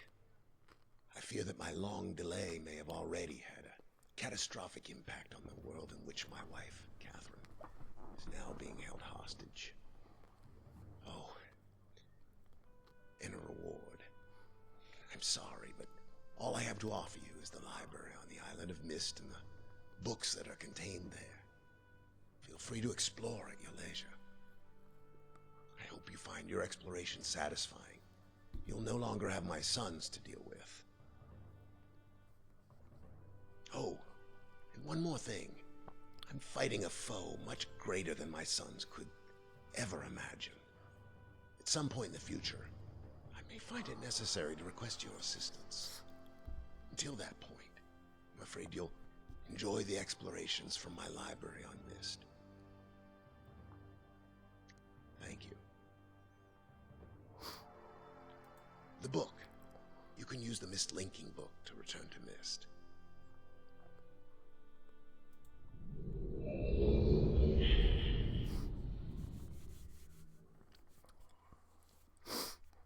And with that,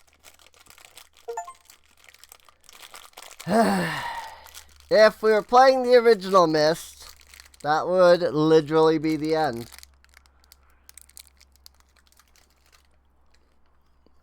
In the original, you return here to the library.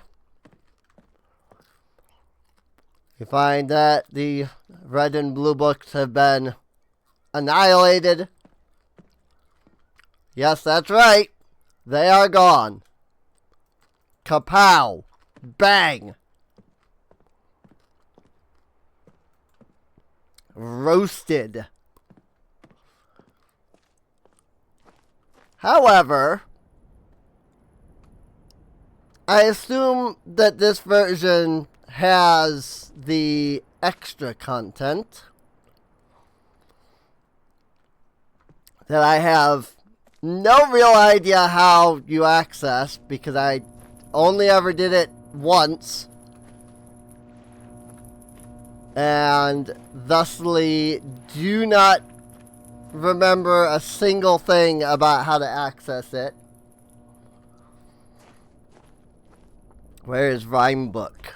That's a good question. I don't see it.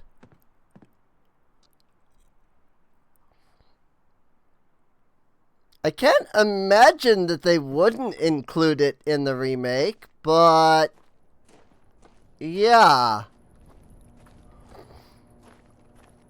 Where do be Rhyme Book?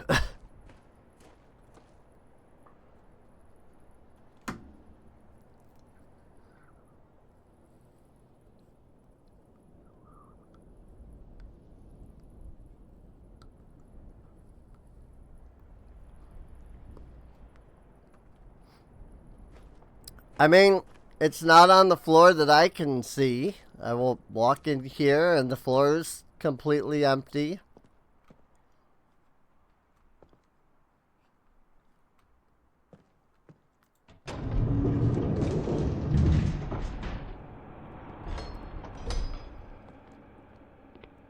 It doesn't appear to be anything around here.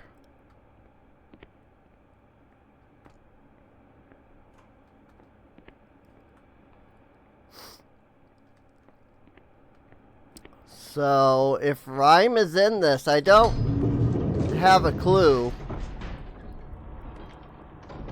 Like, where it is.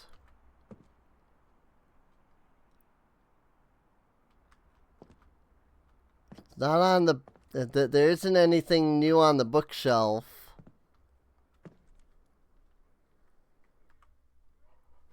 So...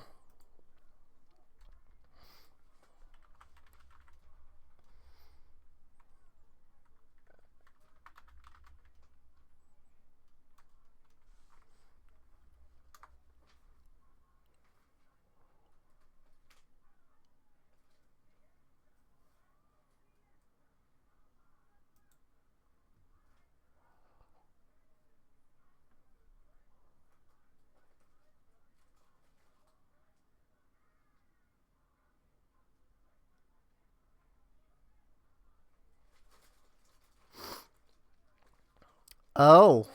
Yep.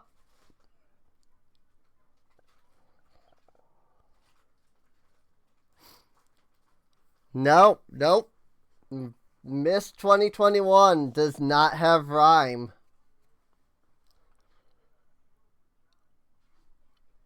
Well, that's surprising that they didn't like DLC or something.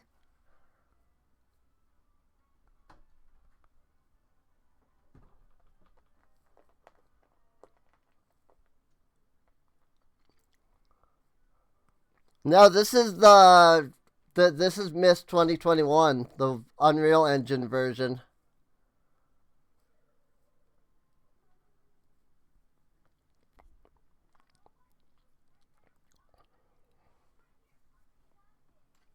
That's wild, dude. Rhyme is not in this, according to. I mean, according to the first thing I pulled up online. So, let me double check Steam itself.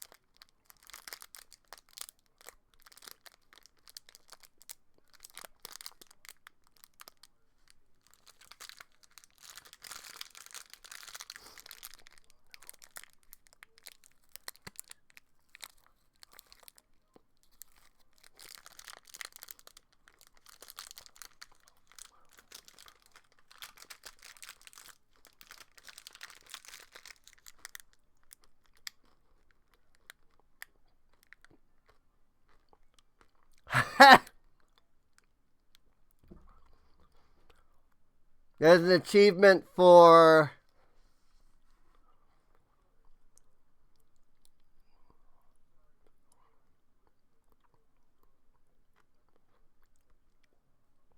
there's an achievement for completing the game in 2 minutes, which is super easy to do. But also apparently there is an achievement for collecting all of the pages for either brother without ever actually placing a single page into the book.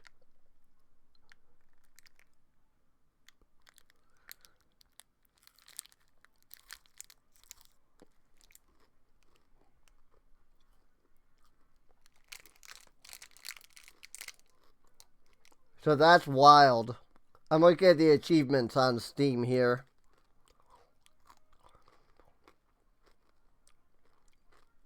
There's also a couple of achievements for completing the game in randomized mode, which we didn't do.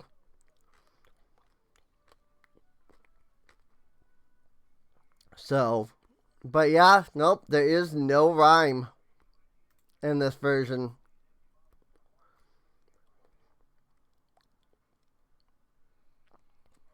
So,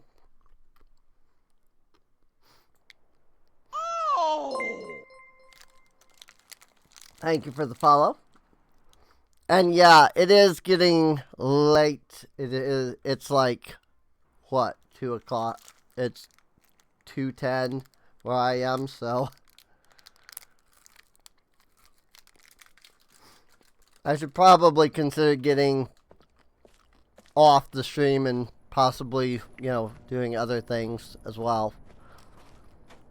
To get to bed. So, but, so apparently the way that Rhyme works, though, is if you come in here to access Rhymes, like, initially, and you can't do it on this version.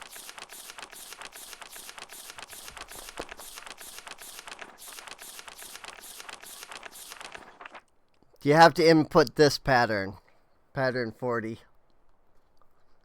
into the fireplace. But it doesn't do anything in this version. You're supposed to get a book that tells you that.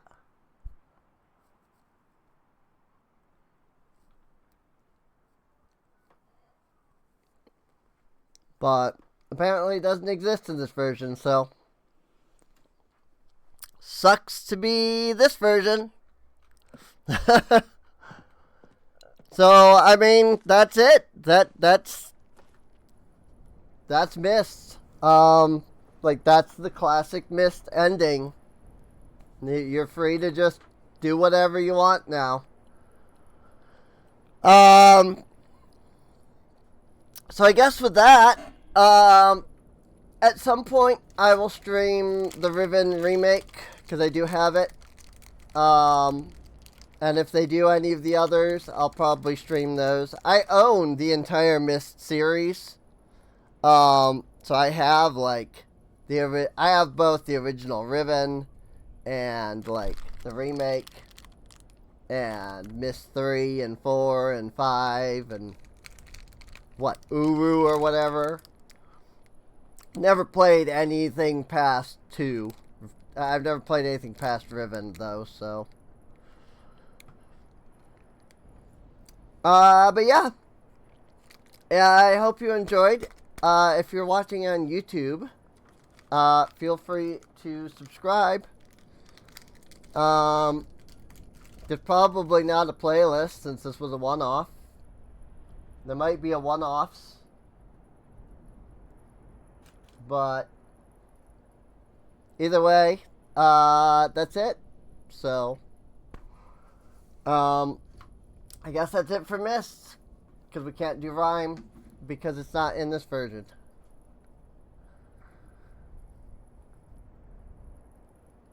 So, yeah.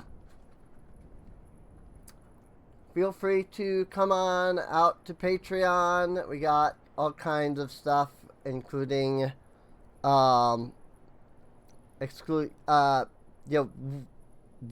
week early release, whatever you want to call it, videos. They come out a week early on Patreon. The streams just go up whenever. But I do sometimes do like pre-record content. So, not very much, I'll admit, but still.